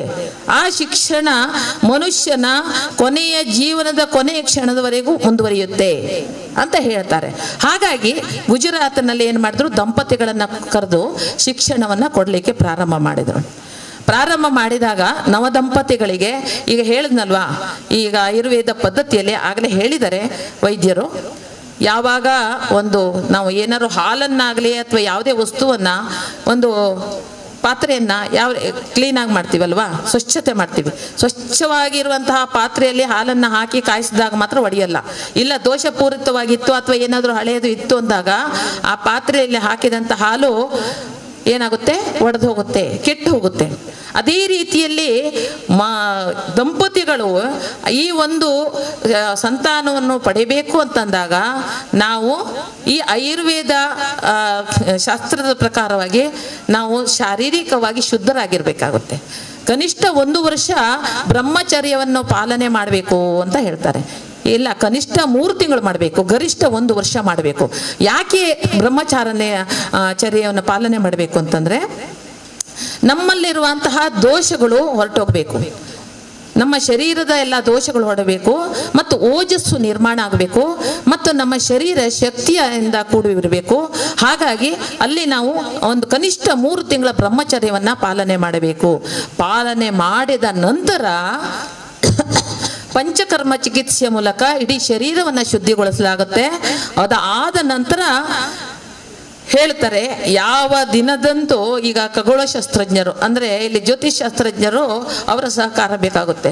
ನಮ್ಮ ಭಾರತೀಯ ಪದ್ಧತಿಯಲ್ಲಿ ಈ ಕಾಲಮಾನಕ್ಕೆ ಮತ್ತು ಋತುಗಳಿಗೆ ಸಾಕಷ್ಟು ನಾವು ಮಹತ್ವವನ್ನು ಕೊಡ್ತೀವಿ. ಆ ಮಹತ್ವವನ್ನು ಕೊಡಬೇಕಾದ್ರೆ ಈ ಒಂದು ಯಾವ ಗಳಿಗೆಯಲ್ಲಿ ಅಂದರೆ ಯಾವ ಗಳಿಗೆಯಲ್ಲಿ ನಾವು ಮಕ್ಕಳನ್ನು ಪಡೆಯೋದಕ್ಕೆ ನಾವು ಪ್ರಯತ್ನವನ್ನು ಮಾಡಬೇಕು ಅಂತ ಅವರು ಶಾಸ್ತ್ರಜ್ಞರು ಹೇಳ್ತಾರೆ. ಅದು ಬಹಳ ಮುಖ್ಯವಾದದ್ದೇ. ಹಾಗಾಗಿ ನಮಗೆ ಜ್ಯೋತಿಷ್ ಶಾಸ್ತ್ರಜ್ಞರ ಒಂದು ನಮ್ಮ ಪಂಚಾಂಗದ ಪ್ರಕಾರವಾಗಿ ತಿಥಿ, ಗಳಿಗೆ, ವಾರ, ನಕ್ಷತ್ರ ಇದನ್ನು ನೋಡಿಕೊಂಡು ಮತ್ತು ಋತುಗಳು ಅಂತಂದರೆ ನಮಗೆ ವಸಂತ ಋತು ಅತಿ ಶ್ರೇಷ್ಠವಾಗಿರುತ್ತೆ. ಯಾಕೆ ಅಂತಂದರೆ ನಮ್ಮ ಭಾರತೀಯ ಪದ್ಧತಿಯಲ್ಲಿ ಅಥವಾ ಹಿಂದೂ ಸಂಸ್ಕೃತಿಯಲ್ಲಿ ನಮ್ಮ ಗಿಡ ಮರಗಳು ಎಲ್ಲವನ್ನು ಹಳೆದನ್ನು ಕಳ್ಕೊಂಡು ಹೊಸ ಚಿಗುರುಗಳನ್ನು ಪಡೆದು ಇಲ್ಲಿ ಸೃಷ್ಟಿ ಕಾರ್ಯದಲ್ಲಿ ತೊಡಗಿರುತ್ತೆ. ಅಂತಹ ವಸಂತ ಋತು ಅತಿ ಶ್ರೇಷ್ಠವಾದ ಕಾಲ ಅಂತ ಹೇಳ್ತಾರೆ.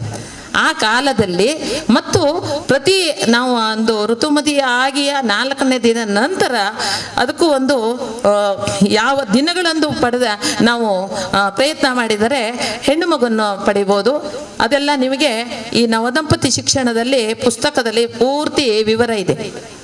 ಬೆಸ ಸಂಖ್ಯೆಯ ದಿನದಂದು ನಾವು ಒಂದು ಮಗುವನ್ನು ಪಡಿಬೇಕು ಅಂತ ಪ್ರಯತ್ನ ಮಾಡಿದಾಗ ನಾವು ಗಂಡು ಮಗುವನ್ನು ಯಾವಾಗ ಪಡಿಬೇಕು, ಹೆಣ್ಣು ಮಗುವನ್ನು ಪಡೆಯೋದಕ್ಕೆ ಯಾವ ರಾತ್ರಿಗಳನ್ನು ನಾವು ಇದು ಮಾಡಬೇಕು, ಶ್ರೇಷ್ಠ ಸಂತಾನವನ್ನು ಪಡಿಬೇಕಾದ್ರೆ ಇಷ್ಟನೇ ರಾತ್ರಿ ಎಂದು ನಾವು ಇದು ಮಾಡಬೇಕು, ಪ್ರಯತ್ನ ಮಾಡಬೇಕು ಅನ್ನೋಂಥದ್ದು ಇದು ಪೂರ್ತಿ ಇದರಲ್ಲಿ ವಿವರ ಇದೆ. ಹಾಗಾಗಿ ಆ ಒಂದು ನಿಟ್ಟಿನಡಿಯಲ್ಲಿ ಆ ಒಂದು ದಂಪತಿಗಳಿಗೆ ಮಾರ್ಗದರ್ಶನವನ್ನು ಕೊಡಲಾಗುತ್ತೆ. ಅಂದರೆ ನಾವು ಬರೀ ಇಲ್ಲಿ ಕೇಳಿ ಇವತ್ತು ಸಮಾವೇಶ ಇವತ್ತು ಇಲ್ಲಿ ಕೇಳಿದ್ದೀವಿ, ಅದನ್ನು ಇಲ್ಲಿ ಇವತ್ತು ಕೇಳಿ ನಾವು ಇಲ್ಲಿ ಬಿಡೋದಲ್ಲ. ಅದಕ್ಕೆ ಒಂದು ನಾವು ಶಾಲೆಗೆ ಅಥವಾ ಶಾಲೆ ಅಡಿಯಲ್ಲಿ ನಡೆಯತಕ್ಕಂತಹ ಇವತ್ತೇನು ಆಯುರ್ವೇದ ಕಾಲೇಜ್ ಇದೆ ಅಲ್ಲಿ ಬಂದು ನಾವು ರಿಜಿಸ್ಟ್ರೇಷನ್ ಮಾಡಿಸ್ಕೊಳ್ಬೇಕಾಗುತ್ತೆ. ರಿಜಿಸ್ಟ್ರೇಷನ್ ಮಾಡಿಕೊಂಡು ರಿಜಿಸ್ಟ್ರೇಷನ್ ಆದ ನಂತರ ಅಲ್ಲಿಯ ವೈದ್ಯರು ಅದರಲ್ಲಿ ಆಯುರ್ವೇದ ಶಾಸ್ತ್ರದಲ್ಲಿ ಪೂರ್ತಿ ಅವರು ಅಧ್ಯಯನ ಮಾಡಿರ್ತಾರೆ. ಅವರೆಲ್ಲರೂ ನಮಗೆ ಮಾರ್ಗದರ್ಶನ ಮಾಡ್ತಾ ಹೋಗ್ತಾರೆ. ಆತ್ಮೀಯರೇ, ಇದು ಖಂಡಿತವಾಗಿ ನಾವೆಲ್ಲರೂ ಮನಸ್ಸಿಟ್ಟು ಮಾಡಬೇಕಾದಂತಹ ಕಾರ್ಯ. ನಾವು ನಮ್ಮ ತಂದೆ ತಾಯಿಗಳು ಅವರಿಂದ ಬಂದಂತಹ ನಾವು ಇವತ್ತು ಮುಂದಿನ ಪೀಳಿಗೆಯನ್ನು ಅಥವಾ ನಮ್ಮ ಜನಾಂಗವನ್ನು ಅಥವಾ ನಮ್ಮ ಸಂತಾನವನ್ನು ಸುಸಂಸ್ಕೃತನನ್ನಾಗಿ ಸತ್ಸಂತಾನವಾಗಿ ಶ್ರೇಷ್ಠ ಸಂತಾನವನ್ನಾಗಿ ಮಾಡಬೇಕು ಅಂತಂದರೆ ನಾವುಗಳೇ ಮನಸ್ಸು ಮಾಡಬೇಕು. ಆಗಲೇ ನಾನು ಹೇಳಿದೆ, ಎಲ್ಲದಕ್ಕೂ ನಾವೇ ಕಾರಣರಾಗ್ತೀವಿ. ದುಃಖಕ್ಕೆ ಮತ್ತು ಸುಖಕ್ಕೆ ಎರಡಕ್ಕೂ, ನೆಮ್ಮದಿಗೆ ಎಲ್ಲದಕ್ಕೂ ನಾವೇ ಕಾರಣರಾಗ್ತೀವಿ ಅಂತ ಹೇಳ್ತೀನಿ. ಹಾಗೇನೆ ಅದಾದ ನಂತರ ಆ ದಂಪತಿಗಳಿಗೆ ಶಾರೀರಿಕವಾಗಿ ಶುದ್ಧಿಯನ್ನಾಗಿ ಮಾಡಿ ಅದೇ ರೀತಿ ಮಾನಸಿಕವಾಗಿ ಶುದ್ಧಿಯನ್ನಾಗಿ ಮಾಡಬೇಕು. ಮಾನಸಿಕವಾಗಿ ಶುದ್ಧಿಯನ್ನು ಮಾಡಬೇಕಂತಂದರೆ ಮಾನಸಿಕವಾಗಿ ಶುದ್ಧಿ ಮಾಡಬೇಕಂದ್ರೆ ನಮ್ಮ ಭಾವನೆಗಳನ್ನು ವ್ಯತ್ಯಾಸ ಮಾಡಿಕೊಳ್ಬೇಕಾಗುತ್ತೆ. ನಮ್ಮಲ್ಲಿರುವಂಥ ಶ್ರೇಷ್ಠ ಭಾವನೆಗಳನ್ನು ಮಾನಸಿಕತೆಯನ್ನು ಪರಿವರ್ತನೆ ಮಾಡಿಕೊಳ್ಬೇಕಾಗುತ್ತೆ. ಅದಲ್ಲದೆ ಇದು ಒಂದೇ ಅಲ್ಲ, ನಾವು ಪತಿ ಪತ್ನಿಯರು ಒಂದೇ ಅಲ್ಲ, ನಮ್ಮ ಮನೆಯಲ್ಲಿರುವಂತಹ ವಾತಾವರಣ ಏನಿದೆ, ನಮ್ಮ ಮನೆಯಲ್ಲಿರುವಂತಹ ಸದಸ್ಯರ ಸಹಕಾರನೂ ಬೇಕಾಗುತ್ತೆ. ಈಗ ಉದಾಹರಣೆ, ಅತ್ತೆ ಸೊಸೆಗಾದರೆ ಅತ್ತೆ ಮಾವ ಇರ್ತಾರೆ, ಅಥವಾ ಗಂಡಿಗಾದರೆ ತಂದೆ ತಾಯಿ, ಮನೆಯಲ್ಲಿರುವಂತಹ ಅಣ್ಣ ತಮ್ಮಂದರು, ಬೇರೆ ಯಾವ ಸದಸ್ಯರಿದ್ದಾರೆ ಅವರೆಲ್ಲರೂ ಕೂಡ ಸಹಕಾರ ಕೊಡಲೇಬೇಕಾಗುತ್ತೆ. ಮನೆ ಒಂದು ಸಂಸ್ಕಾರಯುತವಾದ ಕೇಂದ್ರ ಆಗಬೇಕಾಗುತ್ತೆ. ಮನೆಯ ವಾತಾವರಣ ಅಷ್ಟೇ ಶುದ್ಧವಾಗಿ ಆಗಬೇಕಾಗುತ್ತೆ. ಮನೆಯಲ್ಲಿ ಹೋಮ ಹವನಗಳು ನಡಿಬೇಕಾಗುತ್ತೆ, ದೈನಿಕ ಅಗ್ನಿಹೋತ್ರಗಳು ನಡಿಬೇಕಾಗುತ್ತೆ. ಇದನ್ನೆಲ್ಲನೂ ಒಂದು ತಪಶ್ಚರ್ಯ ಅಂತೆ ನಾವು ಸ್ವೀಕಾರ ಮಾಡಬೇಕಾಗುತ್ತೆ. ಇದು ಸಂತಾನವನ್ನು ಪಡೆಯುವುದು ಅಂತಂದ್ರೆ ಉತ್ಕೃಷ್ಟವಾದಂಥ ಶ್ರೇಷ್ಠ ಸಂತಾನವನ್ನು ಪಡೆಯುವುದಂಥದ್ದು ಸರಳವಾದದ್ದಲ್ಲ. ಆದರೆ ಇದರಿಂದ ನಾವು ಮುಂದಿನ ಜೀವನದಲ್ಲಿ ಸಾಕಷ್ಟು ಸುಖವನ್ನ ನೆಮ್ಮದಿಯನ್ನ ನಾವು ಬೇಕಾದಂತಹ ಮಕ್ಕಳನ್ನ ಪಡೆಯೋದಿಕ್ಕೆ, ಈಗ ಉದಾಹರಣೆಯಾಗಿ ಸಂಗೀತಗಾರನಾದಂಥ ಮಗು ಬೇಕು ನನಗೆ, ಅದಕ್ಕೆ ಏನು ಮಾಡಬೇಕು? ಇಲ್ಲ ನನಗೆ ಕ್ರೀಡೆಯಲ್ಲಿ ಚೆನ್ನಾಗಿರುವಂತಹ ಮಗು ಬೇಕು, ಅದಕ್ಕೆ ಏನು ಮಾಡಬೇಕು? ಇಲ್ಲ ವಿಜ್ಞಾನಿಯಾಗಿರುವಂತಹ ಮಗು ಪಡಿಬೇಕು ನಾನು, ಅದಕ್ಕೆ ಏನು ಮಾಡಬೇಕು? ಆ ರೀತಿಯಲ್ಲಿ ಆಲೋಚನೆಗಳನ್ನು ಮಾಡೋದು ಹೇಗೆ? ಅದನ್ನು ಆಯುರ್ವೇದ ಶಾಸ್ತ್ರದಲ್ಲಿ ಅವರೆಲ್ಲನೂ ಓದೋದ್ರಿಂದ ಅದನ್ನೆಲ್ಲ ನಿಮಗೆ ಮಾರ್ಗದರ್ಶನವನ್ನು ಮಾಡ್ತಾ ಇರ್ತಾರೆ. ಇದಕ್ಕೆ ಉದಾಹರಣೆಯಾಗಿ ನಾನು ಒಂದು ಹೇಳ್ತೀನಿ. ಒಂದು ಉದಾಹರಣೆಯಲ್ಲಿ ಇಲ್ಲಿ ಇನ್ನೊಂದು ಪುಸ್ತಕ ಇದೆ ನೋಡಿ, ತಾಯಿಯ ಪವಿತ್ರ ಮಡಿಲಲ್ಲಿ ಅಂತ. ಇದಕ್ಕೆ ಸಾಕಷ್ಟು ಉದಾಹರಣೆಗಳನ್ನು ಕೊಟ್ಟಿದ್ದಾರೆ. ಇದರಲ್ಲಿ ಯಾವ ರೀತಿ ನಾವು ಯೋಚನೆ ಮಾಡಿದಾಗ ಯಾವ ರೀತಿಯ ಒಂದು ಸಂತಾನವನ್ನು ಪಡಿಬಹುದು ಹೇಳೋದಕ್ಕೆ ಅನೇಕ ಉದಾಹರಣೆಗಳನ್ನು ಕೊಟ್ಟಿದ್ದಾರೆ. ಅದರಲ್ಲಿ ಒಂದು ಉದಾಹರಣೆ ನಾನು ಹೇಳ್ತೀನಿ. ಮೊದಲ ಹೇಳುವಂತಹ ಒಂದು ಕನ್ಯೆ, ಅವಳು ಬ್ರಹ್ಮವಾದಿನಿ ಆಗಿರ್ತಾಳೆ. ಅವಳು ಒಂದು ಋತುಧ್ವಜ ಹೇಳುವಂತಹ ಶ್ರೇಷ್ಠ ರಾಜನನ್ನು ಮದುವೆ ಆಗ್ತಾಳೆ. ಆಗ ಅವರಿಬ್ಬರು ಆಲೋಚನೆ ಮಾಡ್ತಾರೆ, ಅವನು ಶ್ರೇಷ್ಠ ರಾಜ, ಇವಳು ಮೊದಲ ಹೇಳುವಂಥ ಬ್ರಹ್ಮವಾದಿನಿ. ಹಾಗಾಗಿ ಇವಳು ಏನು ಮಾಡ್ತಾಳೆ, ಅತ್ಯಂತ ವಿದ್ವಾಂಸಳು ಆಗಿರ್ತಾಳೆ.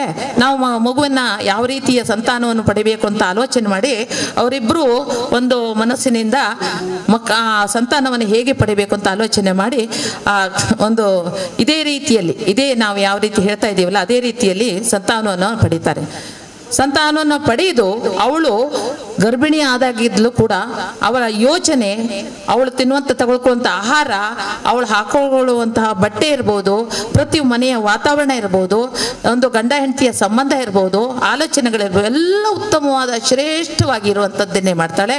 ಆನಂತರ ಅವಳಿಗೆ ತನ್ನ ಮಕ್ಕಳು ಮುಂದೆ ಒಳ್ಳೆಯ ವಿದ್ವಾಂಸರಾಗಬೇಕು, ಸನ್ಯಾಸಿಗಳೇ ಆಗಬೇಕು, ಅವರು ಲೋಕ ಕಲ್ಯಾಣಕ್ಕೋಸ್ಕರ ಆಗಬೇಕು ಅವರು ಅಂತ ಯೋಚನೆ ಮಾಡ್ತಾ ಅವಳು ಹುಟ್ಟಿದನ್ನ ಗರ್ಭಸ್ಥ ಶಿಶುವಿಗೂ ಕೂಡ ಅದನ್ನೇ ಪಾಠ ಮಾಡ್ತಾಳೆ.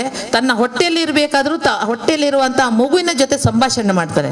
ನೀನು ಶುದ್ಧನಾಗು, ಬುದ್ಧನಾಗು, ಜ್ಞಾನಿ ಆಗು ಅಂತ ಹೇಳ್ತಾ ತನ್ನ ಕಾಯ ವಾಚ ಮನಸ್ಸ ಏನು ಹೇಳ್ತಾರೆ, ತನ್ನ ಒಂದು ಪ್ರತಿಯೊಂದು ಕ್ಷಣದಲ್ಲೂ ವಿಚಾರದಲ್ಲೂ ಕೂಡ ಅದನ್ನೇ ಅವಳು ಬಯಸ್ತಾ ಇರ್ತಾಳೆ. ಹಾಗಾಗಿ ಹುಟ್ಟಿದ ನಂತರನೂ ಕೂಡ ಆ ಮಗುವಿಗೆ ಜೋಗಳದ ಹಾಡನ್ನು ಹಾಡಬೇಕಾದ್ರೂ ಕೂಡ ಆ ಹಾಡನ್ನ ಕಟ್ಟಿ ಹಾಡನ್ನು ಅವಳೇ ಸ್ವತಃ ರಚನೆ ಮಾಡಿ ಆ ಹಾಡನ್ನು ಹಾಡ್ತಾ ಮಗುವಿನ ಲಾಲನೆ ಪಾಲನೆ, ಶುದ್ಧೋಸಿಯಾಗು, ಬುದ್ಧೋಸಿಯಾಗು, ಜ್ಞಾನಿಯಾಗು. ಅದೇ ಹೇಳಿದ್ನಲ್ಲ, ಈ ಗರ್ಭಸ್ಥ ಶಿಶುವಿಗೂ ಕೂಡ ಹೆಚ್ಚು ಗ್ರಹಣ ಶಕ್ತಿ ಇರುತ್ತೆ. ಅದಕ್ಕೋಸ್ಕರವಾಗಿ ತಂದೆ ತಾಯಿಗಳು ಅಲ್ಲಿ ಯಾವ ಪಾತ್ರ ಬರುತ್ತೆ, ತಾಯಿಯಾದಂಥವಳು ಪ್ರತಿಯೊಂದು ಹಂತದಲ್ಲೂ ಕ್ಷಣದಲ್ಲೂ ನಾವು ಆಲೋಚನೆ ಮಾಡ್ತೀವಿ ಅದು ಗರ್ಭದ ಮೇಲೆ ಪರಿಣಾಮ ಬೀರುತ್ತೆ. ಹಾಗೆ ತೆಗೆದುಕೊಂಡಂಥ ಆಹಾರನೂ ಕೂಡ ಎಷ್ಟು ಒಳ್ಳೆಯ ಆಹಾರವನ್ನು ತೆಗೆದುಕೊಳ್ತೀವಿ ಅದರ ಒಂದು ಪರಿಣಾಮ ಗರ್ಭದ ಮೇಲಾಗುತ್ತೆ, ಗರ್ಭಸ್ಥ ಶಿಶುವಿನ ಮೇಲಾಗುತ್ತೆ. ಹಾಗೆ ನಮ್ಮ ಆಚಾರ ವಿಚಾರ ಪ್ರತಿಯೊಂದು ಆ ಗರ್ಭಸ್ಥ ಶಿಶುವಿನ ಮೇಲೆ ಪರಿಣಾಮ ಆಗುತ್ತೆ. ಹಾಗಾಗಿ ಆ ಮೊದಲಸೆ ಏನ್ ಮಾಡ್ತಾಳೆ, ತನ್ನ ಮಗುವಿಗೆ ಆಟಿಕೆ ಸಾಮಾನುಗಳು ಕೂಡ ಎಂತಹ ಆಟಗಳಿಗೆ ಸಾಮಾನುಗಳನ್ನು ಕೊಡಬೇಕು, ತನ್ನ ಮಗು ಆ ಥರ ವಿದ್ವಾಂಸನಾಗುವಂತಹ ರೀತಿಯಲ್ಲಿ ಆಟಿಕೆ ಸಾಮಾನುಗಳನ್ನು ತಯಾರಿಸಿ ಮೊದಲಸ ಕೊಡ್ತಾ ಇರ್ತಾರೆ. ಹಾಗಾಗಿ ಅವನ ಹೆಸರನ್ನ ವಿಕ್ರಮ ಅಂತ ಇಡ್ತಾರೆ. ವಿಕ್ರಮ ಅಂತ ಇಟ್ಟು ಆ ನಂತರ ಅವನನ್ನು ಲಾಲನೆ ಪಾಲನೆ ಅಂತ ಅಷ್ಟೇ ಜತನದಿಂದ ಮಾಡಿ ಅವನು ಒಳ್ಳೆ ವಿದ್ವಾಂಸನಾಗಿ ಸನ್ಯಾಸಿ ಆಗ್ತಾನೆ.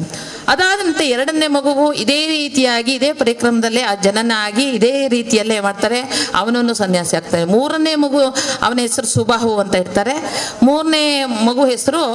ಮೂರನೇ ಮಗುನು ಕೂಡ ಇದೇ ರೀತಿಯಲ್ಲಿ ಜನನ ಆಗಿ ಅದೇ ರೀತಿಯಲ್ಲಿ ಲಾಲನೆ ಪಾಲನೆ ಮಾಡಿ ಅವನಿಗೆ ಶತ್ರುಮರ್ಧನ ಅಂತ ಇರ್ತಾರೆ. ಹೀಗೆ 3 ಮಕ್ಕಳಾಗ್ತಾರೆ. 3 ಮಕ್ಕಳು ಅದೇ ರೀತಿಯಲ್ಲಿ ಸಮಾಜೋಪಯೋಗಿ ಆಗಿರುವಂತಹ ಮಕ್ಕಳನ್ನ ಪಡಿತಾರೆ. ಆಗ ರಾಜನಿಗೆ ಋತುಧ್ವಜನಿಗೆ ಏನಾಗುತ್ತೆ, ಒಂದು ವಿಚಾರ ಬರುತ್ತೆ, ಏನು ನನ್ನ ಮಕ್ಕಳೆಲ್ಲ ಈ ರೀತಿ ಸನ್ಯಾಸತ್ವವನ್ನು ಸ್ವೀಕಾರ ಮಾಡಿದ್ರೆ ನನ್ನ ಮುಂದಿನ ವಾರಸುದಾರರು ಯಾರು, ಮುಂದಿನ ನನ್ನ ರಾಜ್ಯಕ್ಕೆ ಉತ್ತರಾಧಿಕಾರಿ ಯಾರು ಅಂತ ಆಲೋಚನೆ ಬರುತ್ತೆ. ಹಾಗೆ ತನ್ನ ಹೆಂಡತಿಯಲ್ಲಿ ಅದನ್ನ ಹೇಳ್ಕೊಳ್ತಾನೆ. ಹಾಗಾಗಿ ನಮ್ಮ ರಾಜ್ಯಕ್ಕೆ ಉತ್ತರಾಧಿಕಾರಿಯಾಗಿರುವಂತಹ ಒಂದು ಮಗುವನ್ನು ಬೇಕಾಗಿದೆ ಇವಾಗ. ಹಾಗಾಗಿ ಇನ್ನು ಮುಂದೆ ನಾವು ಪಡೆಯುವಂತಹ ಮಕ್ಕಳು ಒಂದು ಉತ್ತಮ ರಾಜಕುಮಾರನಾಗಿ ಪಡೆಯೋಣ ಅಂತ ಹೇಳ್ಬಿಟ್ಟು ಅವಾಗ ಇಬ್ರು ಮನಸ್ಸ ಕಾಯ ವಾಚ ಮನಸ್ಸ ಆ ರೀತಿಯಲ್ಲಿ ಪ್ರಯತ್ನ ಮಾಡ್ತಾರೆ. ಆಗ ಅವಳು ತನ್ನ ಆಲೋಚನೆಗಳನ್ನ ಬದಲಿಸ್ಕೊಂಡು ಏನ್ ಮಾಡ್ತಾಳೆ, ಪ್ರತಿಯೊಂದು ನಿನ್ನ ಶೂರನಾಗು, ವೀರನಾಗು, ಆಯ್ತಾ, ಈ ರಾಜಕುಮಾರನಿಗೆ ಏನೇನು ಗುಣಗಳು ಬರಬೇಕು ಆ ರೀತಿಯಲ್ಲೇ ಅವರ ತನ್ನ ಆಲೋಚನೆ ಮತ್ತೆ ಆಹಾರಗಳು ಎಲ್ಲವನ್ನು ಆ ರೀತಿ ಬದಲಾಯಿಸ್ಕೊಂಡು 3ನೇ ಮಗು ಹುಟ್ಟುತ್ತೆ. ಆ ಮಗುವಿಗೆ ತಾಯಿನೇ ನಾಮಕರಣ ಮಾಡ್ತಾಳೆ.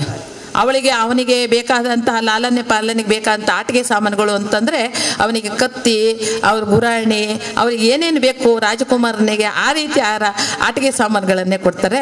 ಅದಾದ ನಂತರ ಜೋಳದ ಹಾಡು ಇರ್ಬೋದು, ಕತೆ ಇರ್ಬೋದು, ಪ್ರತಿಯೊಂದನ್ನು ಅವರು ತಾಯಿ ಏನು ಮಾಡ್ತಾಳೆ, ಮೊದಲಸ ಅದಕ್ಕೆ ರಾಜಕುಮಾರನಿಗೆ ಬೇಕಂತ ವೀರತ್ವವನ್ನ ಶೂರತ್ವವನ್ನ ನಿರ್ಮಾಣ ಮಾಡುವಂತಹ ಆ ಗುಣಗಳಿರುವಂಥದ್ದನ್ನೇ ಮಾಡ್ತಾರೆ. ಹಾಗಾಗಿ ಆ ಮಗುಗೆ ಅಲರ್ಕ ಅಂತ ಹೆಸರಿರ್ತಾಳೆ ಅವಳು. ಈ ರೀತಿಯಲ್ಲಿ ಅವರು ಮುಂದೆ 3 ಜನ ಮಕ್ಕಳು ಕೂಡ ಸನ್ಯಾಸಿಗಳೇ ಆಗ್ತಾರೆ. ಆಮೇಲೆ ಈ 4ನೇ ಮಗುವಿಗೆ ಅಲರ್ಕ ಅಂತ ಹೆಸರಿಡ್ಬೇಕಾರೆ ಅವರು ತಂದೆ ಅಲರ್ಕ ಅಂತ ನೀನು ಯಾಕೆ ಹೆಸರಿಟ್ಟೆ, ಯಾಕೆಂದ್ರೆ ಮೊದಲನೇ ಮಕ್ಕಳಿಗೆ 3 ಜನಕ್ಕೆ ಹೆಸರಿಡ್ಬೇಕಾರೆ ತಾಯಿ ನಗ್ತಾ ಇರ್ತಾಳೆ. ಆಗ ಸನ್ಯಾಸಿಗೆ ಹೆಸರನ್ನ ಇಡುವುದರಲ್ಲೂ ನಮಗೆ ವಿಶೇಷತೆ ಇದೆ, ಯಾವ್ಯಾವ ರೀತಿ ಹೆಸರಿಡಬೇಕು ಅಂತ. ಮೊದಲನೇದು ವಿಕ್ರಾಂತ. ಕ್ರಾಂತಿಯನ್ನು ಮಾಡುವಂಥವನು ಈಗ ವಿಕ್ರಾಂತ ಅಂತ ನೀವು ಸನ್ಯಾಸಿಗೆ ಹೆಸರಿಟ್ಟಿದೆಯಲ್ಲ, ಎರಡನೇ ಮಗುಗೆ ಸುಬಾಹು ಅಂತ ಬಾಹುಬಲವನ್ನು ಹೊಂದಿರುವಂಥದ್ದನ್ನು ಹೆಸರಿಟ್ಟಿದೆಯಾ, ಅವನಿಗೆ ಅದು ಸೂಟ್ ಆಗಲ್ಲ. ಮೂರನೇದು ಶತ್ರು ಮರ್ದನ, ಶತ್ರುಗಳನ್ನು ಮರ್ದನ ಮಾಡುವಂಥವನಲ್ಲ ಈ ಸನ್ಯಾಸಿ, ಹಾಗಾಗಿ ಅಂತ ಹೆಸರಿಟ್ಟಿದ್ದೀರಾ ಅಂತ. ಆಗ ಅವನು ಕೇಳ್ತಾನೆ, ರಾಜ ನೀವು ಅಲರ್ಕ ಅಂತ ಹೆಸರಿಟ್ಟಿದೆಯಲ್ಲ ಯಾಕೆ ಅಂತ. ಅಲರ್ಕ ಅಂತಂದರೆ ಹುಚ್ಚು ನಾಯಿ ಅಂತ ಅದರ ಅರ್ಥ. ಆದರೆ ಯಾಕೆ ಆ ಥರ ಹೆಸರಿಟ್ಟೆ ಅಂತ, ಇವನು ಸಂಸಾರದ ಹಿಂದೆ, ಈ ಒಂದು ಪ್ರಾಪಂಚಿಕ ಸುಖಗಳ ಹಿಂದೆ ಓಡ್ತಾ ಇರ್ತಾನೆ. ರಾಜಕುಮಾರನಾದ್ರೂ ಆ ಎಲ್ಲ ಆಸೆಗಳನ್ನು ಹೊತ್ತು ಹೋಗೋದ್ರಿಂದ ಅವನಿಗೆ ಅಲರ್ಕ ಅಂತ ಹೆಸರಿಟ್ಟಿದ್ದಾನೆ. ಆದರೆ ಮುಂದೊಂದು ದಿವಸ ಅವನು ವೈರಾಗ್ಯವನ್ನು ಪಡೆದು ಮುಂದೂ ಕೂಡ ಅವನು ಒಳ್ಳೆಯವನ ಆಗ್ತಾನೆ. ಈ ರೀತಿಯಲ್ಲಿ ಈ ಮಕ್ಕಳನ್ನ ಒಂದು ಪಡೆಯಬೇಕಾದ್ರೆ ಯಾವ ರೀತಿಯಲ್ಲಿ ಆಲೋಚನೆ, ನಮ್ಮ ಚಿಂತನೆ ಹೇಗಿರಬೇಕು ಅನ್ನೋದನ್ನ ಆಧಾರವಾಗಿಟ್ಕೊಂಡು ಗುಜರಾತ್ನಲ್ಲಿ ಈ ದಂಪತಿಗಳ ಶಿಕ್ಷಣವನ್ನು ಪ್ರಾರಂಭ ಮಾಡಿದ್ರು. ಅದಕ್ಕೆ ಅವರಿಗೆ ಶಾಲೆಯಲ್ಲೇ ಅಗ್ನಿಹೋತ್ರವನ್ನು ಅಭ್ಯಾಸ ಮಾಡಿಸುವಂಥದ್ದು. ಅಂದರೆ 15 ದಿನ ಅಥವಾ ತಿಂಗಳಿಗೊಮ್ಮೆ ಶಾಲೆಗೆ ಬರಬೇಕಾಗುತ್ತೆ. ಶಾಲೆಗೆ ಬಂದು ಅಥವಾ ನಮಗೆ ಶಾಲೆಯಲ್ಲಿ ಅಥವಾ ವೈದ್ಯಾಲಯದಲ್ಲಿ ಬಂದು ಅಲ್ಲಿ ಶಿಕ್ಷಣವನ್ನು ಪಡಿಬೇಕಾಗುತ್ತೆ. ಅದು ನಿರಂತರವಾಗಿ ಇರಬೇಕಾಗುತ್ತೆ. ಒಂದ್ಸಲ ನಾವು ಬಂದು ಹೋದರೆ ಆಗೋದಿಲ್ಲ. ಅದಕ್ಕೆ ಸಾಕಷ್ಟು ನಾವು ಒಂದು ಇದಕ್ಕೆ ಹೇಳ್ತಾರೆ ತಪಶ್ಚರ್ಯ ಅಂತ. ಅದಾದ ನಂತರ ಗರ್ಭಿಣಿ ಆದ ನಂತರ ಅದಕ್ಕೂ ಒಂದು ಶಿಕ್ಷಣ ಇದೆ, ಗರ್ಭವತಿ ಶಿಕ್ಷಣ ಅಂತ. ಅದಕ್ಕೊಂದು ಸಿಲೆಬಸ್ ಇದೆ. ಇದೇ ರೀತಿಯಲ್ಲಿ ಇನ್ನೊಂದು ಪುಸ್ತಕ ಇದೆ, ಗರ್ಭವತಿ ಶಿಕ್ಷಣ ಅಂತ.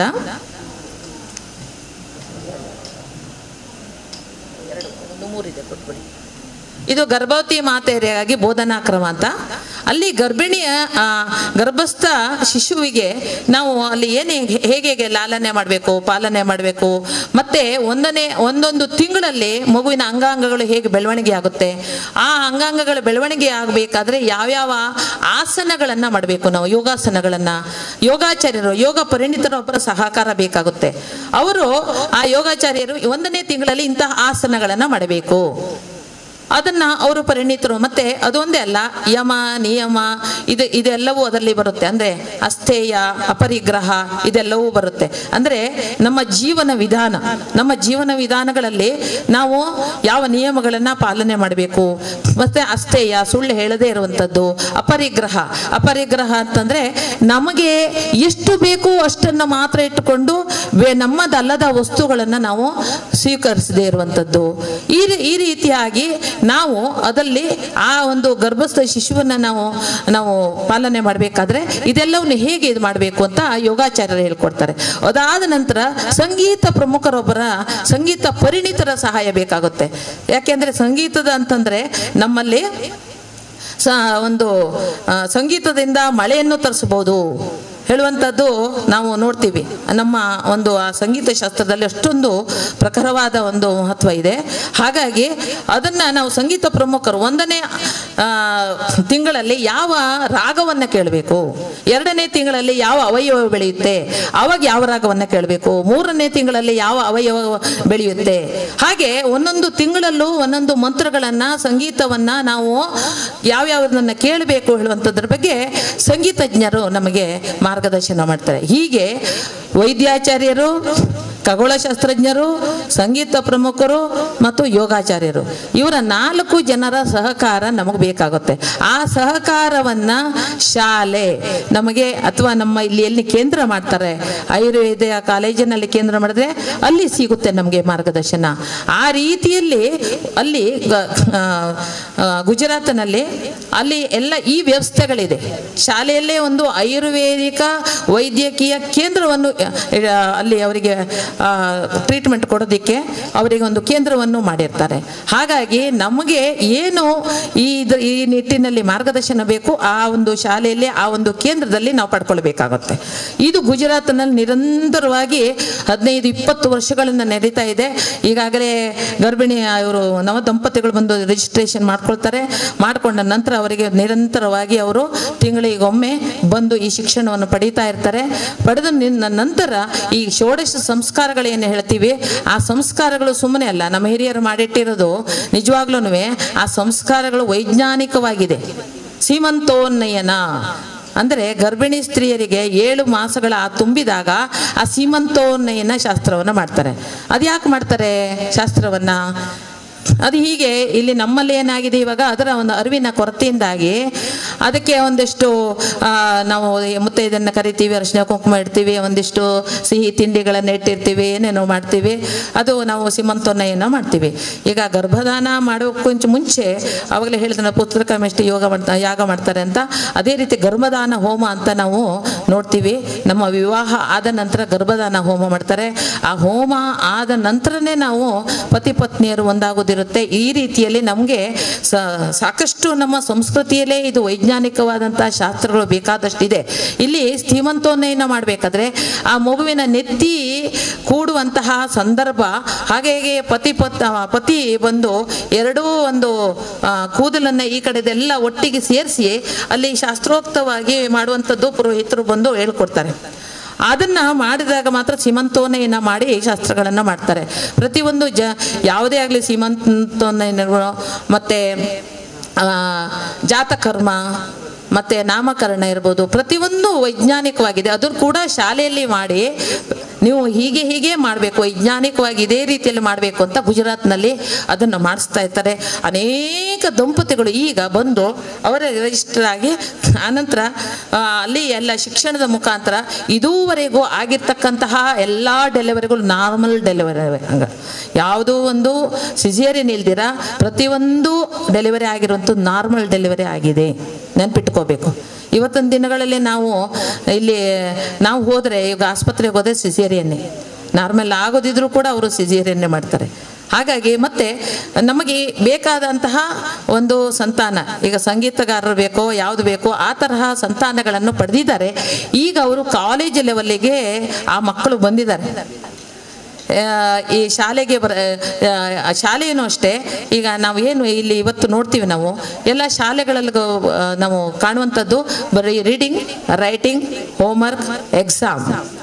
ಚಿಕ್ಕ ಮಕ್ಕಳಲ್ಲೇ ಇದನ್ನು ನಾವು ನೋಡ್ತಾ ಇದ್ದೀವಿ ಸಾಮಾನ್ಯವಾಗಿ.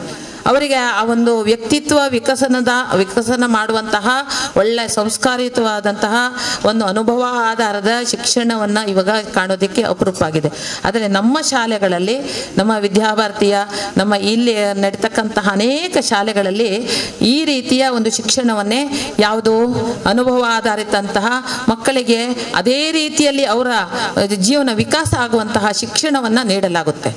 ನಮಗೆ ಒಂದು ಜನನ ಆದಂತಹ ಮಕ್ಕಳು ಕೂಡ ಅಂತಹ ಸಂತಾನಗಳನ್ನು ಕೂಡ ಆ ರೀತಿ ಶಾಲೆಗೆ ಆನಂದದಾಯಕವಾದಂತಹ ಶಿಕ್ಷಣವನ್ನು ಕೊಡುವಂತಹ ಇವತ್ತು ನಾವು ನೋಡ್ತೀವಿ. ಪುಸ್ತಕದ ಹೊರೆ, ಅವರಿಗೆ ಹೋಮ್ವರ್ಕ್ ಹೊರೆ ಮತ್ತು ಪರೀಕ್ಷೆಯ ಭಯ, ಈ ಥರದ ಒಂದು ಇದರಲ್ಲಿ ಪೂರ್ತಿ ಅವರು ಚೇಂಜ್ ಆಗ್ತಾ ಹೋಗ್ತಾರೆ. ಆದರೆ ನಾವು ಇವತ್ತು ಏನು ನಾವು ಈ ಸಂತಾನವನ್ನು ಪಡ್ಕೊಂಡಿದ್ದೀವಿ, ಆ ರೀತಿಯ ಸಂತಾನವನ್ನು ಪಡ್ಕೊಂಡ ನಂತರ ಅದಾದ ನಂತರ ಮಕ್ಕಳನ್ನು ಯಾವ ರೀತಿ, ಈಗ ಗರ್ಭಿಣಿ ಸ್ತ್ರೀಯರು ಆದ ನಂತರ ಮಗು ಜನನ ಆಗುತ್ತೆ. ಮಗು ಜನನ ಆದ ನಂತರನೂ ಕೂಡ ಅದಕ್ಕೊಂದು ಶಿಕ್ಷಣ ಇದೆ. ಜನನ ಆದ ನಂತರ ಇನ್ನೊಂದು ಶಿಕ್ಷಣದ ಇರಬೇಕು ನೋಡಿ. ಇದು ಜನನ ಆದ ನಂತರ ಜನನದಿಂದ 1 ವರ್ಷದ ಮಕ್ಕಳ ಲಾಲನ ಪಾಲನೆ ಮಾಡುವಂಥದ್ದು. ಯಾಕೆಂದರೆ ಪೂರ್ವದಿಂದಲೂ ನಮ್ಮ ಪೂರ್ವಿಕರು ಏನು ಮಾಡ್ತಾ ಇದ್ರು, ಮನೆಯಲ್ಲೇ ಒಂದು ಮಗುವಿನ ಜನನ ಆಗ್ತಾ ಇತ್ತು. ಆ ಮಗುವಿಗೆ ಎಂತಹ ನಾವು ಸ್ನಾನವನ್ನು ಮಾಡಿಸ್ಬೇಕು, ಎಂತಹ ಉಡುಪನ್ನು ಕೊಡಬೇಕು, ಎಂತಹ ಆಹಾರವನ್ನು ಕೊಡಬೇಕು, ಇದೆಲ್ಲವನ್ನು ಕೂಡ ನಮ್ಮ ಪೂರ್ವಜರು ಕಂಡುಕೊಂಡಿದ್ರು. ಇವತ್ತು ನಾವು ನೋಡ್ತೀವಿ baby Johnson soap, baby Johnson oil, baby ಎಲ್ಲದನ್ನೂ ಅದು ಸೆಟ್ಟೇ ಇರುತ್ತೆ. ಆ ಸೆಟ್ಗಳನ್ನೇ ಕೊಡ್ತಾರೆ. ಆದರೆ ಅದೆಲ್ಲವೂ ಮಾರಕವಾದದ್ದು ಅಂತ ನಮಗೆ ಗೊತ್ತಿಲ್ಲ ಅಷ್ಟೇ. ಆದರೆ ಅದರಲ್ಲಿ ಯಾವ ರೀತಿ ಮಗುವಿಗೆ ಆಟಿಕೆಗಳನ್ನು ಯಾವ ರೀತಿ ಕೊಡಬೇಕು, ಆಹಾರವನ್ನು ಯಾವ ರೀತಿ ಕೊಡಬೇಕು, ಯಾವ ರೀತಿ ಅವರಿಗೆ ಸ್ನಾನವನ್ನು ಮಾಡಿಸ್ಬೇಕು. ಈ ಕಡಲೆ ಹಿಟ್ಟಿನಲ್ಲೇ ಸ್ನಾನ ಮಾಡಿಸ್ತಾ ಇದ್ರು ಪೂರ್ವಜರೆಲ್ಲವ. ಆವಾಗ ನಮಗೆ ಯಾವುದೇ ಒಂದು ಸ್ಕಿನ್ ಕಾಯಿಲೆ ಬರ್ತಾ ಇರಲಿಲ್ಲ. ಹಾಗಾಗಿ ಯಾವ ರೀತಿ ಇದಕ್ಕೆ ಒಂದು ಸಿಲೆಬಸ್ ಇದೆ. ಇದು ಕೂಡ ಶಿಕ್ಷಣ ತಗೊಳ್ಬೇಕಾಗುತ್ತೆ ನಾವು. ಒಂದು ನವದಂಪತಿ ಶಿಕ್ಷಣ ಪಡಿಬೇಕಾಗುತ್ತೆ. ನವದಂಪತಿ ಆದ ನಂತರ ಗರ್ಭಿಣಿ ಸ್ತ್ರೀಯರಿಗೆ ಶಿಕ್ಷಣ, ಗರ್ಭಿಣಿ ಸ್ತ್ರೀಯದ್ದಾದ ನಂತರ ಜನನದಿಂದ 1 ವರ್ಷದ ಮಕ್ಕಳ ಒಂದು ಮಾತೆಯರಿಗೆ ಶಿಕ್ಷಣ. ಅಂದರೆ ಯಾವ ರೀತಿ ನಾವು ಜೋಗಳವನ್ನು ಹಾಡಬೇಕು, ಯಾವ ರೀತಿ ಕಥೆಯನ್ನು ಹೇಳಬೇಕು. ನೀವು ಮಕ್ಕಳು ಏನು ಕೇಳಿಸ್ಕೊಳ್ಳೋದಿಲ್ಲ ಅಥವಾ ಅವ್ರಿಗೆ ಗೊತ್ತಾಗಲ್ಲ ಅನ್ನೋದು ಸಂಪೂರ್ಣವಾದ ಈ ಸುಳ್ಳು. ಇದು ನಾವು ಗರ್ಭಿಣಿ ಆಗಿದ್ದಾಗಲೇ ಗರ್ಭಸ್ಥ ಶಿಶುವೆ ಪ್ರತಿಯೊಂದು ಕೇಳಿಸ್ಕೊಳ್ಳುತ್ತೆ. ಇದಕ್ಕೆ ಉದಾಹರಣೆ ಕಹೋಡ ಹೇಳುವಂತಹದ್ದು ಋಷಿಗಳು.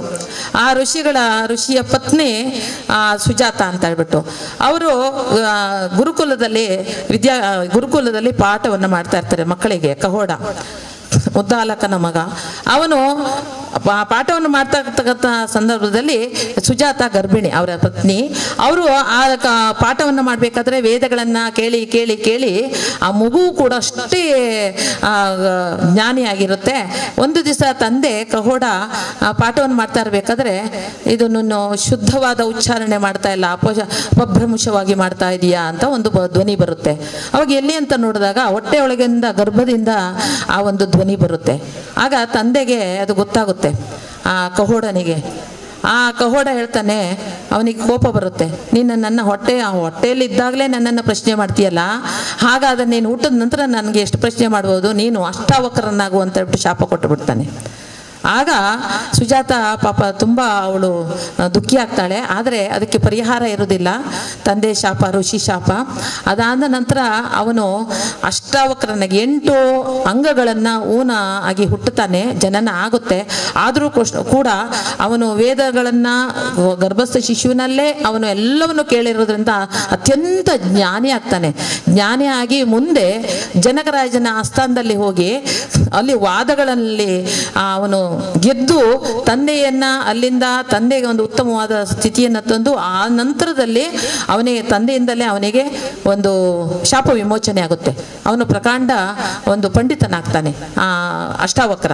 ಈ ರೀತಿಯಲ್ಲಿ ಒಂದು ಜನನದಿಂದ 1 ವರ್ಷ ಶಿಶುಗಳ ಲಾಲನೆ ಪಾಲನೆ ಕೂಡ ಯಾವ ರೀತಿ ಆಹಾರ ಕೊಡಬೇಕು. ಈಗ ಗರ್ಭಸ್ಥ ಹುಟ್ಟಿದ ನಂತರ ಮಗುವಿನ 45 ದಿವಸ ನಾವು ಕತ್ತಲೆ ಅಂದರೆ ಒಂದು ಬಾಳಂತಿ ಕೋಣೆಯಿಂದ ಹೊರಗಡೆ ಕರ್ಕೊಂಡು ಬರುವಂಗಿರಲಿಲ್ಲ ಮೊದಲೆಲ್ಲ. ಅದನ್ನು ಸೂರ್ಯನನ್ನ ತೋರಿಸ್ಬೇಕಾದ್ರೂ ಒಂದು ಶಾಸ್ತ್ರ ಇದೆ. ಆ ಶಾಸ್ತ್ರಗಳನ್ನೆಲ್ಲವೂ ಕೂಡ ಇದರಲ್ಲಿ ಇದೆ, ಯಾವ ರೀತಿ ಮಾಡಬೇಕು, ಹೇಗೆ ಮಾಡಬೇಕು ಅನ್ನುವಂಥದ್ದು. ಜನನದಿಂದ 1 ವರ್ಷ, ಅದಾದ ನಂತರ 1 ವರ್ಷದಿಂದ 3 ವರ್ಷದ ಮಕ್ಕಳ ಲಾಲನೆ ಪಾಲನೆ. ಯಾಕೆಂದ್ರೆ ಇಲ್ಲಿ ಬಹಳ ಮುಖ್ಯ, ಒಂದು ತಂದೆ ತಾಯಿಗಳು ಈ ಒಂದು ಏನು ನಮ್ಮ ಆಚಾರ ವಿಚಾರಗಳು, ನಮ್ಮ ಹಾವ ಭಾವ, ಮಗು ಏನನ್ನು ನಾವು ನೋಡ್ತಿದೆಯೋ ಅದನ್ನೇ ಕಲಿಯುತ್ತೆ. ನಾವು ಏನು ಮಾತಾಡ್ತೀವೋ ಅದನ್ನೇ ಹೇಳುತ್ತೆ. ನೆನ್ಪಿಟ್ಕೊಳ್ಳಿ, ನಾವು ಪ್ರತಿಯೊಂದನ್ನು ನಾವು ಮಗುವಿನ ಮೇಲೆ ತಪ್ಪು ಹಾಕ್ತೀವಿ. ಅದಕ್ಕಷ್ಟು ಕಾರಣ ನಾವೇ. ಯಾಕೆಂದ್ರೆ ಮನೆಯ ವಾತಾವರಣ ಶುದ್ಧವಾಗಿಲ್ಲ, ಮನೆಯ ವಾತಾವರಣ, ಮನೆಯಲ್ಲಿ ಇರುವಂಥ ಸದಸ್ಯರ ವರ್ತನೆಗಳು ಸರಿಯಾಗಿಲ್ಲ ಅಂದ್ರೆ ಮಗುನು ಅದೇ ರೀತಿ ಬೆಳೆಯುತ್ತೆ. ಬರೀ ಸಂತಾನವನ್ನು ಪಡೆದ್ರೆ ಆಗಲಿಲ್ಲ, ಅದರ ನಂತರದಲ್ಲಿ ಅಂತಹ ವಾತಾವರಣದಲ್ಲಿ ಮಗುವನ್ನು ಬೆಳೆಸಬೇಕಾಗುತ್ತೆ. ಅದಕ್ಕೆ ನಮ್ಮ ಮಾತುಗಳು ಹೇಗಿರಬೇಕು, ನಾವು ನಮ್ಮ ಬಾಯಲ್ಲಿ ಎಂತಹ ಮಾತುಗಳು. ಈಗ ಉದಾಹರಣೆಗೆ ಶಾಲೆಗೆ ಬಂದಾಗಲೂ ಅಷ್ಟೇ, ಶಿಕ್ಷಕಿ ಏನು ಮಾತಾಡ್ತಾಳೆ, ಹೇಗೆ ವರ್ತನೆ ಮಾಡ್ತಾಳೆ ಅದನ್ನೇ ಖಂಡಿತ ಮಗು ಮಾಡುತ್ತೆ. ನೆನ್ಪಿಟ್ಕೊಳ್ಳಿ, ನಾವು ಇದು ಸಾಕಷ್ಟು ನೋಡಿದ್ದೀವಿ. ಹಾಗೇನೆ ಮನೆಯಲ್ಲಿ ತಂದೆ ತಾಯಿ ಅಜ್ಜ ಅಜ್ಜಿ ಮನೆಯ ಪರಿವಾರದವರು ಏನೇನು ಭಾಷೆಗಳನ್ನು ಮಾತಾಡ್ತಾರೆ, ಹೇಗೆ ವರ್ತನೆಗಳು ಮಾಡ್ತಾರೆ ಅದನ್ನೇ ಮಗು ಮಾಡುತ್ತೆ. ಯಾಕೆಂದ್ರೆ ಮಗು ಹುಟ್ಟಬೇಕಾದ್ರೆ ನಿರ್ದೋಷಿ, ನಿರ್ಮಲವಾಗಿರುತ್ತೆ. ಆದರೆ ಬೆಳೆಯುತ್ತಾ ವಾತಾವರಣದಲ್ಲಿರುವಂತಹದ್ದನ್ನ ಕಲ್ತುಕೊಂಡು ಆಮೇಲೆ ಮಗುವಿನ ವರ್ತನೆಯಲ್ಲಿ ಬದಲಾವಣೆಗಳು ಆಗ್ತಾ ಹೋಗುತ್ತೆ. ಹಾಗಾಗಿ ನಾವು ಒಂದು ಎಲ್ಲ ತಜ್ಞರು ಹೇಳೋದಂದ್ರೆ 5-6 ವರ್ಷದ ಒಳಗಡೆ ಮಗುವಿನ ಮಿದುಳಿನ 89% ಬೆಳವಣಿಗೆ ಆಗೋಗಿರುತ್ತೆ. ಅದಾದ ನಂತರ ಮುಂದಿನ ಬೆಳವಣಿಗೆ ಮುಂದಿನ ಜೀವನದ ಹಂತಗಳಲ್ಲಿ ಆಗ್ತಾ ಹೋಗುತ್ತೆ. ಹಾಗಾಗಿ ಅಲ್ಲಿ ಏನು ನೋಡಿರುತ್ತೋ, ಏನು ಕೇಳಿರುತ್ತೋ, ಏನು ಕಲ್ತಿರುತ್ತೋ ಅದು ಅವರ ತುಂಬ ಲೈಫ್ ಲಾಂಗ್ ಅಂದರೆ ಜೀವನದ ಉದ್ದಕ್ಕೂ ಬರುತ್ತೆ ಅಂತ ಹೇಳ್ತಾರೆ. ಹಾಗಾಗಿ ಇಲ್ಲಿ ಗ್ರಹಣ ಶಕ್ತಿ ತುಂಬ ಅಪಾರವಾಗಿರುತ್ತೆ. ಈ ಹುಟ್ಟಿದ ಮಗುವಿನ ಗರ್ಭಸ್ಥ ಶಿಶುವಿಂದ ಹಿಡಿದು 100% 100ಕ್ಕೆ 100ರಷ್ಟು ಗ್ರಹಣ ಶಕ್ತಿ ಇರುತ್ತೆ. ಎಲ್ಲವನ್ನು ಅದು ಅಬ್ಸರ್ವ್ ಮಾಡ್ತಾ ಇರುತ್ತೆ, ಬಾಯಿಗೆ ಹೇಳಕ್ ಬರ್ತಾ ಇರೋದಿಲ್ಲ. ಆದರೆ ಅದು ಪೂರ್ತಿ ಎಲ್ಲನೂ ತಿಳಿದುಕೊಂಡಿರುತ್ತೆ. ಮಗು ಕೇವಲವಾಗಿ ಒಂದು ನಮ್ಮ ಚಿಂತಕರು ಹೇಳ್ತಾರೆ ಆಧ್ಯಾತ್ಮಿಕವಾದ ಒಂದು ಪಿಂಡ. ಆಧ್ಯಾತ್ಮಿಕ ಅಂದರೆ ಅದರ ಪೂರ್ವಜರಿಂದ ಹಿಡಿದು ಇಂದಿನ ತಂದೆಯ 7 ತಲೆಮಾರುಗಳಿಂದ ಅದು ಜೀನ್ಸ್ ಎಫೆಕ್ಟ್ ಅದರಲ್ಲಿ ಇರುತ್ತೆ. ತನ್ನ ತಾಯಿಯ 4 ತಲೆಮಾರುಗಳನ್ನ ಎಫೆಕ್ಟ್ ಅದರಲ್ಲಿ ಪರಿಣಾಮವಾಗಿರುತ್ತೆ. ಹಾಗಾಗಿ ಎಲ್ಲವನ್ನೂ ತುಂಬಿಕೊಂಡು ಬಂದಂತಹ ಮಗುವನ್ನ ನಾವು ಜ್ಞಾನಿಯಾಗಿ ನಾವು ಇನ್ನಷ್ಟು ಜ್ಞಾನಿಯಾಗಿ ಬೆಳೆಸಬೇಕು ಅಂತಂದ್ರೆ ಅದಕ್ಕೆ ಅನುಕೂಲಕರವಾದಂತಹ ವಾತಾವರಣವನ್ನ ನಾವು ಕೊಡಬೇಕಾಗುತ್ತೆ. ವಾತಾವರಣ ನೀವು ಸರಿಯಾಗಿ ಕೊಟ್ಟಿಲ್ಲ ಅಂದ್ರೆ ಮಗುವಿನ ಅಲ್ಲಿ ವ್ಯತ್ಯಾಸಗಳಾಗುತ್ತೆ. ಅದಾದ ನಂತರ 3 ವರ್ಷದ ಮಕ್ಕಳಿಗೆ ತಾಯಂದರಿಗೂ ಕೂಡ ನಾವು ಶಿಕ್ಷಣವನ್ನ ಪ್ರಾರಂಭ ಕೊಡಬೇಕಾಗುತ್ತೆ. ನಾವು ನಿರಂತರವಾಗಿ ಶಿಕ್ಷಣವನ್ನ ಪಡಿಬೇಕಾಗುತ್ತೆ. ಇದರಲ್ಲೂ ಅಷ್ಟೇ ಒಂದು ಮಕ್ಕಳಲ್ಲಿ ಮೌಲ್ಯಗಳನ್ನು ತರಬೇಕು, ನೀತಿಗಳನ್ನು ತರಬೇಕು, ಮಕ್ಕಳಲ್ಲಿ ಉತ್ತಮ ಗುಣಗಳ ನಿರ್ಮಾಣ ಆಗಬೇಕು. ಸಂಸ್ಕಾರ ಅಂದ್ರಲ್ವಾ, ಉತ್ತಮ ಸಂಸ್ಕಾರ, ದೋಷಗಳನ್ನು ಹೊರಗಡೆ ತೆಗೆದು ಉತ್ತಮವಾದ ಒಂದು ಗುಣಗಳನ್ನು ನಿರ್ಮಾಣ ಮಾಡುವಂಥದ್ದು ಸಂಸ್ಕಾರ. ಆ ಸಂಸ್ಕಾರವನ್ನು ಕೊಡಬೇಕು ಅಂತಂದ್ರೆ ಮೊದಲು ನಾವು ಸಂಸ್ಕಾರವಂತರಾಗಿ ಆ ನಂತರ ಮಕ್ಕಳಿಗೆ ಕೊಡಬೇಕು ಅಂತಂದ್ರೆ ಕಥೆಗಳ ಮೂಲಕ. ಉದಾಹರಣೆ ಅಂದ್ರೆ ಸ್ವತಃ ನಾವೇ ಅದಕ್ಕೊಂದು ನಿದರ್ಶನವಾಗಬೇಕು. ಮಗುವಿಗೆ ಉಪದೇಶ ಬೇಕಾಗಿಲ್ಲ, ಯಾವುದೇ ಮಗುವಿಗೆ ಉಪದೇಶ ಬೇಕಾಗಿಲ್ಲ. ನಾವು ಏನು ನಡೆದು ತೋರಿಸ್ತೀನೋ ಅದೇ ದಾರಿ, ಅದೇ ಅವರಿಗೆ ಮಂತ್ರವಾಗುತ್ತೆ, ಅದೇ ಅವರು ನಡೆಯುವಂತಹ ದಾರಿ ಆಗುತ್ತೆ. ಹಾಗಾಗಿ ಮಕ್ಕಳಿಗೆ ಅದನ್ನ ನಾವು ಕೊಡಬೇಕು ಅಂದ್ರೆ ಏನಾಗಬೇಕು, ನಾವು ಆದರ್ಶವಾದಿಯಾಗಿರಬೇಕು. ನಮ್ಮ ನಡವಳಿಕೆಗಳು, ಆಚಾರಗಳು, ವಿಚಾರಗಳು ಇದೆಲ್ಲವೂ ಆದರ್ಶವಾಗ. ಅದಾದ ನಂತರ ಮಕ್ಕಳು ಶಾಲೆಗೆ ಬರ್ತಾರೆ. ಶಾಲೆಗೆ ಬಂದ ನಂತರ ಮಕ್ಕಳನ್ನ ನಾವು ಇಲ್ಲಿ ಶಾಲೆಯಲ್ಲೂ ಕೂಡ ಅಂತಹ ಶಿಕ್ಷಣ ಕೊಡುವಂಥ ಶಾಲೆಗಳಿಗೆ ನಾವು ಸೇರಿಸಬೇಕಾಗುತ್ತೆ. ಇದರಲ್ಲಿ 3 ರಿಂದ 5 ವರ್ಷ ವಯಸ್ಸಿನ ಮಕ್ಕಳಿಗೆ ತಾಯಂದರಿಗೆ ಶಿಕ್ಷಣ ಅಂತ ಇದೆ. ಎಷ್ಟು ಪುಸ್ತಕ ಆಯ್ತು ಇವಾಗ? ಎಷ್ಟು ಪುಸ್ತಕ ಆಯ್ತು? 5. ಯಾವ್ಯಾವುದು? 1ನೇದು ನವದಂಪತಿ. 2ನೇದು ಅಲ್ಲ, ಗರ್ಭವತಿ ಶಿಕ್ಷಣ. 3ನೇದು ಜನನದಿಂದ 1 ವರ್ಷ ಮಕ್ಕಳ ಮಾತೆಯರಿಗೆ ಶಿಕ್ಷಣ. ಅದಾದ ನಂತರ 1 ರಿಂದ 3 ವರ್ಷದ ಮಕ್ಕಳ ಮಾತೆಯರಿಗೆ ಶಿಕ್ಷಣ. ಅದಾದ ನಂತರ 3 ರಿಂದ 5 ವರ್ಷ ಮಕ್ಕಳ ಮಾತೆಯರಿಗೆ ಶಿಕ್ಷಣ. ಹೀಗೆ ಇಲ್ಲಿ ಈ 5 ಪುಸ್ತಕಗಳಲ್ಲೂ ಸಿಲೆಬಸ್ ಇದೆ. ಯಾವ್ಯಾವುದನ್ನ ನಾವು ಕಲಿಬೇಕು, ಹೇಗೆ ಮಾಡಬೇಕು, ಇದನ್ನೆಲ್ಲವೂ ಶಾಲೆಗಳು ಅಥವಾ ಇಲ್ಲಿ ನಾವೇನು ಕೇಂದ್ರ ಮಾಡ್ತೀವಿ ಆ ಕೇಂದ್ರಗಳಲ್ಲಿ ತಮಗೆ ಸಿಗುತ್ತೆ. ಮತ್ತು ನೀವು ಪುಸ್ತಕಗಳನ್ನು ಕೊಂಡುಕೊಂಡು ಅಭ್ಯಾಸವನ್ನು ಮಾಡ್ಬೋದು, ಅಧ್ಯಯನ ಮಾಡಬೇಕು. ಇದೆಲ್ಲವನ್ನು ಇದು ತಾಯಿಯ ಪವಿತ್ರ ಮಡಿಲಲ್ಲಿ ಹೇಳೋದಿದೆಯಲ್ಲ, ಇದಕ್ಕೆ ಸಾಕಷ್ಟು ವಿವೇಕಾನಂದರು ಹೇಗಾದರು, ಅದೆಲ್ಲ ವಿವೇಕಾನಂದರ ಆಗಲಿಕ್ಕೆ ಕಾರಣ ಅವರ ತಾಯಿ ಭುವನೇಶ್ವರಿ ದೇವಿ ಮತ್ತು ವಿಶ್ವನಾಥ ದಂಪತಿಗಳು. ಹಾಗೆ ಶಿವಾಜಿ ಮಹಾರಾಜ ಅಥವಾ ಶ್ರೇಷ್ಠ ಮಹಾರಾಜನಾಗ್ಲಿಕ್ಕೆ ಕಾರಣ ಜೀಜಾಬಾಯಿ. ಹಾಗೇನೆ ಅನೇಕ ಉದಾಹರಣೆಗಳು ಇದರಲ್ಲಿದೆ. ಬುದ್ಧ ಆಗಲಿಕ್ಕೆ ತ್ರಿಶಿಲಾದೇವಿ ಕಾರಣ. ಹೀಗೆ ಅನೇಕ ಉದಾಹರಣೆಗಳನ್ನು ನಾವು ಇಲ್ಲಿ ನೋಡ್ಬೋದು. ಇದು ನಿಜವಾದ ಒಂದು ಸತ್ಯ ಸಂಗತಿ ಅಂತ ಹೇಳ್ಬಿಟ್ಟು ಇಲ್ಲಿ ಸಾಮಾನ್ಯವಾಗಿ ಆಗಲೇ ಬಂತು. ಮಗುವನ್ನು ನಾವು ಹೇಳ್ತೀವಿ, ನನ್ನ ಮಗ, ನನ್ನ ಮಗಳು, ನಾನೇ ಇದು ಮಾಡಿದ್ದು ಅಂತೆಲ್ಲ ಹೇಳ್ತೀವಿ. ಆದರೆ ನಿಜವಾಗ್ಲೂ ಇಲ್ಲಿ ಪ್ರಾರಂಭದಲ್ಲಿ ಮಗು, ತಂದೆ ತಾಯಿ ನಾವು ಆಯ್ಕೆ ಮಾಡ್ಕೊಳ್ಳೋದಿಲ್ಲ. ಸಾಮಾನ್ಯವಾಗಿ ನಮ್ಮ ಆತ್ಮ ನಮ್ಮಿಂದ ಸೂಕ್ಷ್ಮ ಶರೀರಿಯಾಗಿ ಅದು ಅಲಿತಾ ಇರುತ್ತೆ. ಎಂತಹ ಒಂದು ಪವಿತ್ರವಾದ ತಂದೆ ತಾಯಿಗಳನ್ನು ಆಯ್ಕೆ ಮಾಡ್ತಾ ಇರುತ್ತೆ.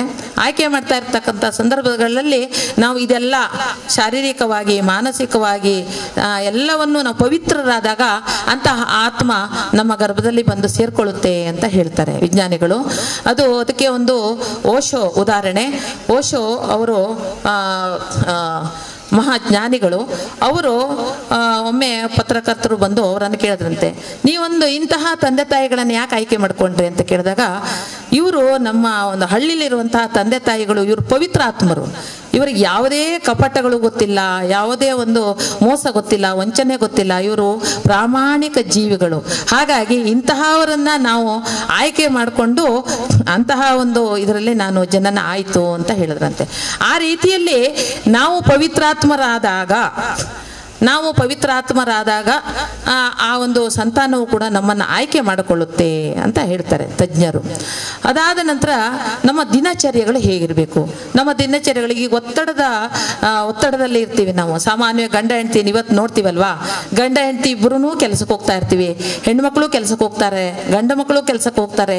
ಒತ್ತಡದ ಜೀವನ, ಸಮಯ ಇಲ್ಲ. ಆಹಾರವನ್ನು ತೆಗೆದುಕೊಳ್ಳೋದು ಯಾವ್ಯಾವುದೋ ರೀತಿಯಲ್ಲಿ ಆಹಾರವನ್ನು ತೆಗೆದುಕೊಳ್ತಾ ಇರ್ತೀವಿ ಅಲ್ವಾ? ಯಾಕೆ ನಮಗೆ ಈ ತರಹ ಬದುಕನ್ನು ನಾವು ಸಂತಾನವನ್ನು ಪಡಿಬೇಕು ಅಂತಂದಾಗ ಈ ಒತ್ತಡ ರಹಿತವಾದಂತಹ ಜೀವನ ಕ್ರಮ ಇರಬೇಕು. ನಮ್ಮ ಜೀವನದಲ್ಲಿ ನಮ್ಮ ಹಿರಿಯರು ಹಾಕಿಕೊಟ್ಟಂತಹ ಶ್ರೇಷ್ಠವಾದ ಪರಂಪರೆಯನ್ನು ನಾವು ಸಾಮಾನ್ಯವಾಗಿ ನಮ್ಮ ಮನೆಗಳಲ್ಲಿ ಮೊದಲಿಂದಲೂ ಬೆಳಗ್ಗೆ ಬೇಗ ಹೇಳ್ತೀವಿ. ಬೆಳಗ್ಗೆ ಬೇಗ ಎದ್ದು ಆ ನಂತರ ನಮ್ಮ ದಿನಚರ್ಯೆಯನ್ನು ಬಾಗಿಲು ತೊಳೆಯೋದು, ರಂಗೋಲಿ ಹಾಕೋದು, ಹೂ ಕೊಯ್ಯೋದು, ಇನ್ನೂ ಅನೇಕ ನಮ್ಮ ಶ್ರೇಷ್ಠವಾದಂತಹ ಪರಂಪರೆಯನ್ನು ನಾವು ಅನುಸರಿಸ್ಕೊಂಡು ಬರ್ತಾ ಇದ್ದೀವಿ. ಹಾಗಾಗಿ ನಾವು ಏನು ಆಗಬೇಕು ಅಂದ್ಕೊಂಡಿದ್ದೀವೋ, ನಾವು ಮುಂದೆ ನಮ್ಮ ದೃಷ್ಟಿಕೋನದಲ್ಲಿ ಏನು ಆಗಬೇಕು ಅಂತಂದಿದ್ವೋ ಅದು ನಮ್ಮ ದಿನಚರ್ಯೆಯಲ್ಲಿ ನಾವು ಅಳವಡಿಸ್ಕೊಳ್ಬೇಕಾಗುತ್ತೆ. ಅದರಂತೆ ಆಹಾರ ಹೇಳಿದ್ರಲ್ಲ ಆಗಲೇ, ಆವಾಗ ನಮ್ಮ ಸಪ್ತ ಧಾತುಗಳಲ್ಲಿ ಒಂದಾಗಿ ಅದು ಎಲ್ಲ ರಕ್ತವಾಗಿ ಆಮೇಲೆ ಶರೀರಕ್ಕೆ ಸೇರುತ್ತೆ. ಆಹಾರದಂತೆ ಮನಸ್ಸು ಬದಲಾವಣೆ ಆಗುತ್ತೆ. ನಾವು ಯಾವ ರೀತಿ ಆಹಾರವನ್ನು ಪಡಿತೀವಿ ಅದೇ ರೀತಿ ನಮ್ಮ ಮನಸ್ಸಿನ ಭಾವನೆಗಳು ನಮಗೆ ಉಂಟಾಗುತ್ತೆ ಅಂತ ಹೇಳ್ತಾರೆ. ಈಗ ಒಂದು ಉದಾಹರಣೆ ಹೇಳ್ತೀನಿ ಅದಕ್ಕೆ. ಒಬ್ಬೊಂದು ಸನ್ಯಾಸಿ ಇದ್ನಂತೆ. ಆ ಸನ್ಯಾಸಿ ಒಂದು ಶ್ರೀಮಂತ, ಅಗರ್ಭ ಶ್ರೀಮಂತನ ಮನೆಗೆ ಅವರು ಕರೀತಾರೆ. ನಮ್ಮ ಮನೆಗೆ ಬರಬೇಕು ನೀವು ಇವತ್ತು ಭಿಕ್ಷೆಗೆ ಅಂತ ಕರೆದಾಗ ಆ ಸನ್ಯಾಸಿ ಅವ್ರ ಮನೆಗೆ ಹೋಗ್ತಾನೆ. ಹೋಗಿ ಅಲ್ಲಿ ಅವನಿಗೆ ರಾಜೋಪಚಾರವನ್ನು ಮಾಡ್ತಾರೆ. ಮಾಡಿ ಆ ಸನ್ಯಾಸಿ ಅಲ್ಲೇ ಉಳ್ಕೊಳ್ತಾನೆ. ಅವತ್ತು ಮರುದಿನ ಬರ್ಬೇಕಾದ್ರೆ ಅಲ್ಲಿ ಬೆಳ್ಳಿ ಲೋಟ, ಬೆಳ್ಳಿ ತಟ್ಟೆಯಲ್ಲಿ ಊಟ, ಬೆಳ್ಳಿ ಲೋಟದಲ್ಲಿ ಹಾಲು, ಬೆಳ್ಳಿಯ ಚೊಂಬಿನಲ್ಲಿ ನೀರು, ಈ ಥರ ಕೊಟ್ಟಿದ್ದಾರೆ. ಆಗ ಅವ್ರೇನ್ ಮಾಡ್ತಾರೆ, ಅದನ್ನ ಸೇವನೆ ಮಾಡಿರ್ತಾರೆ. ಅದಾದ ನಂತರ ಮರುದಿನ ಬೆಳಿಗ್ಗೆ ಅವನು ಸನ್ಯಾಸಿ ಹೊರಡಬೇಕು ಅಂದಾಗ ಸನ್ಯಾಸಿಗೊಂದು ಆಸೆ ಆಗುತ್ತೆ. ಆ ಬೆಳ್ಳಿ ಲೋಟವನ್ನು ತಗೊಂಡು ಅವನ ಜೋಳಿಗೆಯಲ್ಲಿ ಹಾಕೊಳ್ತಾನೆ. ಆಮೇಲೆ ಸ್ವಲ್ಪ ದೂರ ಬಂದ ನಂತರ ಅವನಿಗೆ ಪ್ರಶ್ನೆ ಆಗುತ್ತೆ, ಯಾಕೆ ಹೀಗಾಯ್ತು? ನಾನು ಇದು ಬೆಳ್ಳಿ ಲೋಟ ನಂದಲ್ವಲ್ಲ, ನಾನು ಇದು ಯಾಕೆ ಆಸೆ ಪಟ್ಟೆ ಅಂತ ಅವನು ಅಂದ್ಕೊಳ್ತಾನೆ. ಆಗ ಅವನು ದಿವ್ಯ ದೃಷ್ಟಿಯಿಂದ ಆಲೋಚನೆ ಮಾಡಿದಾಗ ವಾಪಸ್ ಬರ್ತಾನೆ. ವಾಪಸ್ ಬಂದು ಅವನನ್ನು ಶ್ರೀಮಂತನನ್ನು ಕೇಳ್ತಾನೆ, ಬೆಳ್ಳಿ ಲೋಟವನ್ನು ನೀನು ಯಾವುದರಿಂದ ನೀನು ಇಲ್ಲಿ ಉದ್ಯೋಗವನ್ನು ಏನು ಮಾಡ್ತೀಯ ಅಂತ. ಉದ್ಯೋಗವನ್ನು ಮಾಡ್ತೀನಿ ಅಂತ ಹೇಳಿದಾಗ ಅವಾಗ ಅವನು ಹೇಳ್ತಾನೆ, ಇಂತಹ ಉದ್ಯೋಗವನ್ನು ಮಾಡ್ತೀನಿ ನಾನು ಅಂತ. ಆಗ ಅವನು ಶ್ರಮದಿಂದ ಮಾಡಿದಂಥ ಹಣ ಆಗಿರೋದಿಲ್ಲ, ಅದು ಬೇರೆಯವರಿಗೆ ಮೋಸ ಮಾಡಿ ಅವನು ಧನಿಕನಾಗಿತ್ತು. ಅಂತಹ ಒಂದು ಮೋಸದಿಂದ ಮಾಡಿದಂಥ ಆಹಾರಗಳನ್ನು ಅವ್ರ ಮನೇಲಿ ಸೇವಿಸಿದರ ಪರಿಣಾಮವಾಗಿ ಅವನ ಮನಸ್ಸು ಇಂತಹ ಬದಲಾವಣೆಗೆ ಒಳಪಡ್ತು ಅಂತ ಸನ್ಯಾಸಿ ಅರ್ಥ ಮಾಡಿಕೊಂಡು ಆ ಬೆಳ್ಳಿ ಲೋಟವನ್ನು ವಾಪಸ್ ಕೊಡ್ತಾನೆ. ನಾವು ಯಾವ ರೀತಿಯಲ್ಲಿ ನಾವು ಪ್ರಾಮಾಣಿಕತನದಿಂದ ನಾವು ಏನು ಸಂಪಾದನೆ ಮಾಡಿ ಅದರಲ್ಲಿ ಆಹಾರವನ್ನು ಸೇವಿಸ್ತೀವಿ, ಅದರಂತೆ ನಮ್ಮ ಮನಸ್ಸು ಪರಿವರ್ತನೆ ಆಗುತ್ತೆ ಹೇಳೋದಕ್ಕೆ ಒಂದು ಉದಾಹರಣೆ ಇದು. ಸಾಕಷ್ಟು ಸತ್ಯವೂ ಹೌದು. ಹಾಗಾಗಿ ನಮ್ಮ ಆಹಾರ ಪದ್ಧತಿಗಳಲ್ಲಿ ಎಂಥ ಆಹಾರವನ್ನು ಈಗ ಹೇಳಿದ್ರಲ್ಲ, ಸಾತ್ವಿಕ ಆಹಾರ, ರಾಜಸಿಕ ಆಹಾರ, ತಾಮಸಿಕ ಆಹಾರ, ಇದೆಲ್ಲವೂ ಹೇಳಿದ್ರಲ್ವಾ. ಆ ಥರ ಆ ಸಾತ್ವಿಕವಾದ ಗುಣಗಳನ್ನು ಪಡಿಬೇಕು ಅಂದರೆ, ನಮ್ಮ ಆರೋಗ್ಯವನ್ನು ಪಡಿಬೇಕು ಅಂದರೆ ಆಯುರ್ವೇದದಲ್ಲಿ ಹೇಳಿದ ಪ್ರಕಾರವಾಗಿ ಕಾಲಕ್ಕೆ ಅನುಗುಣವಾಗಿ, ಋತುವಿಗೆ ಅನುಗುಣವಾಗಿ ನಾವು ಸಾತ್ವಿಕ ಆಹಾರಗಳನ್ನು ಸೇವನೆ ಮಾಡಬೇಕಾಗುತ್ತೆ. ಈ ತಾಮಸಿಕ ಆಹಾರವನ್ನು ಸೇವನೆ ಮಾಡೋದ್ರಿಂದ ನಮ್ಮ ಮನಸ್ಸು ಕ್ರೋಧಕ್ಕೆ ಒಳಪಡುತ್ತೆ, ಆಯ್ತಾ. ನಮ್ಮ ಮನಸ್ಸು ಒಂದು ಸೀಮಿತವಾಗಿರೋದಿಲ್ಲ. ಹಾಗಾಗಿ ನಾವು ಪಡೆಯುವಂಥ ಸಂತಾನಕ್ಕೂ ಕೂಡ ಇದರ ವರ್ಗಾವಣೆ ಆಗುತ್ತೆ. ಹಾಗಾಗಿ ಎಂತಹ ಆಹಾರಗಳನ್ನು ಪಡಿಬೇಕು ನಾವು, ಅದ್ರ ಬಗ್ಗೆನೂ ಕೂಡ ಈ ಪುಸ್ತಕದಲ್ಲೂ ಇದೆ ಮತ್ತು ನಮಗೆ ಮಾರ್ಗದರ್ಶನ ದೊರೆಯುತ್ತೆ. ಹಾಗಾಗಿ ಇಲ್ಲಿ ಸಾಮಾನ್ಯವಾಗಿ ಈಗ ಒಳ್ಳೆಯ ಮಕ್ಕಳನ್ನು ಪಡಿಬೇಕಾದ್ರೆ ನಾವು ಇದಿಷ್ಟೇ ಸಾಲದು, ಸಾಕಷ್ಟು ಅಧ್ಯಯನವನ್ನು ಮಾಡಬೇಕು. ಗರ್ಭ ವಿಜ್ಞಾನ ಇದೆ, ಹಾಗಾದರೆ ಈ ಪುಸ್ತಕಗಳಿದೆ, ಅನೇಕ ಒಳ್ಳೆಯ ಪುಸ್ತಕ, ಇದಕ್ಕೆ ಸಂಬಂಧಪಟ್ಟಂತಹ ಅನೇಕ ಒಂದು ಪುಸ್ತಕಗಳನ್ನು ಓದಬೇಕಾಗುತ್ತೆ, ಸ್ವಾಧ್ಯಾಯವನ್ನು ಮಾಡಬೇಕಾಗುತ್ತೆ. ಮತ್ತು ನಾವು ಇರುವಂತಹ ವಾತಾವರಣವನ್ನು ಶ್ರೇಷ್ಠವಾದ ವಾತಾವರಣವನ್ನು ಮಾಡ್ಕೊಳ್ಬೇಕಾಗುತ್ತೆ. ನಮ್ಮ ಮನಸ್ಸಂತೂ ಶಾಂತ ಸ್ಥಿತಿಯಲ್ಲಿ ಇಟ್ಕೊಳ್ಬೇಕಾಗುತ್ತೆ. ಶಾಂತಿ ಬೇಕು ಅಂದ್ರಲ್ಲ, ನಮ್ಮ ನೆಮ್ಮದಿ ಬೇಕು ಅಂತ ಅಲ್ಲಲ್ವಾ, ಅದನ್ನೆಲ್ಲ ನಾವೇ ಮಾಡ್ಕೊಳ್ಬೇಕಾಗುತ್ತೆ. ಯಾವಾಗ ಶಾಂತಿ ನೆಮ್ಮದಿ ಬರುತ್ತೆ ನಮಗೆ? ಯಾವಾಗ ಬರುತ್ತೆ ಶಾಂತಿ ನೆಮ್ಮದಿ? ಆವಾಗಲೇ ಹೇಳಿದ್ರು, ಪುರಾಣಿಕರು ಹೇಳಿದ್ರು. ಏನು ಹೇಳಿದ್ರು? ಯಾವಾಗ ಶಾಂತಿ ಬರುತ್ತೆ ನಮಗೆ? ಇಬ್ಬರು ಗಂಡ ಹೆಂಡತಿ ಇಬ್ಬರೂ ಕೂಡ ನಮ್ಮ ಒಂದು ಇಬ್ಬರೂ ಒಂದೇ ದೃಷ್ಟಿಕೋನವನ್ನು ಅಂದರೆ ಒಬ್ಬರು ಎತ್ತು ಏರಿಗೆಳಿತು ಎಮ್ಮೆ ನೀರಿಗೆಳಿತು ಅಂತ ಅಂದಂಗೆ ಒಬ್ಬೊಬ್ರದ್ದು ಒಂದೊಂಥರ ಮನಸ್ಸಾದರೆ ಬರೋದಿಲ್ಲ. ಇಬ್ಬರ ಒಂದು ದೃಷ್ಟಿಕೋನವನ್ನು ಒಂದೇ ರೀತಿಯಲ್ಲಿ ಆಗಿರಬೇಕು. ಪರಸ್ಪರ ಹೊಂದಾಣಿಕೆ ಇರಬೇಕು. ಪರಸ್ಪರ ಹೊಂದಾಣಿಕೆ ಜೊತೆಗೆ ನಾವು ಯಾವಾಗ ಇದ್ದುದರಲ್ಲಿ ಸಂತೃಪ್ತಿಯನ್ನು ಪಡ್ತೇವೋ ಆವಾಗ ನಮ್ಮ ಮನಸ್ಸು ಶಾಂತವಾಗಿರುತ್ತೆ. ನಮ್ಮ ಆಸೆಗಳಿಗೆ ಕಡಿವಾಣ ಹಾಕಿದಾಗ ಮಾತ್ರ ನಮ್ಮ ಮನಸ್ಸು ಶಾಂತವಾಗಿರುತ್ತೆ. ಹೌದಲ್ವಾ? ನಮಗೆ ಅದು ಬೇಕು, ಇದು ಬೇಕು, ಇನ್ನೊಂದು ಬೇಕು, ಮತ್ತೊಂದು ಬೇಕು ಅಂತ ನಾವು ಆಸೆ ಪಟ್ಟರೆ ಅದು ಯಾವಾಗಲೂ ಅಶಾಂತವಾಗಿರುತ್ತೆ. ದೇವರು ಭಗವಂತ ಎಷ್ಟು ಕೊಟ್ಟಿದ್ದಾನೆ, ನ್ಯಾಯವಾಗಿ ನಾವು ದುಡಿಯೋಣ, ಇದರಲ್ಲಿ ಶಾಂತವಾಗಿರೋಣ.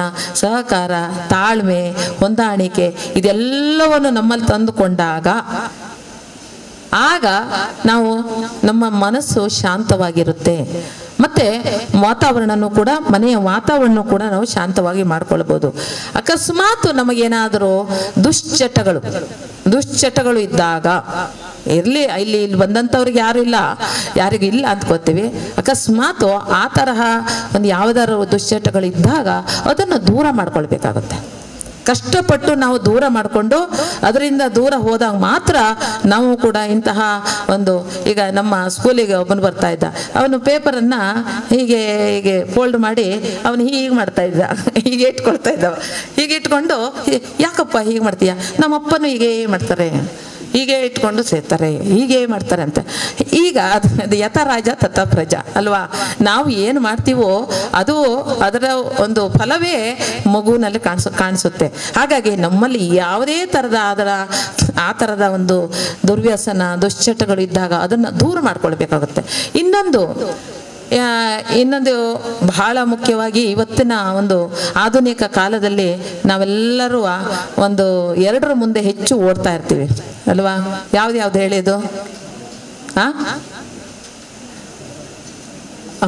ಹೇಳಿ ಪರವಾಗಿಲ್ಲ, ಹೇಳಿ. ಒಂದು ಮೊಬೈಲು, ಇನ್ನೊಂದು ಟಿವಿ ಅಲ್ವಾ? ಅದರಲ್ಲಿ ಬೇಕಾದ್ದು ಬರುತ್ತೆ, ಬೇಡದಿದ್ದದ್ದು ಬರುತ್ತೆ, ಎಲ್ಲದೂ ಬರುತ್ತೆ ಸಾಮಾನ್ಯವಾಗಿ ನಾವು ನೋಡಿದಾಗ ಎನಿ ಟೈಮು. ಅದೇ ನೆನ್ನೆ ರಾತ್ರಿ ನಾನು ಟ್ರೈನಲ್ಲಿ ಬರ್ತಾ ಇದ್ದೆ. ಟ್ರೈನಲ್ಲಿ ಬರಬೇಕಾದ್ರೆ 11:30 ತನಕನೂ ಆ ಮೊಬೈಲ್ ಒತ್ಕೊಂಡೇ ಇದ್ದಾರೆ. ಇಲ್ಲಿ ನನ್ನ ಬೋಗಿಯಲ್ಲಿ ನನ್ನ ಇದರಲ್ಲಿರುವಂಥವ್ರು 6 ಜನ ಇದ್ದರು. 6 ಜನನ ಕೈಲೂ ಮೊಬೈಲೇ. ಅವರೆಲ್ಲರೂ ಯೂಟ್ಯೂಬು, ಫೇಸ್ಬುಕ್ಕು, ವಾಟ್ಸಪ್ನಲ್ಲೇ ಇದ್ದರು 11:30 ತನಕ. ಆಯಿತಾ? ನಮ್ಮ ಹಿರಿಯರೊಬ್ಬರು ಪ್ರವಾಸ ಮಾಡ್ತಾ ಇರ್ತಾರೆ. ಯಾವಾಗಲಾದರೂ ಅವರು ಈ ಥರದನ್ನು ನೋಡಿದಾಗ ಅವ್ರಿಗೆ ಸರಿಯಾಗಿ ಕ್ಲಾಸನ್ನಲ್ಲೇ ತೊಗೊಂಡ್ಬಿಡ್ತಾರೆ. ಅವಾಗೆಲ್ಲ ಇಲ್ಲಿ ನಾನು ಮಲ್ಕೊಳ್ಬೇಕು, ನನಗೆ ನಿದ್ದೆ ಬಂದಿದೆ, ಆಯಿತು. ಹುಡುಗಿಯರು ಇದ್ದಾರೆ, ಮದುವೆ ಆದವರು ಇದ್ದರು, ಎಲ್ಲರ ಕೈಲೂ ಮೊಬೈಲು. ಇದರಿಂದ ಜೀವನ ಪೂರ್ತಿ ವ್ಯರ್ಥ ಮಾಡ್ಕೊಳ್ತಾ ಇದ್ದಾರೆ.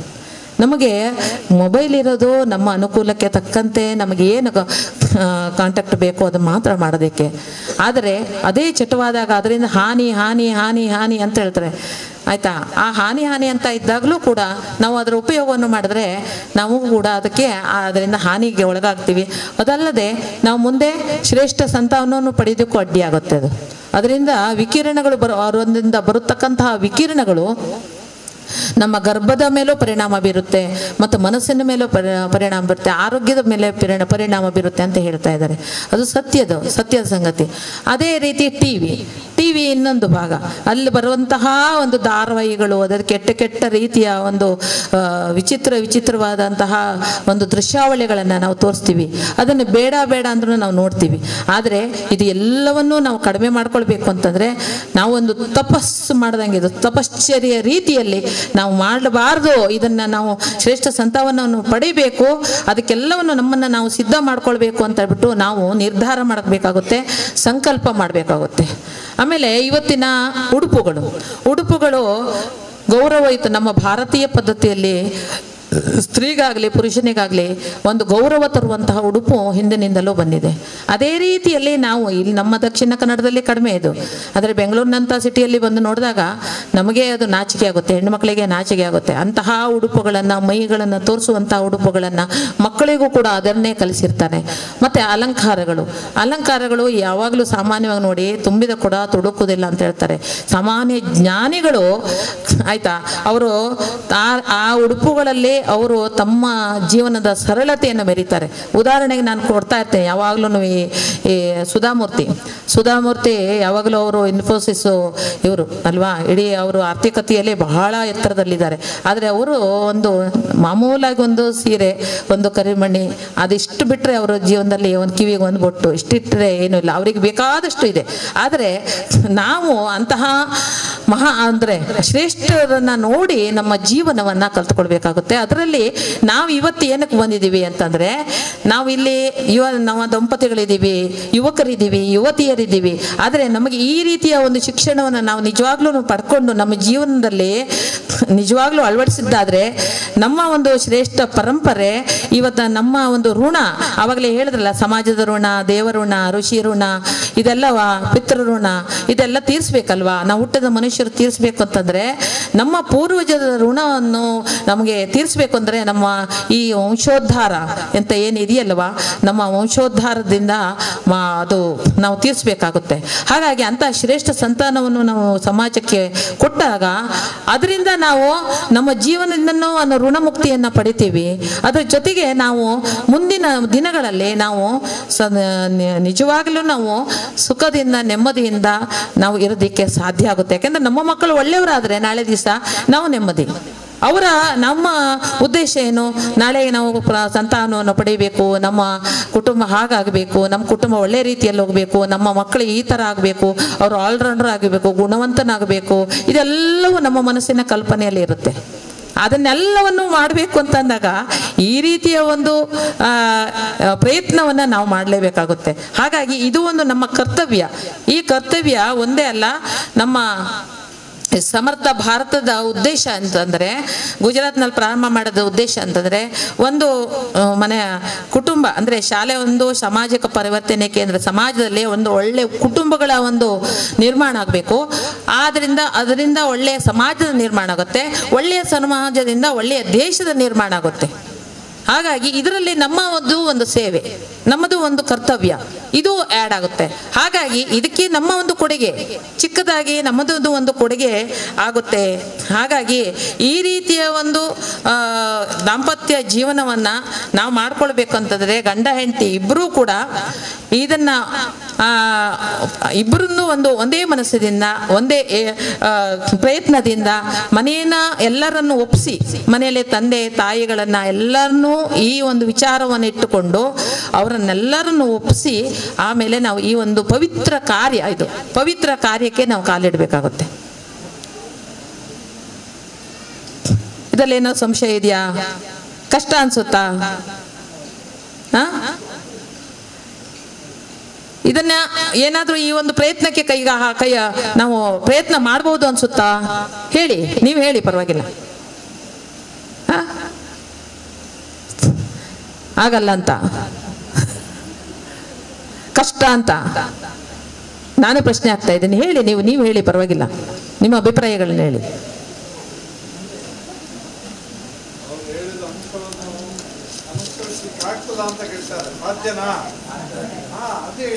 ಅದನ್ನೇ ನಾನು ಕೇಳಿದ್ದು. ಆಗ್ಬೋದಲ್ವಾ? ಪ್ರಯತ್ನ ಮಾಡ್ಬೋದಲ್ವಾ? ಇದನ್ನು ಎವರೆಸ್ಟ್ ಶಿಖರ ಹತ್ತದಷ್ಟು ಕಷ್ಟ ಏನಲ್ಲ ಇದು. ಆದರೆ ನಾವು ಮನಸ್ಸು ಮಾಡಬೇಕು. ಮನಸ್ಸು ಮಾಡದೇ ಇದ್ದರೆ ಸಿಂಹನೂ ಕೂಡ ಒಂದು ಹೆಜ್ಜೆ ಮುಂದೆಡ್ದಾಗಿದ್ರೆ ಆಹಾರ ಸಿಗೋದಿಲ್ಲ. ಹಾಗಾಗಿ ನಾವು ಈ ಒಂದು ಪ್ರಯತ್ನದಲ್ಲಿ ನಾವೆಲ್ಲರೂ ಕೂಡ ಸಂಕಲ್ಪವನ್ನು ಮಾಡಬೇಕು. ಸಂಕಲ್ಪವನ್ನು ಮಾಡಿ ಮುಂದಿನ ಹೆಜ್ಜೆಯನ್ನು ಇಡಬೇಕು. ಮುಂದಿನ ಹೆಜ್ಜೆ ಅಂತಂದರೆ ಇನ್ನು ನೆಕ್ಸ್ಟು ಅವರು ಯಾವಾಗ ಕರೀತಾರೋ ಆವಾಗ ಬಂದು ನಾವು ಅಲ್ಲಿ ರಿಜಿಸ್ಟ್ರೇಷನ್ ಮಾಡಿಕೊಂಡು ಮುಂದಿನ ಮಾರ್ಗದರ್ಶನ ನಿಮಗೆ ಸಿಗುತ್ತೆ. ಏನೇನೆಲ್ಲ ಮಾಡಬೇಕು ಅದಕ್ಕೂ ಪೂರ್ವಭಾವಿಯಾಗಿ ನಾವೆಲ್ಲರೂ ಮನೆಗಳಲ್ಲಿ ನಮ್ಮ ಮನೆಯಲ್ಲಿ ಯಾರ್ಯಾರು ಸದಸ್ಯರಿದ್ದಾರೆ, ತಂದೆ ತಾಯಿಗಳಿದ್ದಾರೆ, ಅವರೆಲ್ಲರನ್ನೂ ಕೂಡ ಅವರನ್ನ ಜೊತೆ ಕೂತು ಸಮಾಲೋಚನೆ ಮಾಡಿ ಈ ರೀತಿ ಅಂದರೆ ವಾತಾವರಣ ನಿರ್ಮಾಣ ಆಗಬೇಕು. ಮನೆಯಲ್ಲಿ ವಾತಾವರಣ ನಿರ್ಮಾಣ ಆದಾಗ ಮಾತ್ರ ಅಲ್ಲಿನೂ ನಿಮಗೆ ಸಹಕಾರ ಸಿಗುತ್ತೆ. ಇಲ್ಲ ಅಂತಂದರೆ ಅಲ್ಲಿ ಕಷ್ಟ ಆಗುತ್ತೆ. ಹಾಗಾಗಿ ನೀವು ಅಂತಹ ಶಿಕ್ಷಣವನ್ನು ನೀವು ಯಾವುದೇ ಉದ್ಯೋಗವನ್ನು ಮಾಡಿ ಭಾನುವಾರದ ದಿವಸ ನಿಮಗೆ ಈ ರೀತಿಯ ಒಂದು ಅನುಕೂಲತೆಗಳನ್ನು ಮಾಡಿಕೊಡೋದಕ್ಕೆ ಸಾಧ್ಯ ಇದೆ. ಆದಷ್ಟು ನಮ್ಮ ಜೀವನದ ರೀತಿ ನೀತಿಗಳನ್ನು ಬದಲಿಸ್ಕೊಳ್ಬೇಕು.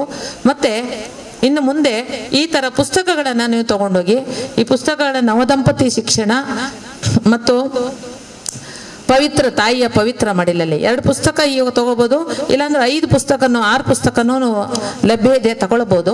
ಆದರೆ ಪ್ರಾರಂಭದಲ್ಲಿ ನೀವು ಪುಸ್ತಕಗಳ ಅಧ್ಯಯನ ಮಾಡಿ ನಿಮಗೆ ಅರ್ಥ ಆಗುತ್ತೆ ಯಾವ ರೀತಿ ಇದು ಒಳ್ಳೆಯ ಮಹತ್ವ ಪಡೆಯುವಂತಹ ಒಂದು ಶಿಕ್ಷಣ, ಇದು ಒಂದು ಒಳ್ಳೆಯ ಕೆಲಸ, ಪವಿತ್ರ ಕಾರ್ಯ. ಅದರೆಲ್ಲರೂ ನಾವು ಈ ಒಂದು ಕಾರ್ಯದಲ್ಲಿ ನಮ್ಮ ವೈಯಕ್ತಿಕವಾಗೂ ಒಳ್ಳೆಯದಾಗುತ್ತೆ, ಸಮಾಜಕ್ಕೂ ಒಳ್ಳೆಯದಾಗುತ್ತೆ, ದೇಶಕ್ಕೂ ಒಳ್ಳೆಯದಾಗುತ್ತೆ. ಮುಂದೆ ನಾವು ಏನು ಪಡಿತೀವಿ, ನಾವು ಸುಖ ಸಂತೋಷ ಏನು ನೆಮ್ಮದಿ ಬೇಕು ಹೇಳ್ತೀವಿ, ಅದಕ್ಕೆಲ್ಲ ರಹದಾರಿ ಆಗುತ್ತೆ. ಅದಕ್ಕೋಸ್ಕರ ನಾವೆಲ್ಲರೂ ಮನಸ್ಸು ಮಾಡೋಣ. ಮಾಡ್ಬೋದಾ ಮನಸ್ಸು? ಹೇಳಿ, ಗಟ್ಟಿಯಾಗಿ ಹೇಳಿ. ಮಾಡ್ಬೋದು. ಆಯಿತು. ನೀವು ಇವತ್ತು ನಿಜವಾಗ್ಲೂ ಸಂತೋಷ ಆಗ್ತಾ ಇದೆ. ನೀವೆಲ್ಲರೂ ಕೂಡ ಇಲ್ಲಿ ಬಂದಿದ್ದಕ್ಕೆ ನನಗಂತೂ ತುಂಬ ಸಂತೋಷ ಇದೆ. ಯಾಕೆಂದರೆ ಇಷ್ಟು ಜನರು ಇಷ್ಟೆಲ್ಲ ವಿಷಯಗಳನ್ನು, ಈಗ 4 ಜನ ಮಾತಾಡಿದ್ದೀವಿ, 4 ಜನ ಮಾತಾಡಿದ್ರೆ ಸಾಕಷ್ಟು ವಿಚಾರಗಳನ್ನು ನಾವು ತಿಳಿದುಕೊಂಡಿದ್ದೀವಿ. ನಮ್ಮೆಲ್ಲ ಅಮೂಲ್ಯವಾದ ಸಮಯವನ್ನು ಇವತ್ತು ಕೊಟ್ಟಿದ್ದಕ್ಕೂ ನಮಗೆ ಸಾರ್ಥಕ ಅನ್ನಿಸುತ್ತೆ. ಯಾಕೆಂದರೆ ನಮಗೆಲ್ಲ ಮೊದಲೇ ಪುರಾಣಿಕರು ಹೇಳಿದಾಗೆ ಮೊದಲೇ ಈ ರೀತಿಯ ಶಿಕ್ಷಣ ಸಿಗಲಿಲ್ಲ. ಆದರೆ ನೀವು ಅದೃಷ್ಟವಂತರು, ನಿಮಗೆ ಪ್ರಾರಂಭದಲ್ಲೇ ಇಂತಹ ಶಿಕ್ಷಣ ಸಿಕ್ಕಿದೆ, ಇಂತಹ ಒಂದು ಮಾರ್ಗದರ್ಶನ ದೊರಕಿದೆ. ಹಾಗಾಗಿ ಮುಂದಿನ ನಿಮ್ಮ ಜೀವನವನ್ನು ಚೆನ್ನಾಗಿ ಮಾಡ್ಕೊಳ್ಳೋದಕ್ಕೆ ಇದು ಒಂದು ಒಳ್ಳೆಯ ಇದು ಫೌಂಡೇಶನ್ ಎಂದು ಹೇಳ್ತೀವಿ, ಒಂದು ಭದ್ರವಾದ ಬುನಾದಿ. ಆ ಬುನಾದಿಯನ್ನು ನೀವು ಖಂಡಿತ ಇನ್ನು ಬುನಾದಿಗೆ ಈಗ ಮನೆಯನ್ನು ಅತ್ಯಂತ ಚೆನ್ನಾಗಿ ಈಗ ನಾವು ಕಟ್ಟಬೇಕು, 7 ಅಂತಸ್ತದ್ದು 8 ಅಂತಸ್ತದ್ದು ಕಟ್ಟಬೇಕು ಅಂದರೆ ಕೆಳಗಡೆ ಅಂತ ಒಂದು ಭದ್ರವಾದ ಬುನಾದಿ ಕಾರಣ. ಆ ಭದ್ರವಾದ ಬುನಾದಿಯನ್ನು ನೀವು ಚೆನ್ನಾಗಿ ಹಾಕ್ಕೊಂಡ್ರೆ ಮುಂದಿನ ಜೀವನ ನಿಮಗೆ ಚೆನ್ನಾಗಿರುತ್ತೆ. ಹಾಗಾಗಿ ನಿಮಗೆ ಎಲ್ಲರಿಗೂ ಕೂಡ ಆ ಒಂದು ಭಗವಂತನು ಒಳ್ಳೆಯ ಆರೋಗ್ಯ ಮತ್ತು ನಿಮಗೊಂದು ಒಳ್ಳೆಯ ಮನಸ್ಸು ಇದನ್ನೆಲ್ಲ ಕೊಡಲಿ ಅಂತ ಪ್ರಾರ್ಥನೆ ಮಾಡ್ಕೊಳ್ತಾ ನನ್ನ ಮಾತನ್ನು ಮುಗಿಸ್ತೇನೆ. ನಮಸ್ತೆ.